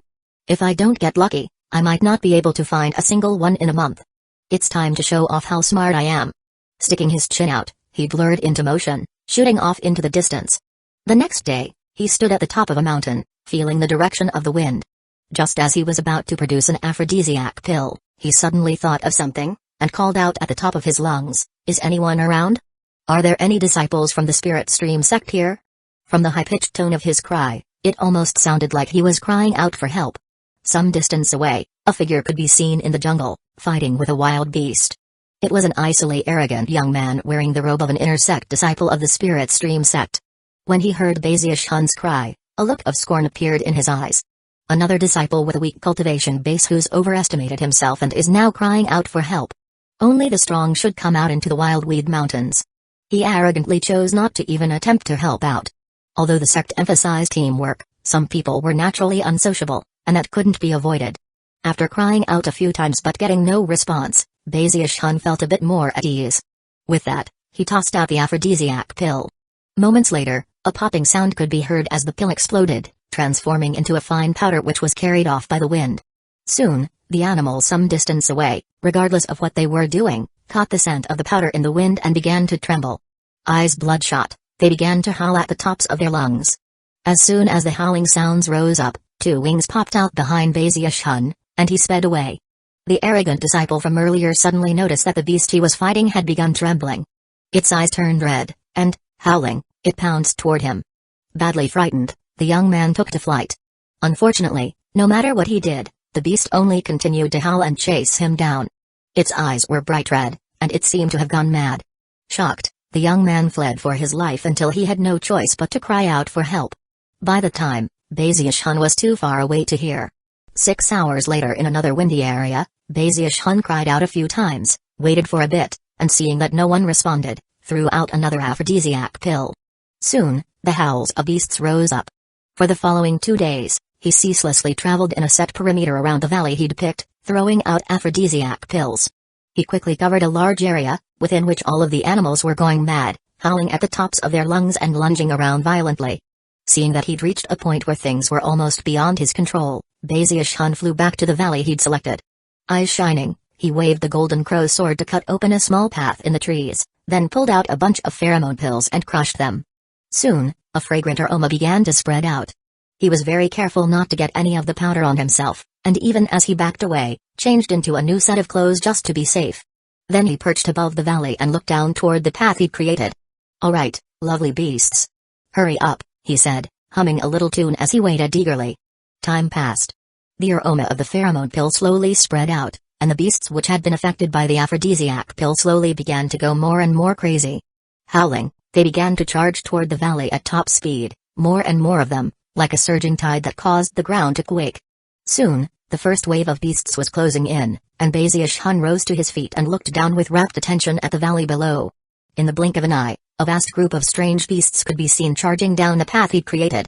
Bazius-hun's eyes went wide at the sight of so many creatures. But then, his eyes glittered, and his right hand flashed with an incantation gesture. Instantly, the golden crow sword flew out toward a fierce-looking tiger. Shockingly, a second head was growing out of the tiger's back. Golden light flickered, and the second head exploded. A core flew out, which Bazius-hun expertly grabbed a hold of and then threw into his bag of holding. Next, the golden light flashed toward another two-headed creature. The flood of beasts lasted for about 2 hours, and the valley was almost completely destroyed in the process. Bazius-hun was radiant with delight. His sword flashed over and over again, and by the time the flood of beasts had dispersed, he was delighted to find that he had collected 10 life stealer cores. Bazius-hun's wits come out on top again. Looking very pleased, he stored the cores safely in his bag of holding and then blurred into motion, heading off to another part of the Wildweed Mountains. Not very long after he left, a young man could be seen in the jungle. His clothes were tattered, and he seemed to be in a very sorry state. He was shaking, and even had trouble walking. A blank look could be seen in his eyes that very closely resembled the look which had appeared in Bainlai's eyes not so long ago. Tears streamed down his cheeks as he muttered, "What's going on in the Wildweed Mountains? What's going on with the world? The beasts here don't eat people, they... I... Days flew by. Bazius-hun used the aphrodisiac pill to throw the Wildweed Mountains into complete chaos. Everywhere he went, the beasts would go mad. Of course, before throwing the pills out into the air, he would always call out to make sure he was alone. Occasionally disciples would respond, and when they did, he would carefully explain his plan, ask them to leave, and give them a life stealer core as compensation. He would also ask them to spread word to other disciples to stay away. Most of the disciples that saw him recognized him, and would flee, trembling in fear. Chapter 103, I Want to Serve the Sect. There weren't many Spirit Stream sect disciples in the Wildweed Mountains, only a few dozen. The area didn't have many Foundation establishment level beasts, but it still had its dangers, even for inner sect disciples. Only people who considered themselves to be especially powerful would go there. When Bazius-hun cried out his warnings, some disciples would respond and heed his advice. They would take his apology gift and leave. However, a few bull-headed individuals would arrogantly assume that he was crying out for help, and would pretend they couldn't hear him. Some of them even hoped to collect his bag of holding after he died. They would continue whatever it was they were doing, and think a little more of the matter. But it wouldn't take long before they realized the beasts were acting strange, impulsive and maddened. Shangwen Danyu was in the Wildweed Mountains, and as soon as he heard Bazius Hun calling out, his eyes flickered, and he ignored him. He was on the same mission as Bazius Hun, looking for life stealers, but at the moment, he was shocked by the sight of a huge bear in the 6th level of chi condensation, who was wrapped around a tree, banging into it over and over again. It wasn't his first time seeing something like that. He'd seen a rabbit earlier that had ambushed him with raving madness. When he realized that the situation seemed familiar, his scalp suddenly went numb. Something's off here. What's changed in the Wildweed Mountains? Then he thought back to Bazius Hun's aphrodisiac pill, and his heart seized. By this point, Bazius Hun had over 30 life stealer cores in his bag of holding, and was continuing his work with the aphrodisiac pills. About half a month later, he was overjoyed to discover a V-shaped valley located deep within the mountains, a place that had a strong wind. The valley would suck in the wind and then vent it out to fill a large portion of the Wildweed Mountains. Based on Bazius Hun's calculations, it would only take 3 days for the wind from the valley to fill nearly half of the Wildweed Mountains. Even standing there in the wind, he would only last for about 1 breath of time before losing his footing. He immediately felt connected to the place, as if by destiny. Hair whipping about, he looked down at the spot where the wind shot out and said, "This is definitely the best place to disseminate powder throughout the mountains. There shouldn't be any fellow disciples here either. I can safely harvest to my heart's content." Bazius Hun was starting to get very excited. In order to ensure nothing bad happened to his fellow disciples, he'd already given out about 10 cores. However, he didn't regret that at all. He was sure that he could get more. He could even visualize the merit points flowing in. Taking a deep breath, he brought out all of the rest of the aphrodisiac pills and crushed them. The rushing wind immediately carried the powder out into the rest of the Wildweed Mountains. Bazius Hun stood on a nearby mountain peak, looking out proudly at the jungle below, feeling very heroic. I, Bazius Hun, have worked tirelessly to benefit the Wildweed Mountains. One can only imagine how many animals will be born in the coming years. What a wonderful meritorious service. He sighed emotionally as howls began to rise from within the forest. More and more howls could be heard, until they filled the air ceaselessly. In one day, 20% of the Wildweed Mountains had been covered. The roars reached a shocking level. 3 days later, half of the Wildweed Mountains were going mad. At that point, Bazius Hun flew along, dispersing pheromone pills every so often to attract the nearby beasts. At the same time, he collected more and more life stealer cores. He was very pleased with everything. Not only was he collecting plenty of cores, he was also bringing happiness to all the creatures in the Wildweed Mountains. When he saw so many animals pouncing on each other, he couldn't help but marvel at how he was benefiting the environment. What a good person I am, he thought to himself. The beasts in these mountains are definitely going to thank me later. And so he continued along, throwing out pheromone pills all the way. Of course, there were some disciples in the mountains who had ignored his earlier cries. Their eyes soon went wide at the maddened state of the animals. The sight of all the animals pouncing on one another left the disciples gasping. What's going on? Why does this scene seem so familiar? Shocked, the disciples all began to flee in terror. Bazius Hun, Shangwen Danyu was going all out to kill the nearby beasts and fly away. His heart filled with terror when he recalled what had occurred to Bain Lai, and he began to shiver. Unfortunately for this handful of people, they were deep within the Wildweed Mountains, and getting out was no easy task. That was especially the case considering that all of the beasts in the area were going completely mad. Bazius Hun flew along, happily tossing pheromone pills around. He attracted large numbers of beasts, and collected numerous life stealer cores. By the time he left the Wildweed Mountains half a month later, he had 200 cores in his bag of holding. Completely satisfied, he headed back toward the sect. Some days after he left, Shangwen Danyu and the other disciples finally emerged. Their faces were pale and filled with bitterness, and their hair disheveled. They were all in bad condition, with blank looks on their faces.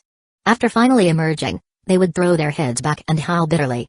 As for what exactly had occurred within those mountains, it was a complete mystery to them. After returning to the sect, Bazius Hun raced directly to the mission's office. When the disciples there saw that he was turning in 200 life stealer cores, their eyes nearly popped out of their sockets. After incredulously examining the cores, they looked back at Bazius Hun in shock. Throughout the years, life stealer core missions would pop up occasionally, although usually only one at a time. Generally speaking, it would take a whole year for a disciple to collect a mere 10 of them. But within a few months, Bazius-hun had managed to collect an unthinkable amount. He definitely deserves to be the junior brother of the sect leader, a prestige disciple, and the first place winner of the chosen battles. The other inner sect disciples looked enviously at Bazius-hun.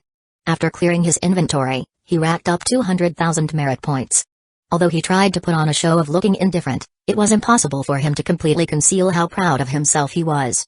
The matter shook the entire South Bank. Anyone who heard that someone had collected 200,000 merit points in one shot almost couldn't believe it. But then word began to spread from the disciples Bazius-hun had advised to leave the Wildweed Mountains, and soon, the 3 mountain peaks of the South Bank were buzzing with the news. What a monster. Crazy. He filled half of the Wildweed Mountains with aphrodisiac pills. We won't be able to go there for a long time now. Even as the discussions raged, Shangguan-Danyu and the other bedraggled disciples began to filter back into the sect. Shangguan-Danyu was aware that Bazius-hun was the cause of what had happened, so he wasn't so surprised at the results. But when the other disciples realized the situation, they howled at the tops of their lungs. However, there was nothing they could do about Bazius-hun. After all, he had warned them repeatedly, and they had heard, but chosen to ignore him. Now they regretted what they had done, a mere response on their part, and they could have avoided such a tragic fate. Bazius-hun was extremely pleased with the results. In subsequent days, he would often appear at the missions office, whereupon he would select missions involving collecting things from beasts. He almost seemed addicted. After each mission, he would concoct batches of medicinal pills and head out again. Each time, he drove more disciples mad. Whether those disciples were out on missions or not, it didn't matter. After all, any location Bazius-hun went to on his own missions had to be avoided for significant periods of time afterward. They were far too dangerous. The Cloud Peak Mountains, Frost Forest Mountains, Bright Summit Mountains, Last East Mountains. For an entire year, Bazius-hun was a mission-accomplishing maniac. He swept through all of the missions that involved beasts, and his harvests were always incredible. Each and every time, the missions office was left completely shaken. At the same time, countless inner sect disciples were driven to madness. Eventually, he cleared all of the beast-related missions on Fragrant Cloud Peak, after which he went to Green Crest Peak, and then Violet Cauldron Peak. He took all of the missions there, and soon helped the disciples there realize what a true missions fiend was. In the end, the inner sect disciples of the South Bank were driven to complete despair. None of the mountain ranges near the sect were safe to enter, as they were filled with countless sexually charged beasts. Having no other option, hundreds of inner sect disciples from the 3 mountain peaks signed a petition to the sect, requesting that Bazius-hun be exempted from mission service. Li King didn't want to interfere. It was a rare occasion when Bazius-hun was so enthused about serving the sect. The matter turned into a huge headache for the sect leader. He was coming to find that after Bazius-hun joined the sect, he would frequently be struck with such headaches. Every time he heard Bazius-hun's name mentioned, he would subconsciously sigh. It's almost better when he's not working hard. As soon as he gets serious. It's really. Bazius-hun causes a disaster no matter which mission he picks. Doesn't he want to work at pill concocting? Go concoct pills then. The sect will provide the merit points, as long things calm down. When the signatures on the petition rose from a few hundred to over 1,000, the sect leader gritted his teeth and went to discuss the matter with Li King. Finally, they exempted Bazius-hun from mission service for the following 10 years. He was the only disciple in the sect who didn't have to do missions, but would still get a huge amount of merit points from the sect. Bazius-hun wasn't very happy about the situation. He had been browsing missions at the missions office, and had just found one he wanted to take, when he got the notification. He was stunned. What the hell? He exclaimed loudly. I want to serve the sect. I want to work hard. This is ridiculous. Under the solemn gazes of the missions office disciples, he sighed, then stuck out his chin and swished his sleeve. With the snap of a finger, I reduced the missions office to ashes. Shaking his head, he sighed. Looking very lonely, he made his way off into the distance. Chapter 104, I Guarantee. Bazius-hun trudged back to his immortal's cave, where he sat stewing in melancholy. Finally, he sighed. It's not a good thing for someone to be too outstanding. I'm the perfect example. The sect leadership was so worried about how outstanding I am that they exempted me from doing missions for 10 years, but will still send me merit points every month. He sat there, reveling a bit in being able to worry about things like this, and wondering what he was supposed to do considering that he was so outstanding. Well, I guess it doesn't matter. Since I can't go out on missions, I might as well concoct medicine. After all, the reason I was doing the missions in the first place was to get merit points. With such thoughts on his mind, Bezius Hun resigned himself to sacrificing his own benefit for the betterment of the sect, and walked over to his medicine concocting workstation. I need to master all of the concocting methods for Tier 3 spirit medicines. With that, his expression turned somber. Time passed. Half a year. Other than his routine cultivation, he spent all of his time concocting medicine. When he lacked ingredients, he cashed in merit points. As time went on, he grew more frenzied, apparently unwilling to slow down until he had mastered everything to do with Tier 3 spirit medicines. Because he wasn't out doing missions, the sect slowly returned to normal. Many people sighed in relief, especially sect leader Zhenyu Ondong, who was finally able to feel at ease inwardly. By now, he was sure that exempting Bezius Hun from mission duty had been the right thing to do. He wasn't the only one.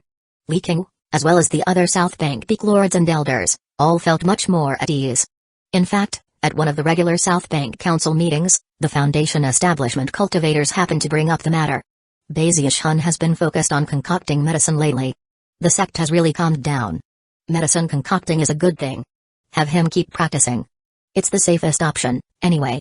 With him focused on that, he won't be causing problems for people outside. The entire group was all smiles. The past half year of peace and quiet left them all sighing happily. And yet, just days after their meeting, a massive explosion echoed out on Fragrant Cloud Peak. It came from the direction of Bezius Hun's Immortal's Cave, and caused everything in the area to tremble violently. Numerous inner sect disciples were badly startled, and the outer sect disciples were left trembling in fear. What just happened? Heavens! Could the Spirit Stream sect be under attack? As everyone devolved into a commotion, Bezius Hun lurched out of his medicine concocting workstation, coughing, face tinged with ash, nose running and tears streaming down his face. He quickly washed off in the hot spring, and then frowned. Why did it explode? He thought. The pill furnaces provided to inner sect disciples were all standard issue, exactly the same as the ones in the medicine concocting pavilion. Generally speaking, even if the spirit medicine was concocted incorrectly, they wouldn't just explode. And yet, that was exactly what had just happened. It had even activated the cave's defensive spell formations. After pondering the matter at length, he couldn't come up with an explanation. Sighing, he went back to cultivating the dragon mammoth sea-forming scripture for a few days. By this point, his cultivation was only a sliver away from a breakthrough. However, he wasn't in any hurry. After finishing his cultivation, he consumed some spirit medicine to replenish his vital energy, then set to work on the undying live forever technique. The silver light which rose up from his skin was now so dark that it bordered on golden. That afternoon, Bezius Hun went on to the next task at hand. Standing there in his Immortal's Cave, he slowly lifted his hands up into the air as he practiced the Water Swamp Kingdom mnemonic. After enough time passed for half an incense stick to burn, he opened his eyes and let out a powerful shout. An intense energy exploded out from inside him, causing everything around him to suddenly change. A field of water vapor appeared, which lasted for only a single breath of time before vanishing. Bezius Hun sagged in place, wiping the sweat from his brow.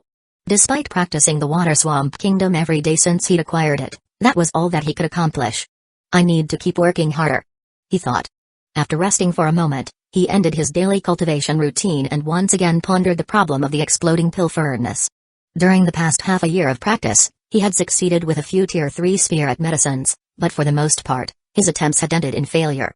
He sat there in frustration for some time before finally coming up with a theory. Maybe after the medicinal strength intensified to a certain point, it became unstable, which caused the explosion. Immediately afterward, he hurried out and exchanged some merit points for another pill furnace, then went back to concocting. Gradually, word spread that the explosion earlier had come from Bezius Hun's Immortal's Cave. Strange expressions appeared on the faces of the disciples. Although they weren't sure exactly what had caused the explosion, at least they now knew Bezius Hun was the cause. Then, a few days later, Bezius Hun was there in his medicine concocting workstation, completely and utterly focused on controlling the spirit medicine inside the pill furnace. Unfortunately, Tier 3 spirit medicines were extremely difficult to work with. Most other people, with enough experience and luck, would succeed 3 times out of 10 and consider it a high rate of success.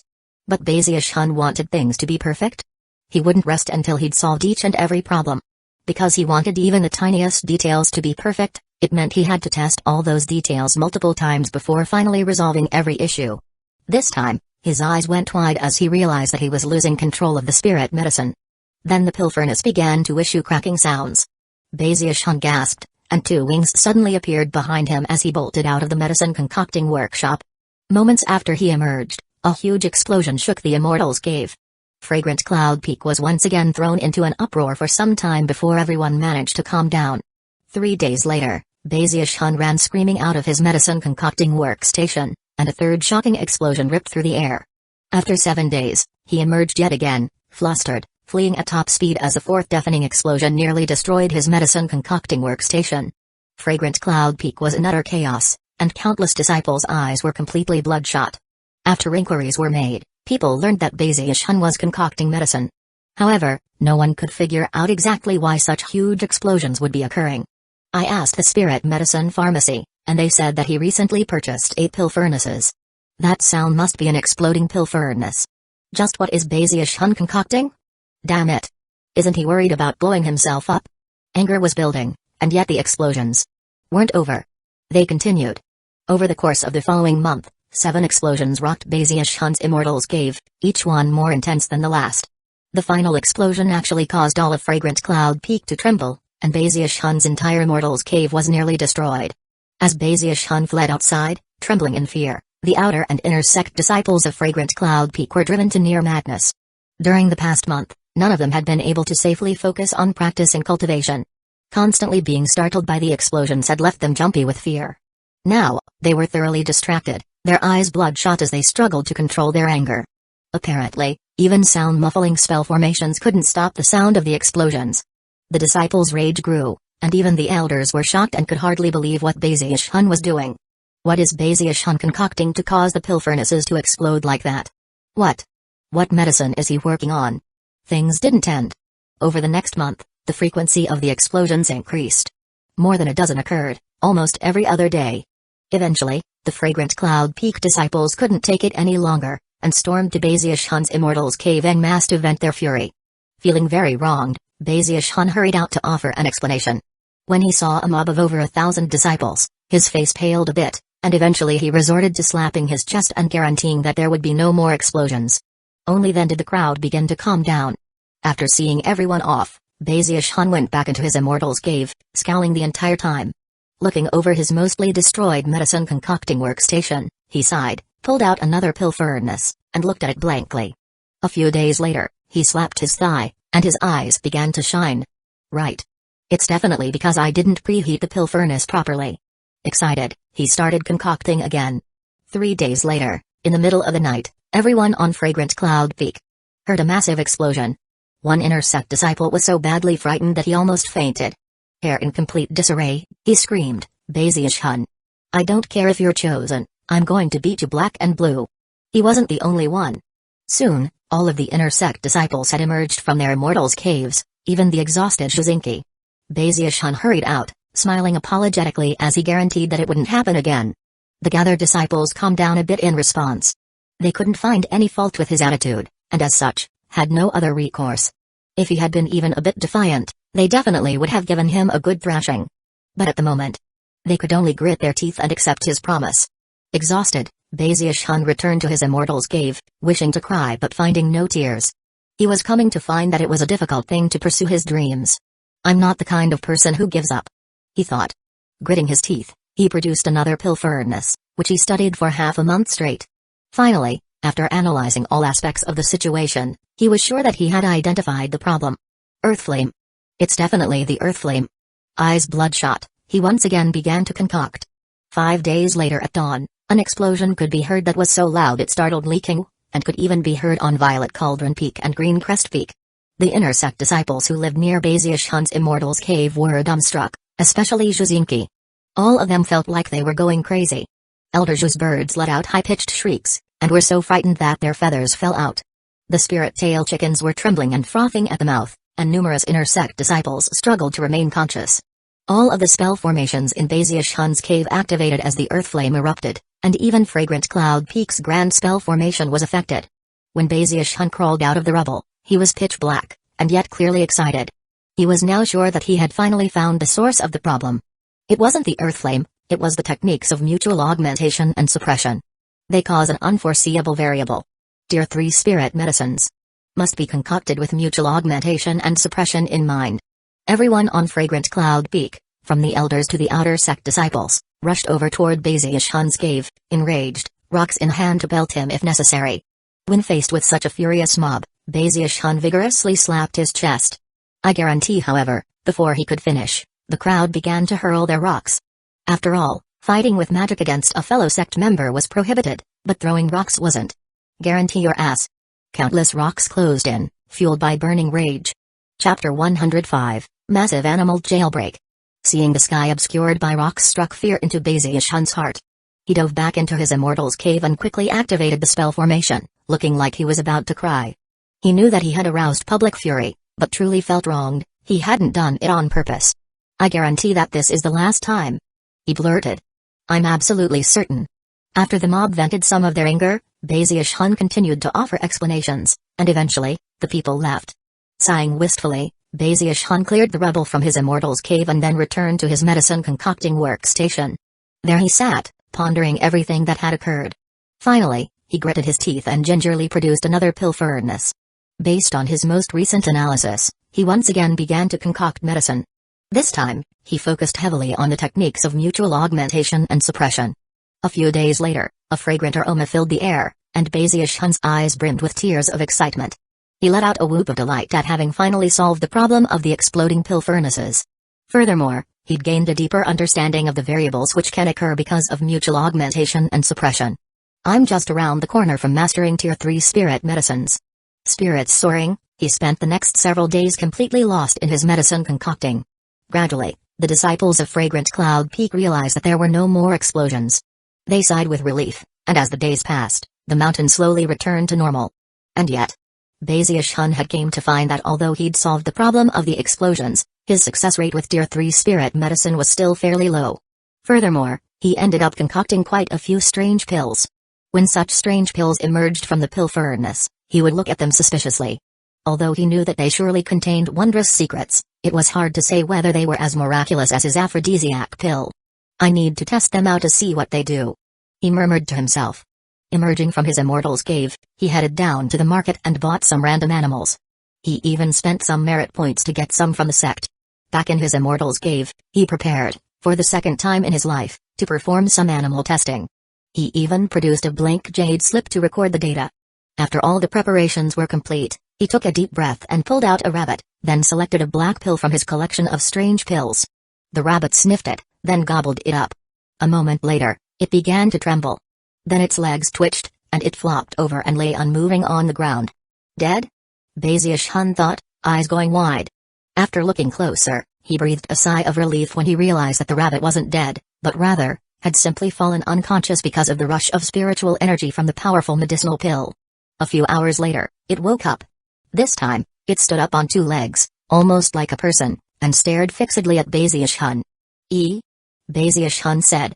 Moments later, the rabbit made the same sound, startling Hun. You can talk? Looking startled, the rabbit said, You can talk? Hun immediately got very excited, and began to walk around the rabbit to examine it. In turn, the rabbit got excited and began to walk around Hun. A strange scene was now playing out in the Immortal's cave. Finally, Hun began to laugh heartily. Ha ha ha. This medicinal pill is incredible. I, Hun, am clearly super awesome. This rabbit can actually talk. The rabbit laughed heartily and repeated the exact same words he had just spoken. A quizzical look on his face, Hun opened the door of one of the side rooms and tossed the rabbit inside. Whatever. You're obviously not intelligent. If you make some cultivation advancement, don't forget to come back and thank me in the future. I'll put you in here for now, and in a few days I'll set you free outside the sect. After putting the rabbit in the other room, Hun paid it no further heed as he proceeded with his testing. The next subject was a monkey, for which he selected a yellow medicinal pill. At first, the monkey pretended not to see it, but eventually got interested and grabbed the pill up.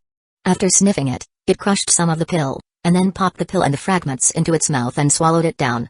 Afterward, nothing much happened except that an odd wind rose up out of nowhere, which quickly faded away.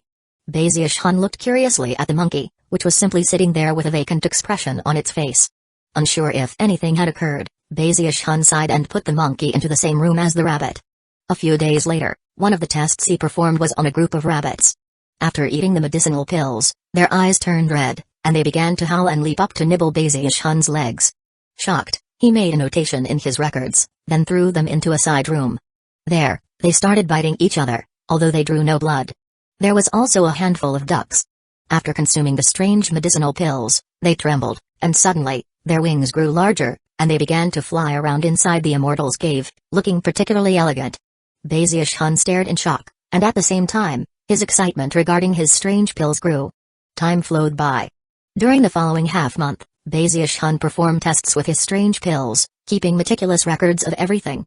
Occasionally, his wild laughter would ring out from within the Immortal's cave.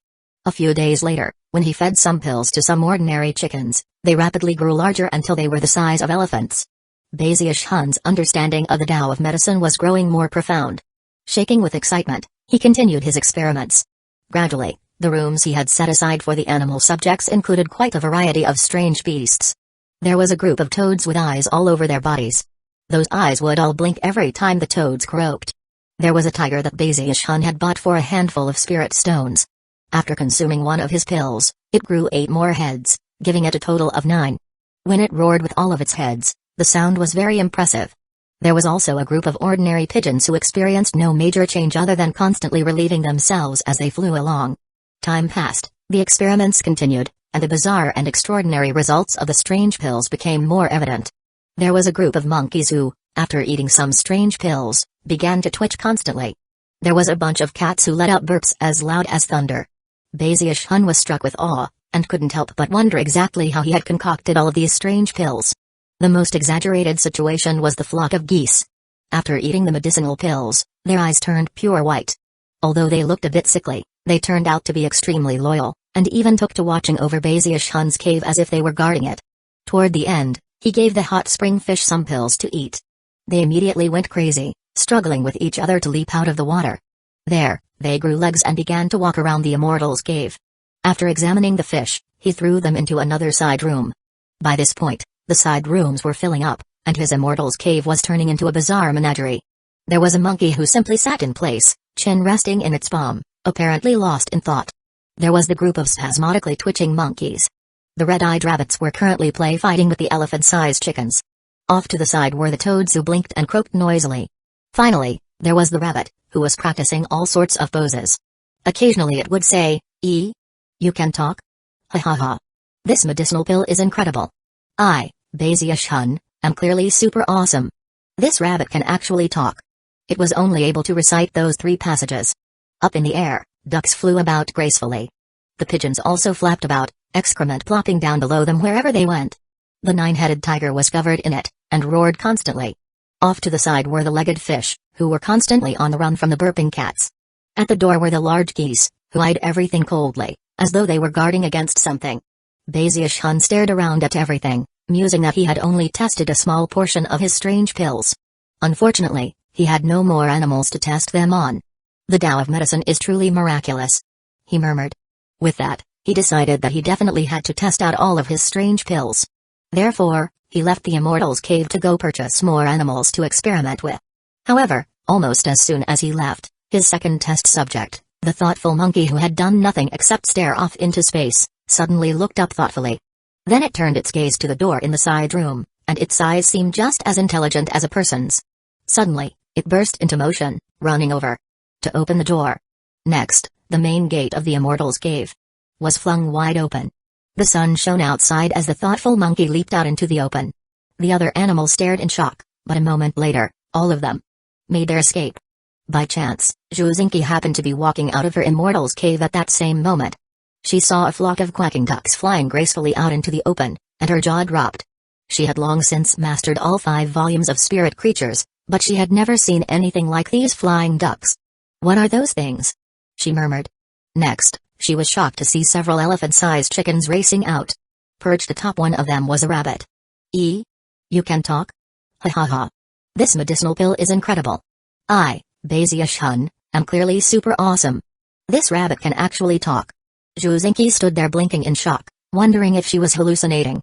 Chapter 106, Crazy Rabbit. Around that time, Zubekai and some other outer sect disciples were in the middle of their journeyman apothecary promotion test. Elder Zu was off to the side, a somber look on his face as he presided over the occasion. Suddenly, a flock of pigeons appeared, and plopping sounds began to echo out as endless amounts of bird excrement showered down. It was like rain, covering Zubekai, the other test takers, and the audience.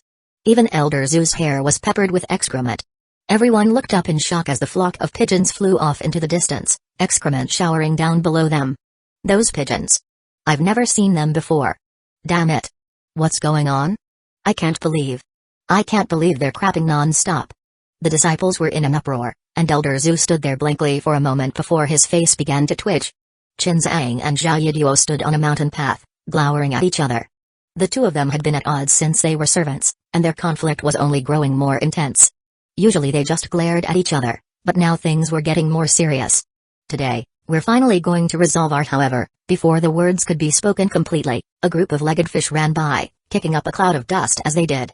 Before Qin Zhang and Zhao Yiduo could react, a group of cats approached at top speed, emitting thunderous burps as they ran after the fish. Qin Zhang and Zhao Yiduo gasped in shock, their hostilities completely forgotten. Did we just see a bunch of legged fish? Zhao Yiduo blurted, wondering if he was seeing things. Those cats' burps were as loud as thunder. Qin Zhang said, eyes wide. Further down the mountain, cries of alarm rose up from numerous outer sect disciples as a horde of red-eyed rabbits began to nibble at their legs. Although the rabbits were relatively easy to grab, the chattering sounds of their biting teeth were fear-inspiring. Most shocking of all was one particular rabbit which sat on the back of an elephant-sized chicken. You can talk? Ha ha ha.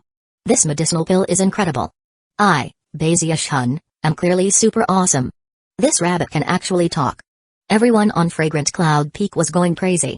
Countless people heard the words spoken by the rabbit, and quickly realized that the instigator of the entire affair was none other than Baziash-hun. In the inner sect district, a group of toads hopped along. Any inner sect disciple who caught sight of them would gasp in shock. The sight of such eye-covered toads was enough to terrify anyone. There was even a 9-headed tiger running amok. Fragrant Cloud Peak was thrown into complete chaos. And there was one particular monkey, which had climbed all the way up to the roof of Li Qinghu's residence. There it sat, on the highest point of Fragrant Cloud Peak, chin rested in its palm, looking on thoughtfully as Zhu Mixiang made her way off into the distance, having just finished chatting with Li Qinghu. Li Qinghu's face was ashen as he stood there outside his residence, looking up at the monkey. He was just about to start yelling when, all of a sudden, plopping sounds could be heard, and a rain of bird excrement descended. Li Qinghu's jaw dropped. It had been quite some time since there had been a commotion on Fragrant Cloud Peak. Outer and inner sect disciples alike were all in an uproar. For the most part, the animals didn't really affect them. However, no one could figure out how such tiny pigeons could unleash such a torrent of bird excrement. Gradually, the rabbit, which originally could only recite 3 passages, learned to speak some more. Gradually, it also learned how to cry out at the top of its lungs. Heavens! What's that? Did you see that? That rabbit can talk. This is definitely the handiwork of Baziash-hun. Keep this on the down low, but yesterday I saw Elder Zhu go into a room with those phoenixes of his. Afterward, I heard some really strange noises. Elder Sister Zhuzinki, Elder Sister Du Lingfei, I don't care if Baziash-hun tries to stop me, the two of you will definitely end up with me, Zhu Beikai. Elder Brother Hu Yunfei, you're so naughty. What are you doing? What's that? Why are those monkeys twitching like that? Junior Sister Mixiang, Li Qinghu, am not fickle in love. After I break through into the gold core stage, I'll definitely take you as my Taoist partner.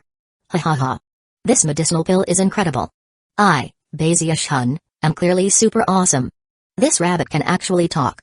As the rabbit ran to and fro, its repertoire of passages grew. It had very sensitive ears, and would repeat anything it heard.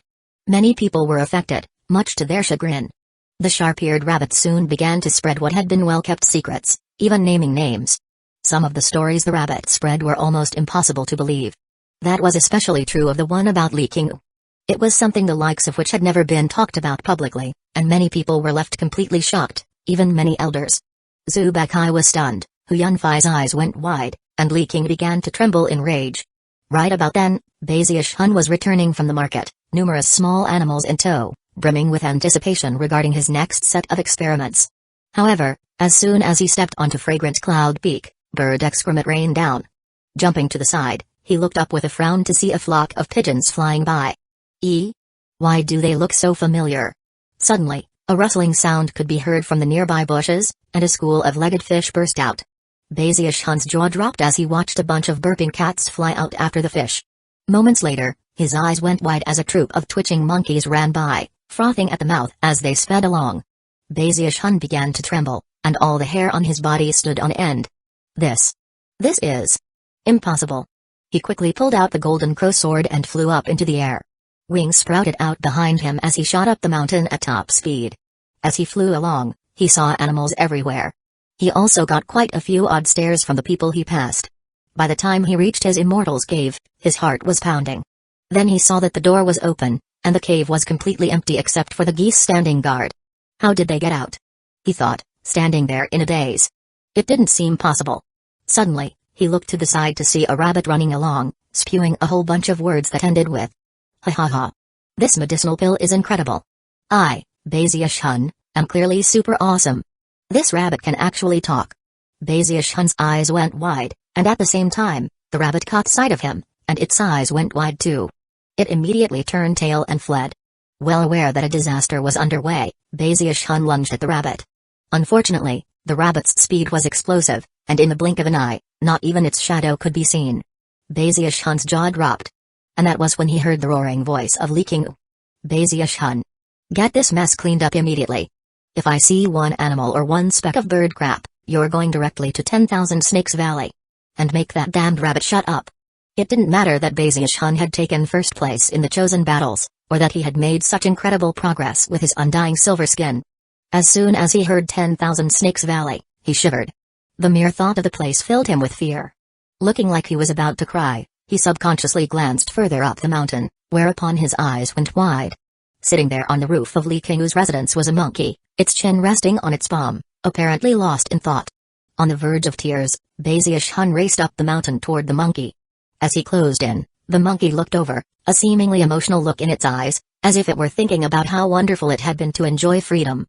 Although Bazius-hun was a bit shocked, he quickly grabbed the monkey and threw it into his bag of holding. With that, he raced off nervously to scour the rest of Fragrant Cloud Peak. Wherever he went, the disciples looked at him with strange expressions. The next beast he caught was the nine-headed tiger, and after that, the eye-covered toads. Soon he had the elephant-sized chickens, and then the legged fish. Not long after that, the burping cats were in custody. The ducks were the easiest of all to apprehend.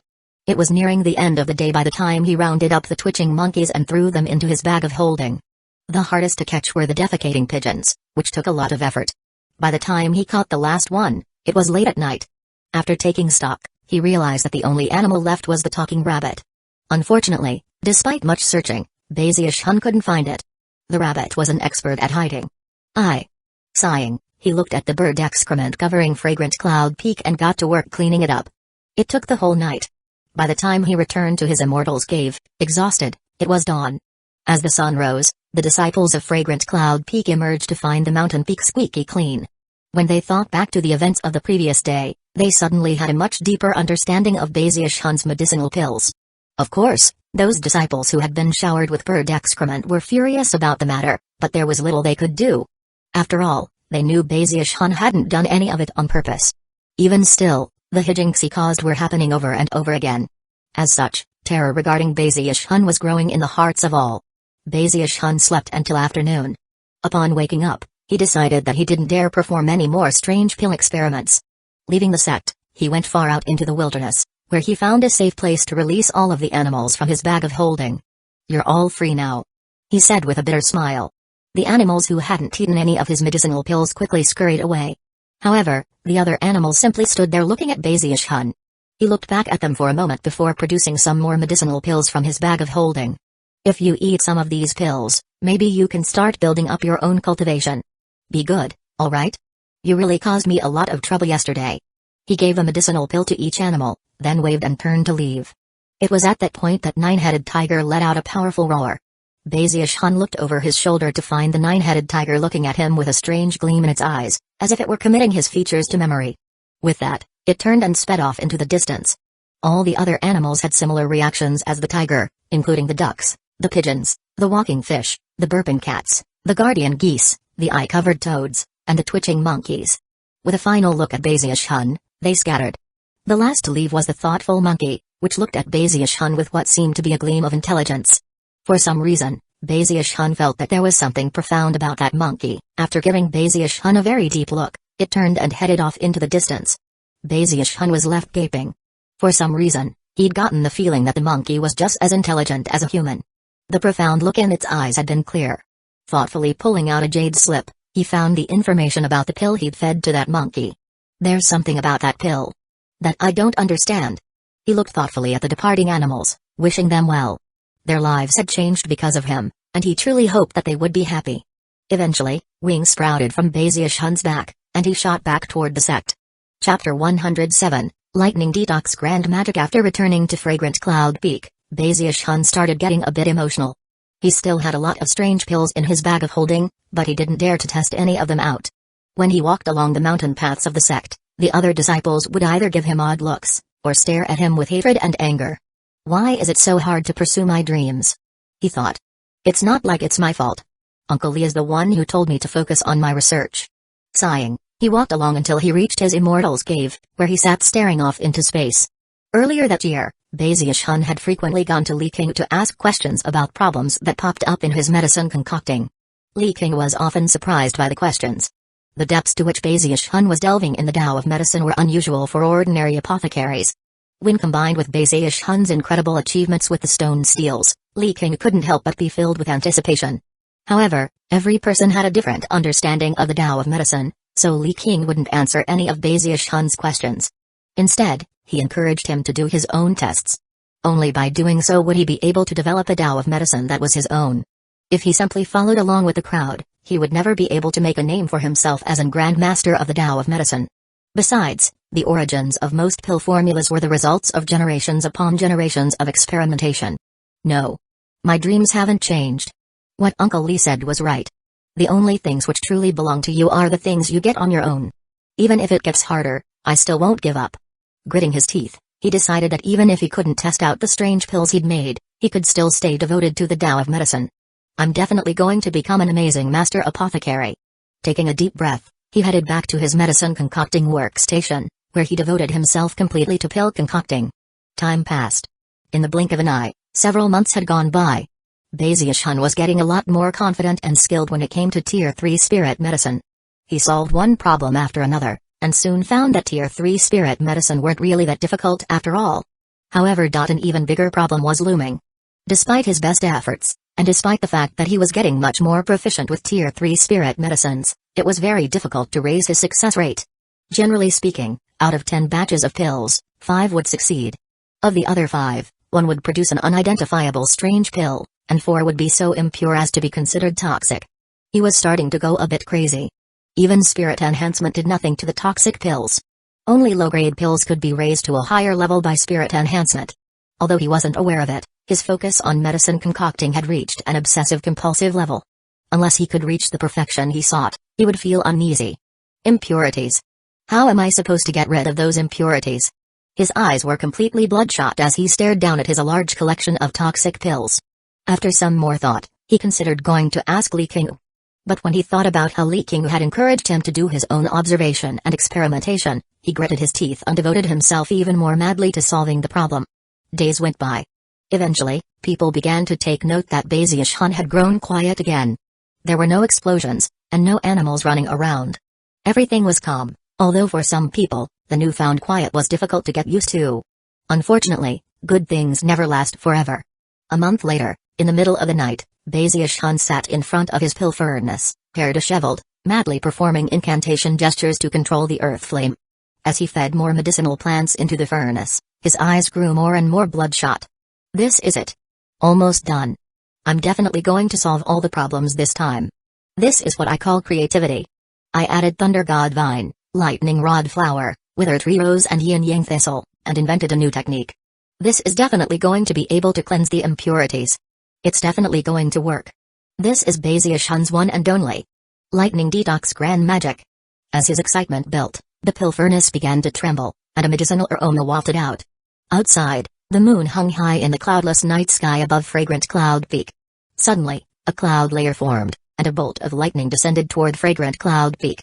When it slammed into Bazius Hun's cave, the cave spell formation trembled, and some of the lightning even pierced the spell formation and the stone of his immortal's cave to land on the pill furnace. Lightning crackled inside the immortal's cave, accompanied by Bazius Hun's wild laughter. After the lightning faded away, he rushed excitedly over to the pill furnace. Unfortunately, the only thing that remained inside was some soot and a bit of swirling smoke. Too much lightning rod flower. He thought, tugging at his disheveled hair and looking every bit the mad scientist. With that, he produced more medicinal plants and began to prepare the ingredients. Quite a few Fragrant Cloud Peak disciples had seen the lightning, and had noticed that it appeared to have fallen on Baziash-han's Immortal's Cave. So, even God is getting tired of Baziash-han? That must be it. The heavens do have eyes. Lightning is being sent to put an end to him. People had various ideas about what was happening, with many people rejoicing in Baziash-han's apparent misfortune. Some of the elders even noticed the lightning, and were quite surprised. Not even Peak Lord Li attracts thunder and lightning when concocts medicine. According to the legends, only Tier 7 spirit medicines and higher provoke tribulation lightning. Just what is Baziash-han doing? 3 days later in the afternoon, laughter rang out from within Baziash-han's cave.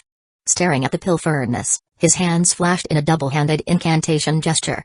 Spiritual power erupted, and earth flame raged. With a roar, Baziash-han slapped both hands down onto the surface of the pill furnace. Lightning detox grand magic. As the pill furnace rumbled, clouds gathered above the summit of Fragrant Cloud Peak, and a single bolt of lightning shot down toward Baziash-han's cave. This time, large numbers of disciples saw the shocking sight. Deafening thunder boomed as the lightning bolt slammed into his Immortal's Cave. Inside, Baziash-han excitedly inspected the pill furnace, only to find that it contained no pill, only some medicinal dregs and a bit of smoke. After taking a whiff, his head spun and his vision swam. Taking a few steps back, he even realized that a bit of froth had seeped out of the edges of his mouth. "Too much thunder, Godvine," he murmured. With that, he flopped down unconscious. 3 days later he woke up, cleaned his face, and consumed a few medicinal pills. After clearing his head, he went back to concocting. In the following days, more and more thunder boomed over Fragrant Cloud Peak. As the disciples witnessed lightning striking Baziash-han's Immortal's Cave with such frequency, they were struck speechless. Even the elders were shocked. They began to suspect that Baziash-han really would be struck dead eventually. Despite the fact that Baziash-han feared death so much, he was so bedeviled by his desire to concoct medicine that he completely forgot about the concept of death. He was fully immersed in the Tao of medicine, constantly adjusting the medicine formula he was working with, continually trying to perfect his lightning detox grand magic. Lightning detox grand magic. Boom. Damn it. Lightning detox grand magic. Boom. By this point, the cave's defensive spell formations had been rendered entirely useless, and anyone within earshot could hear Baziash-han yelling at the top of his lungs. Gradually, word spread that the thunder and lightning had come because Baziash-han was working on a method to detoxify spirit medicines. This piqued the attention of quite a few sect elders, and they began to observe even more closely. Although the lightning continued to fall, strangely, nobody did anything to interfere. Even Li Qingwu approved of Baziash-han's attempt at creativity, and would occasionally observe. Unfortunately, good things never last forever. Even after 100 attempts, Baziash-han still couldn't find the perfect ingredient ratio. He even began to add other medicinal plants, hoping that some of them would have an effect. One evening, Baziash-han let out a roar, and lightning danced in the sky above. This time, it wasn't a single bolt that fell down, it was 10. Strangely, only one lightning bolt struck Baziash-han's area. The rest happened to fall in other locations on Fragrant Cloud Peak. Boom. Considering how many bolts of lightning fell, it was no surprise that miserable shrieks could be heard all over the mountain. Fragrant Cloud Peak was once again thrown into a commotion. Zhuzinki's Immortal's Cave was struck, but thankfully the spell formation shielded it from damage. Zhuzinki glared angrily over in the direction of Baziash-han's Immortal's Cave, barely able to hold back from cursing him aloud. Li Qingwu and the Fragrant Cloud Peak elders placated the disciples. After all, they couldn't help but approve of Baziash-han's devotion to the Tao of medicine. However, Baziash-han had truly gone mad. 2 hours later, clouds filled the sky, and this time, nearly 100 lightning bolts descended onto Fragrant Cloud Peak. Booms rang out in all directions, and even more disciples looked up into the sky, shocked to the core. People ran back into their residences, unwilling to even set foot outside. Li Qingwu and the elders were struck speechless. The sight of nearly 100 lightning bolts crashing down into various areas of Fragrant Cloud Peak was completely shocking. Perhaps because Zhuzinki's Immortal's Cave was so close to Baziash-han's, it ended up being struck by about 6 or 7 of them. Her entire Immortal's Cave shook violently, and the spell formation shield distorted visibly. Things weren't over, though. After enough time passed for half an incense stick to burn, everyone was thrown into a commotion again as more clouds appeared in the sky. This time, hundreds of lightning bolts could be seen forming. When they slammed down onto Fragrant Cloud Peak, all of the Immortal's Caves trembled, and many other areas were badly damaged. Baziash-han's cave was almost destroyed. Even more shocking, Zhuzinki's cave attracted over 50 bolts of lightning. They slammed into the cave over and over again like heavenly tribulation, breaking open the cave itself until Zhuzinki tumbled out. Her face pale, she fled off into the distance. Looking back at the flattened rubble that had been her immortal's cave, she screamed, "Baziush-hun." There were a few other inner sect disciples who met similar fates. Their immortals' caves destroyed, they stormed over toward Baziush-hun's immortal's cave, vowing to settle accounts immediately, no matter what happened. However, in that same moment, clouds roiled up above, even thicker than before, and an intense pressure weighed down on everything below. Zhuzinki's heart began to pound, and her face fell. The disciples who had came to pick a fight with Baziush-hun gasped and began to shake visibly. Even the peak lords of Violet Cauldron Peak and Green Crest Peak noticed the clouds, and their eyes went wide. Sect leader Zhenyu Ondong saw it from afar, and his scalp began to tingle.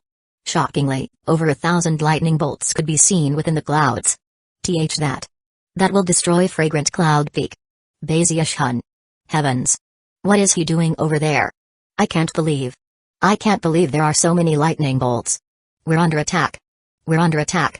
Countless cries of shock and alarm rose up in and around Fragrant Cloud Peak. Everyone from outer to inner sect disciples were trembling as an intense fear filled them. Baziush-hun had tuned everything out, and didn't even realize what was happening. Eyes crimson, he stared at the pill furnace for a moment, then bellowed and slapped it with both hands. Lightning Detox Grand Magic.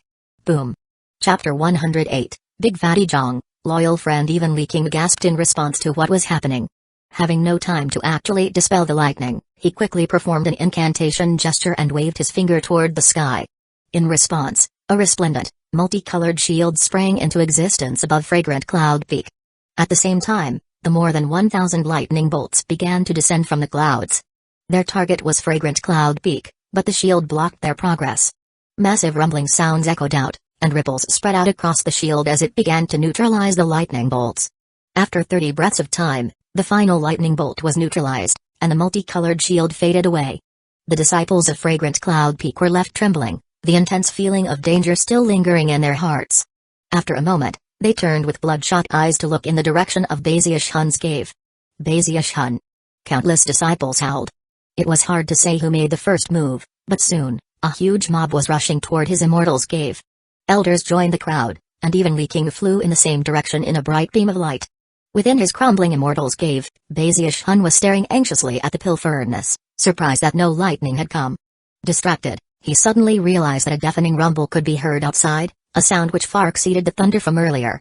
Face draining of blood, he leaped to his feet, which was when he realized that the immortal's cave was on the verge of collapsing. Without another moment of hesitation, he ran outside.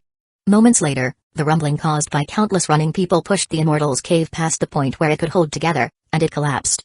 Baziush-hun gaped mutely as the dust billowed out in all directions. That was when he realized that he was surrounded by a sea of furious Fragrant Cloud Peak disciples. That before he could begin his explanation, Zhuzinki's shrill cry pierced through the crowd.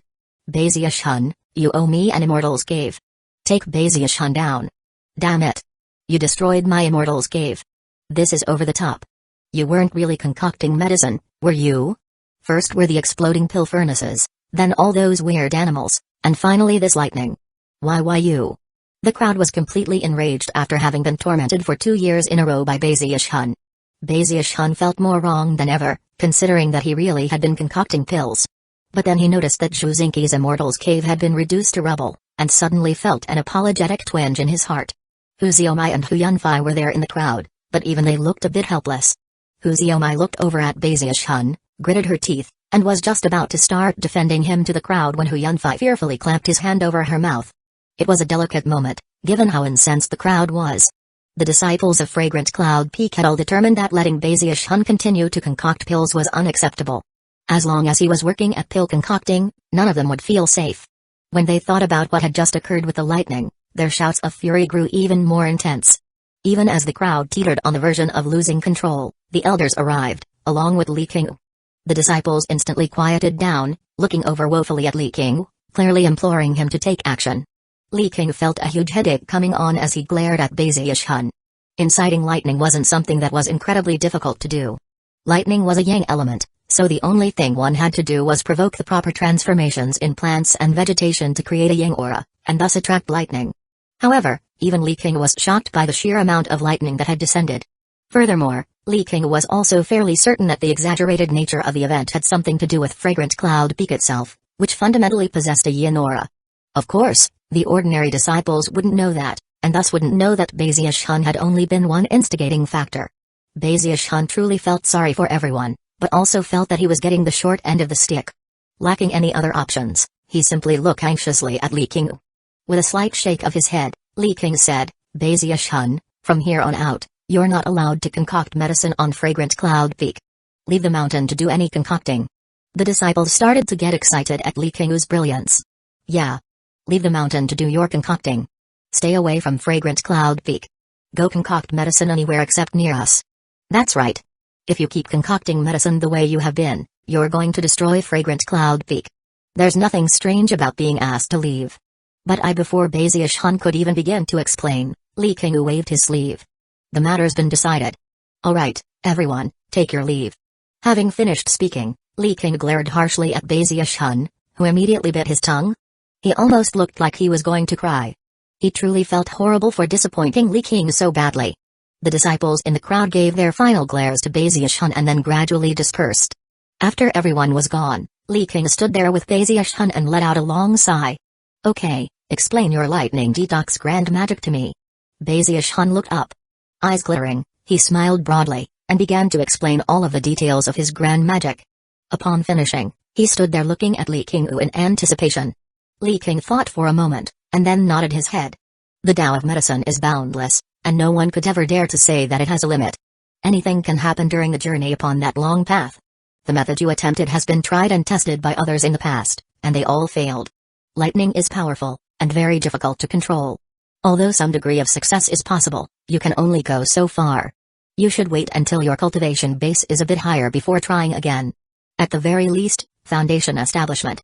Right now, any more attempts would be useless. Seeing how obsessed Bezier-shun was with the Tao of medicine, he did his best to explain things gently. After finishing, he patted Bezier-shun encouragingly on the shoulder, then turned to leave. Bezier-shun sighed and sat down blankly. He really felt bad for causing so many immortals' caves to be destroyed. After thinking about what Li King had told him, he decided that, for the moment, he would stop working on a lightning detox grand magic. I need to take my research in a different direction, he thought. I need to find another way to cleanse the impurities, something that doesn't use lightning, and that doesn't affect other people. But how do I do that? After some more thought, he looked toward Violet Cauldron Peak, and his eyes began to shine. Night hadn't fallen yet, so Bezier-shun straightened up a bit, then looked back at his destroyed immortal's cave, his eyes shining with determination. For the Tao of medicine, and for my eternal life pill. With that, he walked down Fragrant Cloud Peak and headed toward Violet Cauldron Peak. Bezier-shun was already very familiar with Violet Cauldron Peak. Back in the day, he and Big Fatty Jong had covered nearly half the mountain in their search for spirit tail chickens. Later on, when he became so entranced with being called sect uncle, he had came to stroll around the mountain on numerous occasions. Setting foot on Violet Cauldron Peak, he suddenly felt very calm. The disciples here weren't as irritable as those on Fragrant Cloud Peak, and in fact, many of them called out to him in greeting. Bezier-shun quickly began to sigh happily. All smiles, he walked along the familiar path toward Big Fatty Jong's residence. Big Fatty Jong still hadn't reached the inner sect yet, so he still lived in the same place as before. It was evening by the time Bezier-shun reached the front gate. When Big Fatty Jong saw that it was Bezier-shun, he immediately broke into a wide smile. Once they were both inside his courtyard, Big Fatty Jong proudly showed off his amazing spirit enhancement abilities, and explained that he was now renowned as a miraculous spirit enhancer here on Violet Cauldron Peak. Bezier-shun immediately offered words of congratulations, which of course made Big Fatty Jong even happier than before. Finally, Bezier-shun cleared his throat. Eldest brother, there's something I wanted to discuss with you. Say the word. Big Fatty Jong said, waving his hand in grandiose fashion. Could you help me find a place to stay on Violet Cauldron Peak? I want to do some medicine concocting here. With that, he looked pleadingly at Big Fatty Jong. Concoct medicine? You're already an inner sect disciple. Your immortal's cave should have a medicine concocting workstation. Oh, by the way, I was in secluded meditation for a while. I heard Fragrant Cloud Peak had an incident with some lighting. What happened exactly? Having been out of the public eye for most of the year so far, Big Fatty Jong wasn't too familiar with events beyond the borders of Violet Cauldron Peak. After all, Fragrant Cloud Peak was a different mountain altogether, so naturally he wouldn't know as much. Bezier-shun frowned bleakly. I was a bit careless in my pill concocting and attracted some lightning. My immortal's cave was actually destroyed. Huh? Big Fatty Jong said, his eyes going wide. Listen, eldest brother, you don't have to worry, Bazius Hun said, slapping his chest proudly. I hereby swear that if I concoct medicine on Violet Cauldron Peak, I won't attract any lightning. Seriously, I'm the kind of person who keeps my word. Besides, I can concoct Tier 3 spirit medicine now. I'll give you a whole bottle when I'm finished. When Big Fatty Jong heard Bazius Hun talk about Tier 3 spirit medicine, his heart began to thump. Tier 3 spirit medicines were available in the local market, but their prices were astronomical. Considering what Bazius Hun was offering him, there was no way he would refuse. Coupled with his pledge, Big Fatty Jong only had to think for a moment before laughing heartily. No problem at all. I don't have anywhere to concoct pills here, but I'm friends with the elder brother who manages the Immortals' caves. If we grease the wheels a bit, he can secretly get you into an inner sect disciple's cave. Of course, it can't be a long-term thing. Not long-term. Bazius Hun said, eyes shining with excitement. Not long at all. Half a year at the most. Big Fatty Jong nodded. Leaving Bazius Hun behind, he went away for the time it takes an incense stick to burn, then returned proudly with a command medallion. Done, he announced. It's not a very good Immortals cave, but it has a medicine concocting workstation. It's pretty close, I'll walk you over. Bazius Hun let out a cheer, then flattered Big Fatty Jong a bit more. Bursting with happiness, Big Fatty Jong led Bazius Hun off to the Immortals cave. It was relatively simple and crude for an Immortals cave, and very small, nothing like his cave back on Fragrant Cloud Peak. However, it had a medicine concocting workstation, which was enough for Bazius Hun. Sitting there looking very satisfied, he took a deep breath and said, eldest brother truly is a loyal friend. Moved, he reiterated to himself that he must not attempt any experiments with the lightning detox grand magic. Nor could he test strange pills on animals. As far as exploding pill furnaces, he was sure he could avoid that. Considering all that, he was convinced that no problems would arise because of his medicine concocting. It's time to research more ways to cleanse impurities. Calming himself, he produced a handful of spirit plants, which he began to analyze in detail. Slowly, he immersed himself in the Tao of medicine. Chapter 109, A Light Rain on Violet Cauldron Peak. During his first month on Violet Cauldron Peak, Bazius Hun worked quietly in the Immortals cave. None of the disciples around him even noticed that he was there. Big Fatty Jong started to relax. At first, he had came to visit Bazius Hun fairly frequently to watch him at his concocting work, but eventually stopped visiting so often. But then, another month passed. Bazius Hun's eyes glittered as he looked at the medicinal pills in front of him. After some detailed examination, he began to laugh loudly. During that month of work, he had made 4 major efforts to try to come up with a new method for cleansing impurities, and now, he had finally found his new direction. Using lightning to purge the pills with outside force is one method. But another method is to purge the spirit medicine from the inside. Bazius Hun, you really are a genius. Ha ha ha. I know exactly what to do. By using the principles of mutual augmentation and suppression, I can create a burning power even as I concoct the pills, something that will expunge the impurities. After the impurities are forced out, the final medicinal pill will no longer be toxic. Getting more excited, he took a deep breath and got to work. After organizing all of the medicinal plant and then beginning to feed them into the pill furnace, he started adding even more plants that weren't part of the pill formula, keeping careful records about everything he did. 4 days later, he once again slipped into a state of bedeviled focus. Circling continuously around the pill furnace, he made occasional adjustments to the earth flame, sometimes adding in other spirit medicines, following his instincts to either dilute or strengthen the mixture. As night fell, Bazius Hun's excitement grew as popping sounds began to ring out from the pill furnace. Soon, the furnace began to shake, and then a noxious black smoke billowed out. Bazius Hun quickly waved his sleeve to blow the smoke outside of the Immortals cave, where it floated up into the air.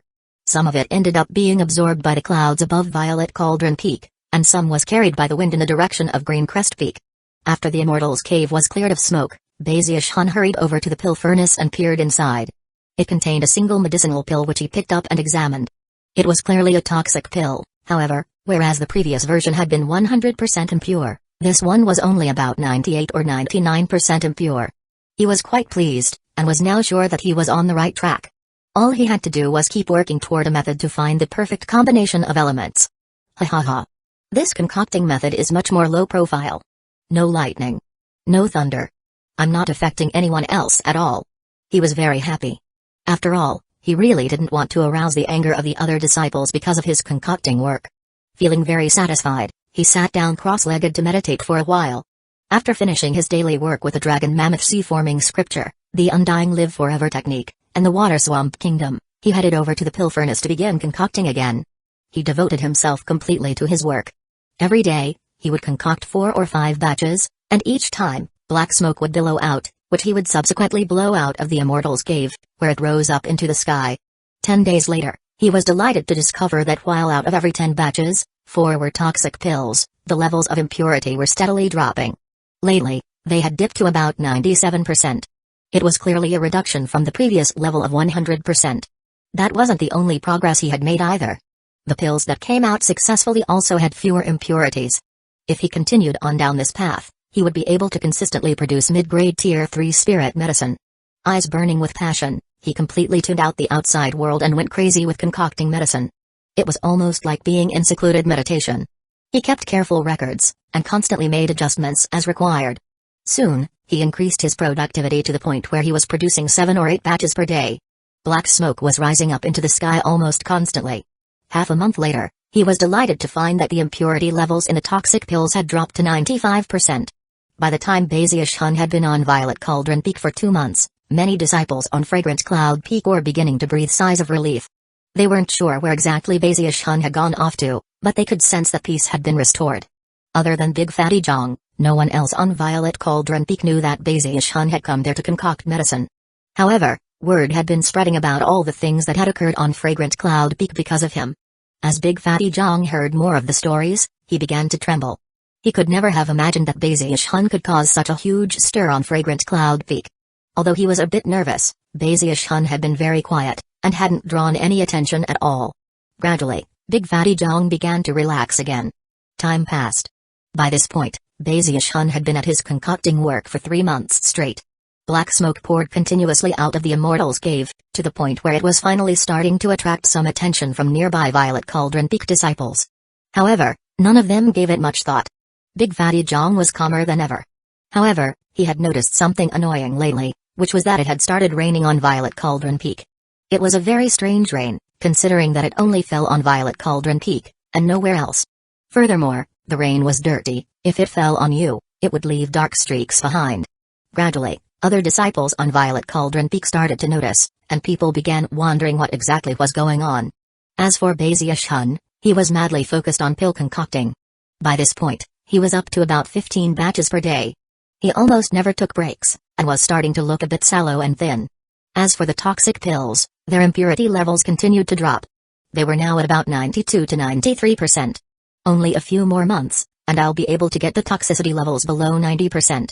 Then they'll count as low-grade spirit medicines. With a whoop of excitement, Baziash-hun immersed himself even further in concocting. Meanwhile, the sound of an uproar was building outside.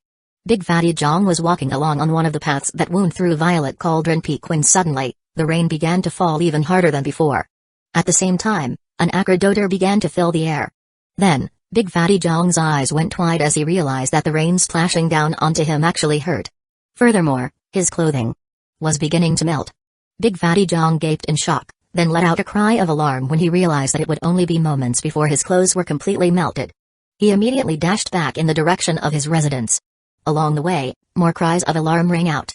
As he ran along, Big Fatty Jong saw other Violet Cauldron Peak disciples speeding along, their clothing in ruins. The more the rainwater soaked them, the more the fabric melted. There were even a few unlucky disciples who were already completely naked. Heavens! What's happening? My clothes. What kind of rain is this? It stinks, and even hurts. It's actually melting my clothes. Damn it. Even magical shields can't stop it. Violet Cauldron Peak was in a complete uproar.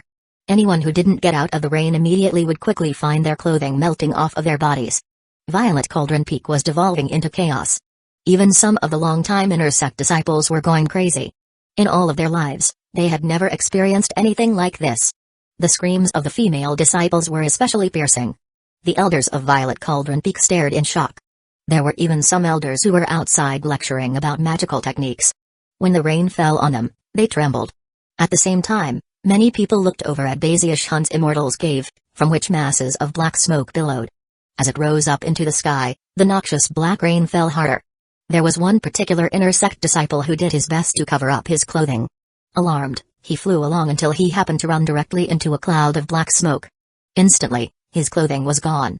Letting out a shriek of alarm, he unleashed the power of lightning, and was soon wreathed in electricity. Moments later, he donned a new robe, only to find that it was already melting. What's going on? Whoever's in that immortal's cave, get out here. That inner sect disciple was none other than Lu Tanlai. When other people noticed the source of the problem, they began to roar in rage. Damn it! It's coming from there. I knew something was off. Nobody was living in that immortal's cave before, but for the past few months I've seen black smoke coming out of it. That black smoke is what's causing this disaster. It's been rising up into the air for months now. It's affected the climate. That's why this acid rain is falling. As people cried out in rage, Big Fatty Jong was holed up in his residence, staring out blankly at what was happening outside. His mind was spinning as he looked at the falling rain, and suddenly, he understood how the disciples back on Fragrant Cloud Peak had felt. At the top of the mountain, the Peak Lord of Violet Cauldron Peak, Zumixian, was looking around in stupefaction. Not daring to set foot outside her mansion, she waved her finger toward the sky, activating Violet Cauldron Peak's spell formation. A shield of light appeared, which temporarily stopped the rain from falling onto the mountain. However, the shield was visibly being eaten away by the destructive rain. The disciples of Violet Cauldron Peak took advantage of the brief respite to put on new clothing. Incensed, and bursting with killing intent, they rushed in the direction of Bazius Hun's Immortal's Cave. Soon, the disciples on Fragrant Cloud Peak noticed that the Violet Cauldron Peak spell formation shield had been activated, and noticed that rain was falling over it. What's happening over on Violet Cauldron Peak? Even as they pondered the situation, the voices of countless individuals joined together to cause a heaven-shaking, earth-shattering roar of rage to rise up from the direction of Violet Cauldron Peak. Bei. Zhao. Chun. The sound echoed out in all directions, shaking even Violet Cauldron Peak itself. The disciples from Fragrant Cloud Peak looked around, shaken. Then, the image of a certain individual appeared in their minds, and they understood everything. Bazius Hun went to Violet Cauldron Peak to concoct medicine. That's definitely the reason. The Peak Lord said he couldn't concoct medicine here, so he went to Violet Cauldron Peak. The roaring of the Violet Cauldron Peak disciples caused Bazius Hun to scream in terror. He had just been about to excitedly start another batch when he heard the sound of countless magical techniques battering the Immortal's Cave. Gaping in shock, he looked out to see a mob of enraged disciples surrounding the cave. Lu Tanlai was there, electricity dancing around him as he charged forward. Wings popped out of the terrified Bazius Hun's back, and he took to flight. Enraged shouts echoed out behind him as the Violet Cauldron Peak disciples gave chase. Big Fatty Jong watched from a distance, swallowing hard and quickly pretending as if he hadn't seen anything. Under no circumstances did he wish anyone to know that he was the one who had arranged for Bazius Hun to get an Immortal's Cave. Even as the Violet Cauldron Peak disciples began to chase Bazius Hun down, all of a sudden, cries of alarm rang up from the direction of Green Crest Peak. Chapter 110, Exiled to 10,000 Snakes Valley. Something had happened which not a single person had been aware of. Partially due to monsoon winds, only some of the black smoke had made it into the clouds above Violet Cauldron Peak. The rest had been carried by the wind to Green Crest Peak. If it had only been a tiny bit, it would eventually have just faded away without doing anything. But considering the daily buildup, it was no surprise that when rain began to fall on Violet Cauldron Peak, the effects eventually spread to Green Crest Peak. Originally, the disciples from Green Crest Peak had simply watched the events playing out on Fragrant Cloud Peak and Violet Cauldron Peak, shocked, but at the same time, gloating in the misfortune of the other disciples. Furthermore, they had all taken steps to prevent Bazius Hun from ever coming to Green Crest Peak. Third Fatty High's friends had even warned her against taking him in. But then, the raindrops began to fall. Shocked expressions appeared as people looked up to find that the sky above Green Crest Peak was filled with black clouds. Although they weren't as dense as those above Violet Cauldron Peak, when the acid rain began to fall, and the disciples' clothes began to melt, cries of alarm rose up. As the screams intensified, numerous beams of sword light shot out from Green Crest Peak toward Violet Cauldron Peak, joining the group of disciples from there who were chasing down Bazius Hun. Bazius Hun. Damn it.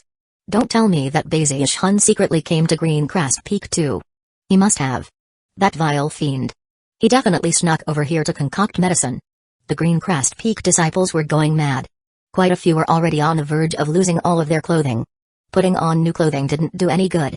Green Crest Peak devolved into enraged chaos, and the disciples quickly became allies with the Violet Cauldron Peak disciples in their desire to catch Bazius Hun. Shangguan Danyu was among them. Although his robes were still in one piece, his murderous rage burned hot.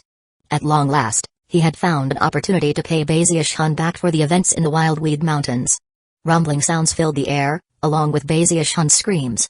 It was bad enough that the disciples of Violet Cauldron Peak were chasing him down, but then Green Crest Peak joined in. Then he heard what the Green Crest Peak disciples were saying, and he felt more deeply maligned than ever. I never went to Green Crest Peak. Really? All of the more than 10,000 disciples from Green Crest Peak were in motion now, speeding along on their flying swords.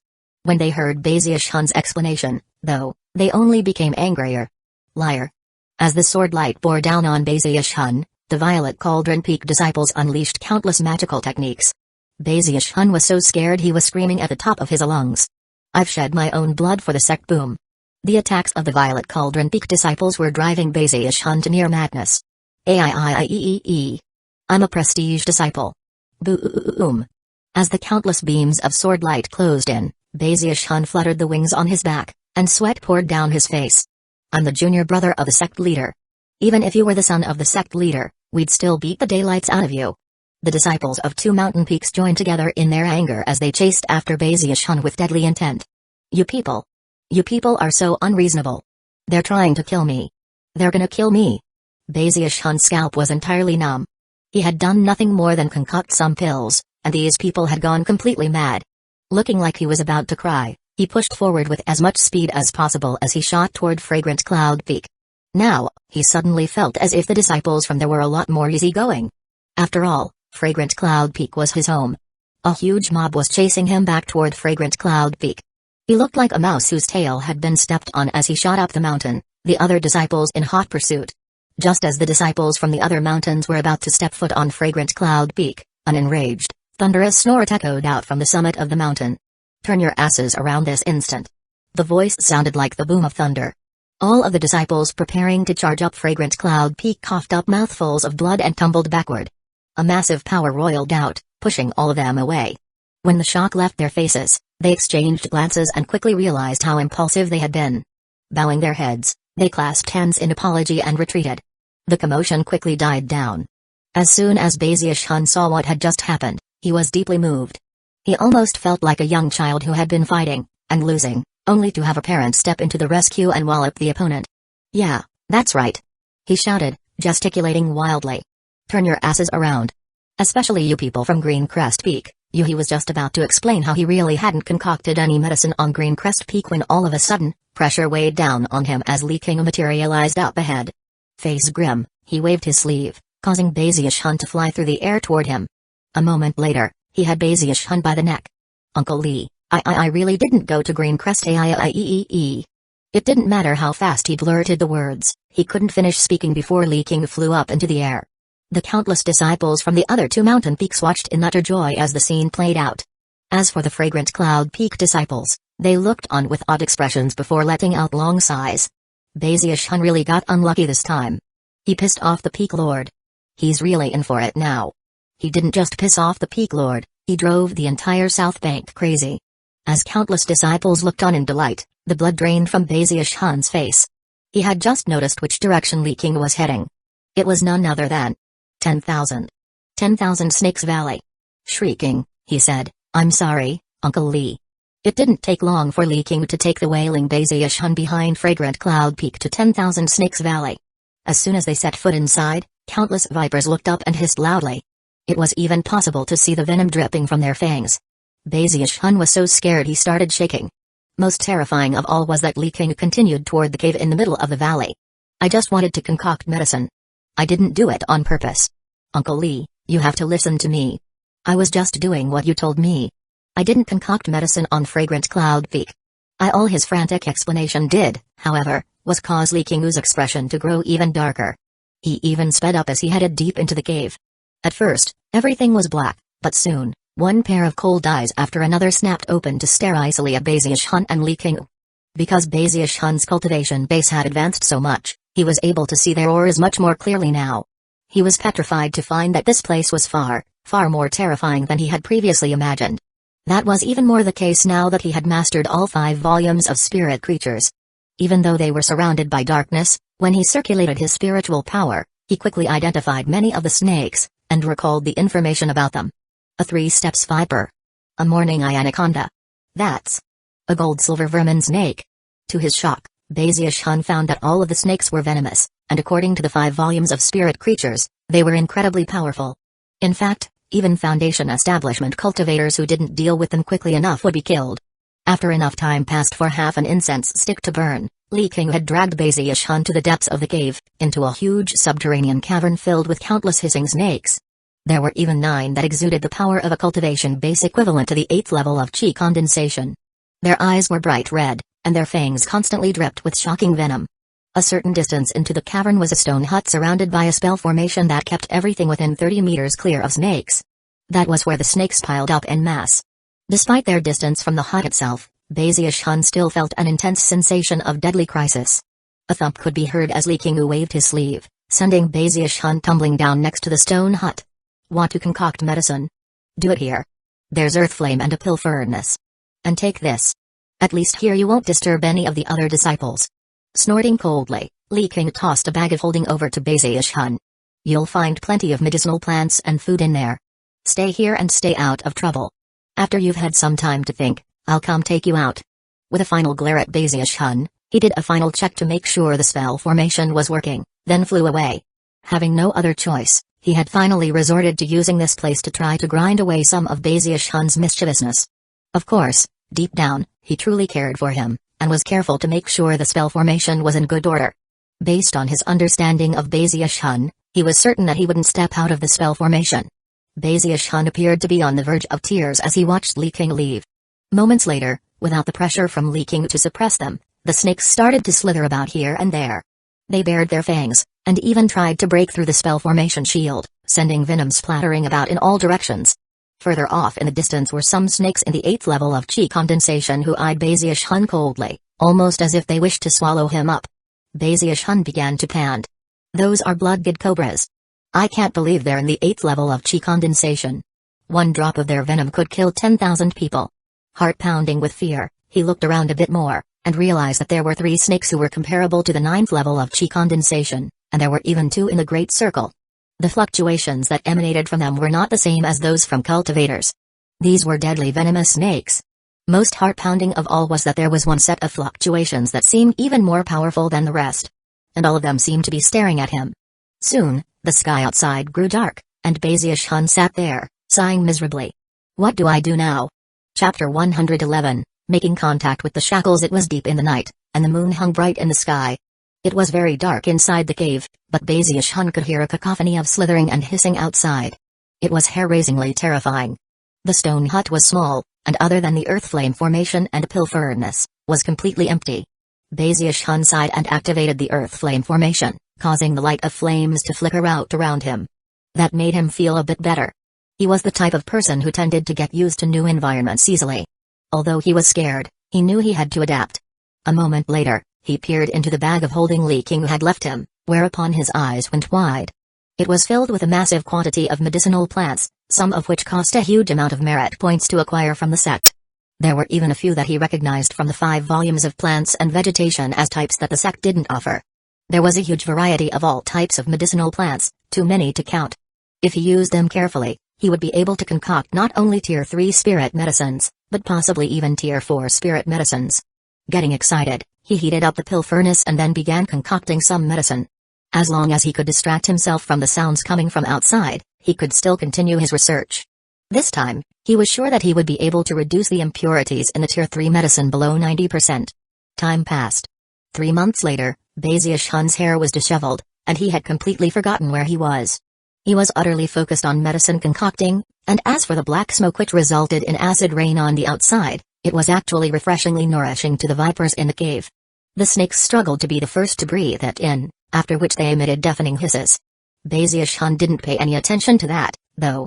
He was at a critical point in his concocting, and had reduced the impurities in the toxic pills all the way down to 91 or 92%. Just a bit further, and he would have succeeded in reaching his goal. His eyes were bloodshot as he madly concocted medicine.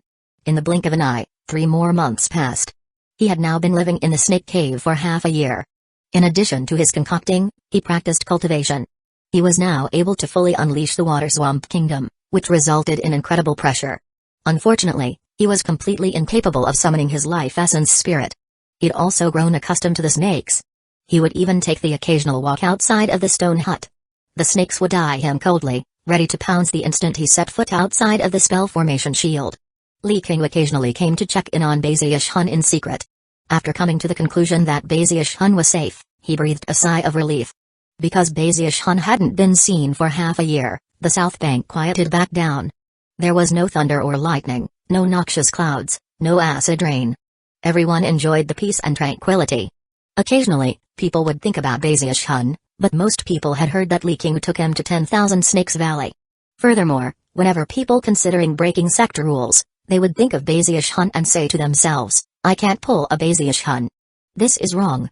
If Bazish Hun did something like that, he would definitely be punished. I should rethink things. Time passed. Another 6 months. It had now been a full year since Bazish Hun had disappeared from the public eye. Yvette Nyuondong was sighing. Sending Bazish Hun to 10,000 Snakes Valley was definitely the right thing to do, he thought. The only things there are snakes. He won't be able to cause problems for anyone. However, whether it was Nyuondong, Li King, or the disciples of the 3 mountain peaks, all of them had clearly underestimated Bazish Hun. On one particular day, Bazish Hun was there in his stone hut, having just finished concocting a batch of medicinal pills. There was no black smoke. The pill inside the furnace was no longer a toxic pill, but rather, an 89% impure low-grade medicinal pill. Although it would be considered low-grade even among other low-grade pills, it was still completely different than a toxic pill. Excited, he threw his head back and laughed uproariously. After trying another batch, he confirmed his success. At long last, when it came to Tier 3 spirit medicine, he could succeed 100% of the time. With this level of mastery of Tier 3 spirit medicine, even pill formulas he hadn't encountered before would have a perfect success rate after he solved any minor problems which cropped up. Thoroughly stirred up, he rushed out of the stone hut, laughing proudly. He had paid a very heavy price, and spent a huge amount of time, to reach this point. Actually, now that he thought about it, even being thrown into the snake cave was worth it. He took a deep breath, swished his sleeve, and looked with disdain at the snakes surrounding him. Next comes cultivation. I need to reach the 9th level of chi condensation, and get my undying gold skin. Feeling very proud of himself, he returned to the stone hut, where he once again began to concoct medicine. Pulling out his turtle walk, he performed spirit enhancements on all of the medicinal pills he had produced, then consumed them. His cultivation base increased steadily.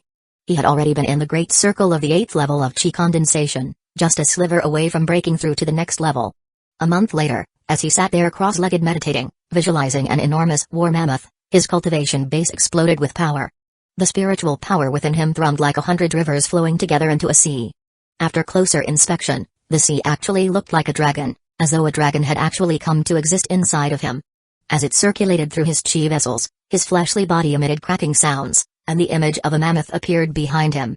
It was a huge beast with long fur, rising up on its hind legs to let out a powerful roar. When it slammed its feet down onto the ground, ripples spread out through the air, causing the nearby snakes to tremble. The 8 blood-red cobra's eyes shone with piercing light, their scales stood on end, and the hoods on their heads opened wide. Bazish Hun had been observing the image of the mammoth from the dragon mammoth sea-forming scripture. The resulting surge of spiritual power pushed his cultivation base all the way from the 8th level of chi condensation into the 9th. The power of his fleshly body rocketed up, and his chi and blood flowed rapidly. He actually seemed to grow a bit larger as every bit of flesh and muscle flourished. Apparently because of his undying live-forever technique, his silver skin flickered, and something strange happened. It was as if his fleshly body had come into contact with a type of shackle, a barrier that someone with an ordinary body couldn't break through. Rumbling filled his mind, and everything felt like it was spinning. It was like he was a bottle which, after being filled with water, had more water forced into it, causing the bottle to begin to shake and crack. A tremor ran through him, and his eyes snapped open to reveal an astonishing, piercing light. If any ordinary disciple in the chi condensation stage could see Bazish Hun right now, that person would be shaken to the core. Although the pressure he exuded was not that of a Foundation establishment cultivator, it would still cause anyone to tremble in capitulation. It was like a pressure which could crush down on all living things. Everyone has shackles, he murmured. Regardless of the level of cultivation base or fleshly body, there are shackles which people cannot break through. So, the shackles mentioned in the dragon mammoth sea-forming scripture are the same shackles I heard about before. In the dragon mammoth sea-forming scripture, the power of the mammoth represents the body, and can push a person's fleshly body to the very pinnacle. The power of the dragon represents the spirit, and can push a person's cultivation base to the limit of chi condensation. That is the purpose of the first and second levels, to reach the pinnacle, not to make contact with the shackle. When cultivating the third level, the dragon and the mammoth combine and rise even higher, and that is when contact with the shackle can be made. By borrowing power from the meridians of heaven and earth, as well as a foundation establishment pill, one can break through, form a sea of chi, and reach foundation establishment. Obviously, not just anyone can cultivate the dragon mammoth sea forming scripture. Only people who have cultivated both their spirit and their body all the way the 8th level of chi condensation can successfully do so. My undying live forever technique might be incomplete, and only contain the undying skin. But as that mysterious senior said when he saved me, if I reach the level of undying gold skin, I can make contact with the first shackle. When that happens, if I can break through it, it will be good fortune for me. What I've sensed today must be that so-called shackle. Bazius Hun's eyes shone so brightly that they were like lamps inside the dark stone hut. The founding patriarch created the dragon mammoth sea forming scripture. By cultivating it to the very end, you can combine the dragon and the mammoth, and make contact with the shackle. However, making contact is the limit. In the first volume of the Undying Codex, the undying gold skin can also make contact with the shackle, but that is the limit there as well. Only by breaking through the shackle after making contact can you go on to cultivate the second volume, the Undying Heavenly King. Right now, though, I've only successfully cultivated the first level of the dragon mammoth sea forming scripture, and my undying skin is only at the peak of silver. Once I experience a breakthrough, I should meet the requirements to make contact with the shackle. Bazius Hun was panting by this point. Actually, making a breakthrough with either technique should enable me to make contact with the first shackle. Excited, Bazius Hun thought the matter over again, and realized something even more exciting. If this analysis is correct, I wonder what level my fleshly body will be at if I break through with both the undying gold skin and the dragon and mammoth. Although he couldn't be sure of the answer, he was filled with intense anticipation. Taking a deep breath, he produced some medicinal pills to restore his vital energy, then began to cultivate the undying live forever technique. The flickering silver light inside of him was gradually filling with strands of gold. They were faint at first, but they indicated that his undying live forever technique was on the threshold of the undying gold skin. After the time it takes an incense stick to burn, he finished his session of cultivation and excitedly emerged from the stone hut. Looking around the cave, he subconsciously adopted the posture of a hero, flicking his sleeve and murmuring, "I'm already in the 9th level of chi condensation. Just wait until I break through that first shackle. When that happens, not a single person in the 8th level of chi condensation will be a match for me." Sighing to himself, he suddenly noticed the masses of snakes around him, and how they were slithering and hissing, some of them even spitting venom. Off in the distance were the bloodgid cobras, who were in the 8th level of chi condensation. One of them suddenly shot forward, only to bounce off of the spell formation's shield. Stunned, Bazius Hun glared around at the hissing snakes, angry at how they were constantly spitting out venom. "You really think Lord Bay has no way to deal with you? Don't push me, you bunch of..." Before he could finish speaking, a whole group of snakes launched themselves into the air and then slammed into the shield right in front of him. "That's it, you pushed me," he howled, rushing back into the stone hut. Chapter 112, Two Hearts Intertwined. At long last reunited, Bazius Hun sat cross-legged in front of his pill furnace, simmering with anger. "These snakes are totally evil," he said with a cold harumph. "Not cute at all. Now that I've mastered Tier 3 spirit medicine, you think I can't teach you a lesson, you stupid little snakes? You like spitting venom and hissing all the time, right? Humphrey. Well, I'm gonna concoct a medicinal pill to make you all shut your mouths." Bursting with confidence, he flicked his sleeve and began to contemplate what medicine formula to use. "If I want to shut these snakes up, I need a really tough medicinal pill, something that will really keep their mouths stuck shut." Chuckling darkly, he began to select the ingredients he would use. Time passed. 7 days later, Bazius Hun had already descended into bedeviled madness.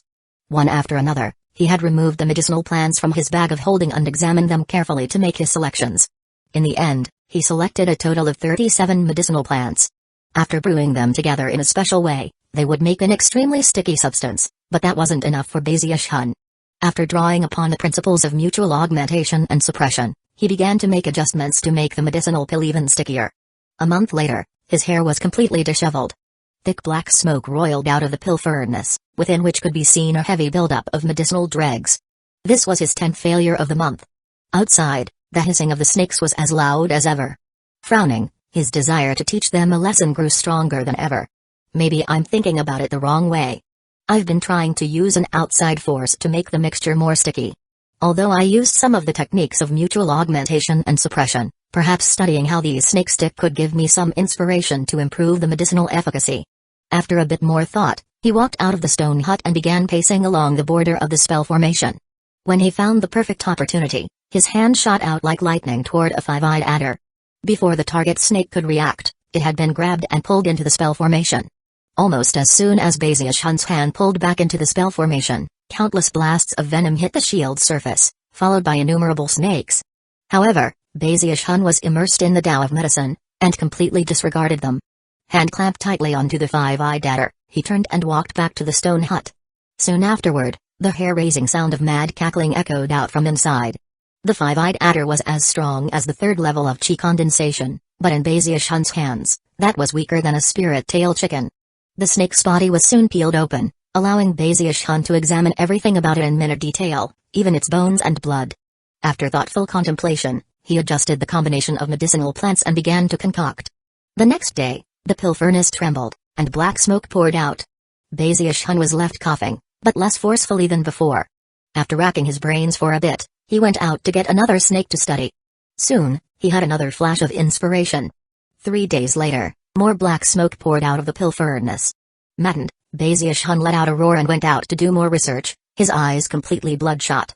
Another month passed, and by this point, Bazius-Hun had already forgotten why he had came to be so focused on creating this medicine formula. All he did was work on his creation, occasionally launching a hand out through the spell formation shield to grab another snake. He got especially good at that part. During the month that had passed, he'd caught and studied dozens of snakes. The snakes outside eyed him as coldly, as if he were a mortal enemy. The sound of their hissing, and the flow of their venom, never ceased. The snakes in the 8th level of chi condensation continued to occasionally attack the spell formation, looking for a weakness, hoping to consume Bazius-Hun. Nope. That's not it. Not good enough. By now, 2 months had passed since he began working on a medicinal pill to shut the mouths of the venomous snakes. He had failed over 100 times, without even one success. Creating medicine formulas was not an easy thing, something he was now acutely aware of. However, he didn't give up. In fact, he descended deeper into the madness of his experimentation. Another 2 months passed, and he had experienced hundreds of failures, but managed to succeed once. When that happened, his looked discontentedly at the black spirit medicine he held in his hand. How come there's only one pill? There are so many snakes here. If I only get one to shut its mouth, that won't help at all. Eyes bloodshot, he tugged angrily at his hair and stared at the pill. I need a way to spread the effects. The best pill would be one that, once consumed by a snake, caused it to emit some sort of aura that infected all the other snakes. Infection? Right. Infection. I need to create a medicine formula that starts an epidemic. Eyes shining brightly, breath coming in ragged pants, Bazius-Hun was now convinced that he was aimed in the right direction. Soon after, he suddenly started laughing. Considering the madness of the laughter, anyone who might have been able to see Bazius-Hun at that moment would have gasped and sworn an oath to never disturb him in the middle of medicine concocting. As of this moment, Bazius-Hun emanated a vile aura. With new inspiration, he once again descended into medicine concocting. He mixed and matched the medicines, he adjusted the augmentation and suppression, he made small changes here and there. He grabbed snakes with increasing frequency. On a few dangerous occasions, he almost seemed soulless, as though he didn't even notice or care what was happening around him. He was completely and utterly focused on creating a new medicine formula. Time passed. 1 month. 2 months.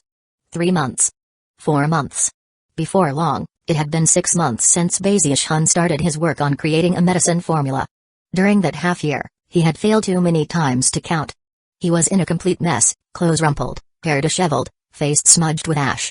And yet, his crimson eyes glowed with excitement as he stared at the pill furnace. It's gonna work. Ha ha ha. I'm going to do it this time. As he howled in excitement, the pill furnace began to tremble. He had poured his heart and soul into this medicinal pill, and now that it was on the verge of finally appearing in the world, Bazius-Hun's excitement only grew. Lee the snake. Lee the swindler. When you tossed Lord Bay into this place, did you really think he couldn't handle some measly snakes? You just wait until this treasured pill is finished being concocted, then I'll teach your stupid little snakes a lesson. Humphrey. Who knows, after this, I might even be able to lead these snakes to conquer the world. In the middle of his bragging and maniacal laughter, Bazius-Hun's expression suddenly flickered, and then he stared out of the stone hut. Instantly, his jaw dropped. He wasn't sure exactly when, but a visitor had arrived, and was now standing there at his door. It wasn't very tall, Had 2 white paws, and 2 long ears sticking straight up. It even had a fluffy little tail which twitched back and forth as it stood there. It had red eyes, and a cute little mouth with 2 teeth sticking out the front. Currently, it was standing there staring at Bazish-hun. Time suddenly seemed to slow to a crawl. Bazish-hun's widened. "What are you doing here?" he shouted. When Fragrant Cloud Peak had been thrown into chaos, Bazish-hun had searched high and low, but had been unable to find this very talking rabbit. As soon as Bazish-hun started yelling, the rabbit suddenly imitated his appearance and then yelled, "What are you doing here?" Eyes wide, the rabbit turned and fled at top speed, simultaneously letting loose a stream of words. Heavens! What's that? Did you see that? That rabbit can talk. Keep this on the down low, but yesterday I saw Elder Zhu go into a room with those phoenixes of his. Afterward, I heard some really strange noises. Elder brother Huyunfei, you're so naughty. What are you doing? What's that? Why are those monkeys twitching like that? Junior sister Mixian, Li King, am not fickle in love. After I break through to the gold core stage, I'll definitely take you as my Taoist partner. Ha ha ha. This medicinal pill is incredible. Bazish-hun, am clearly super awesome. This rabbit can actually talk. Lee the snake. Lee the swindler. When you tossed Lord Bay into this place, did you really think he couldn't handle some measly snakes? You just wait until this treasured pill is finished being concocted, then I'll teach your stupid little snakes a lesson.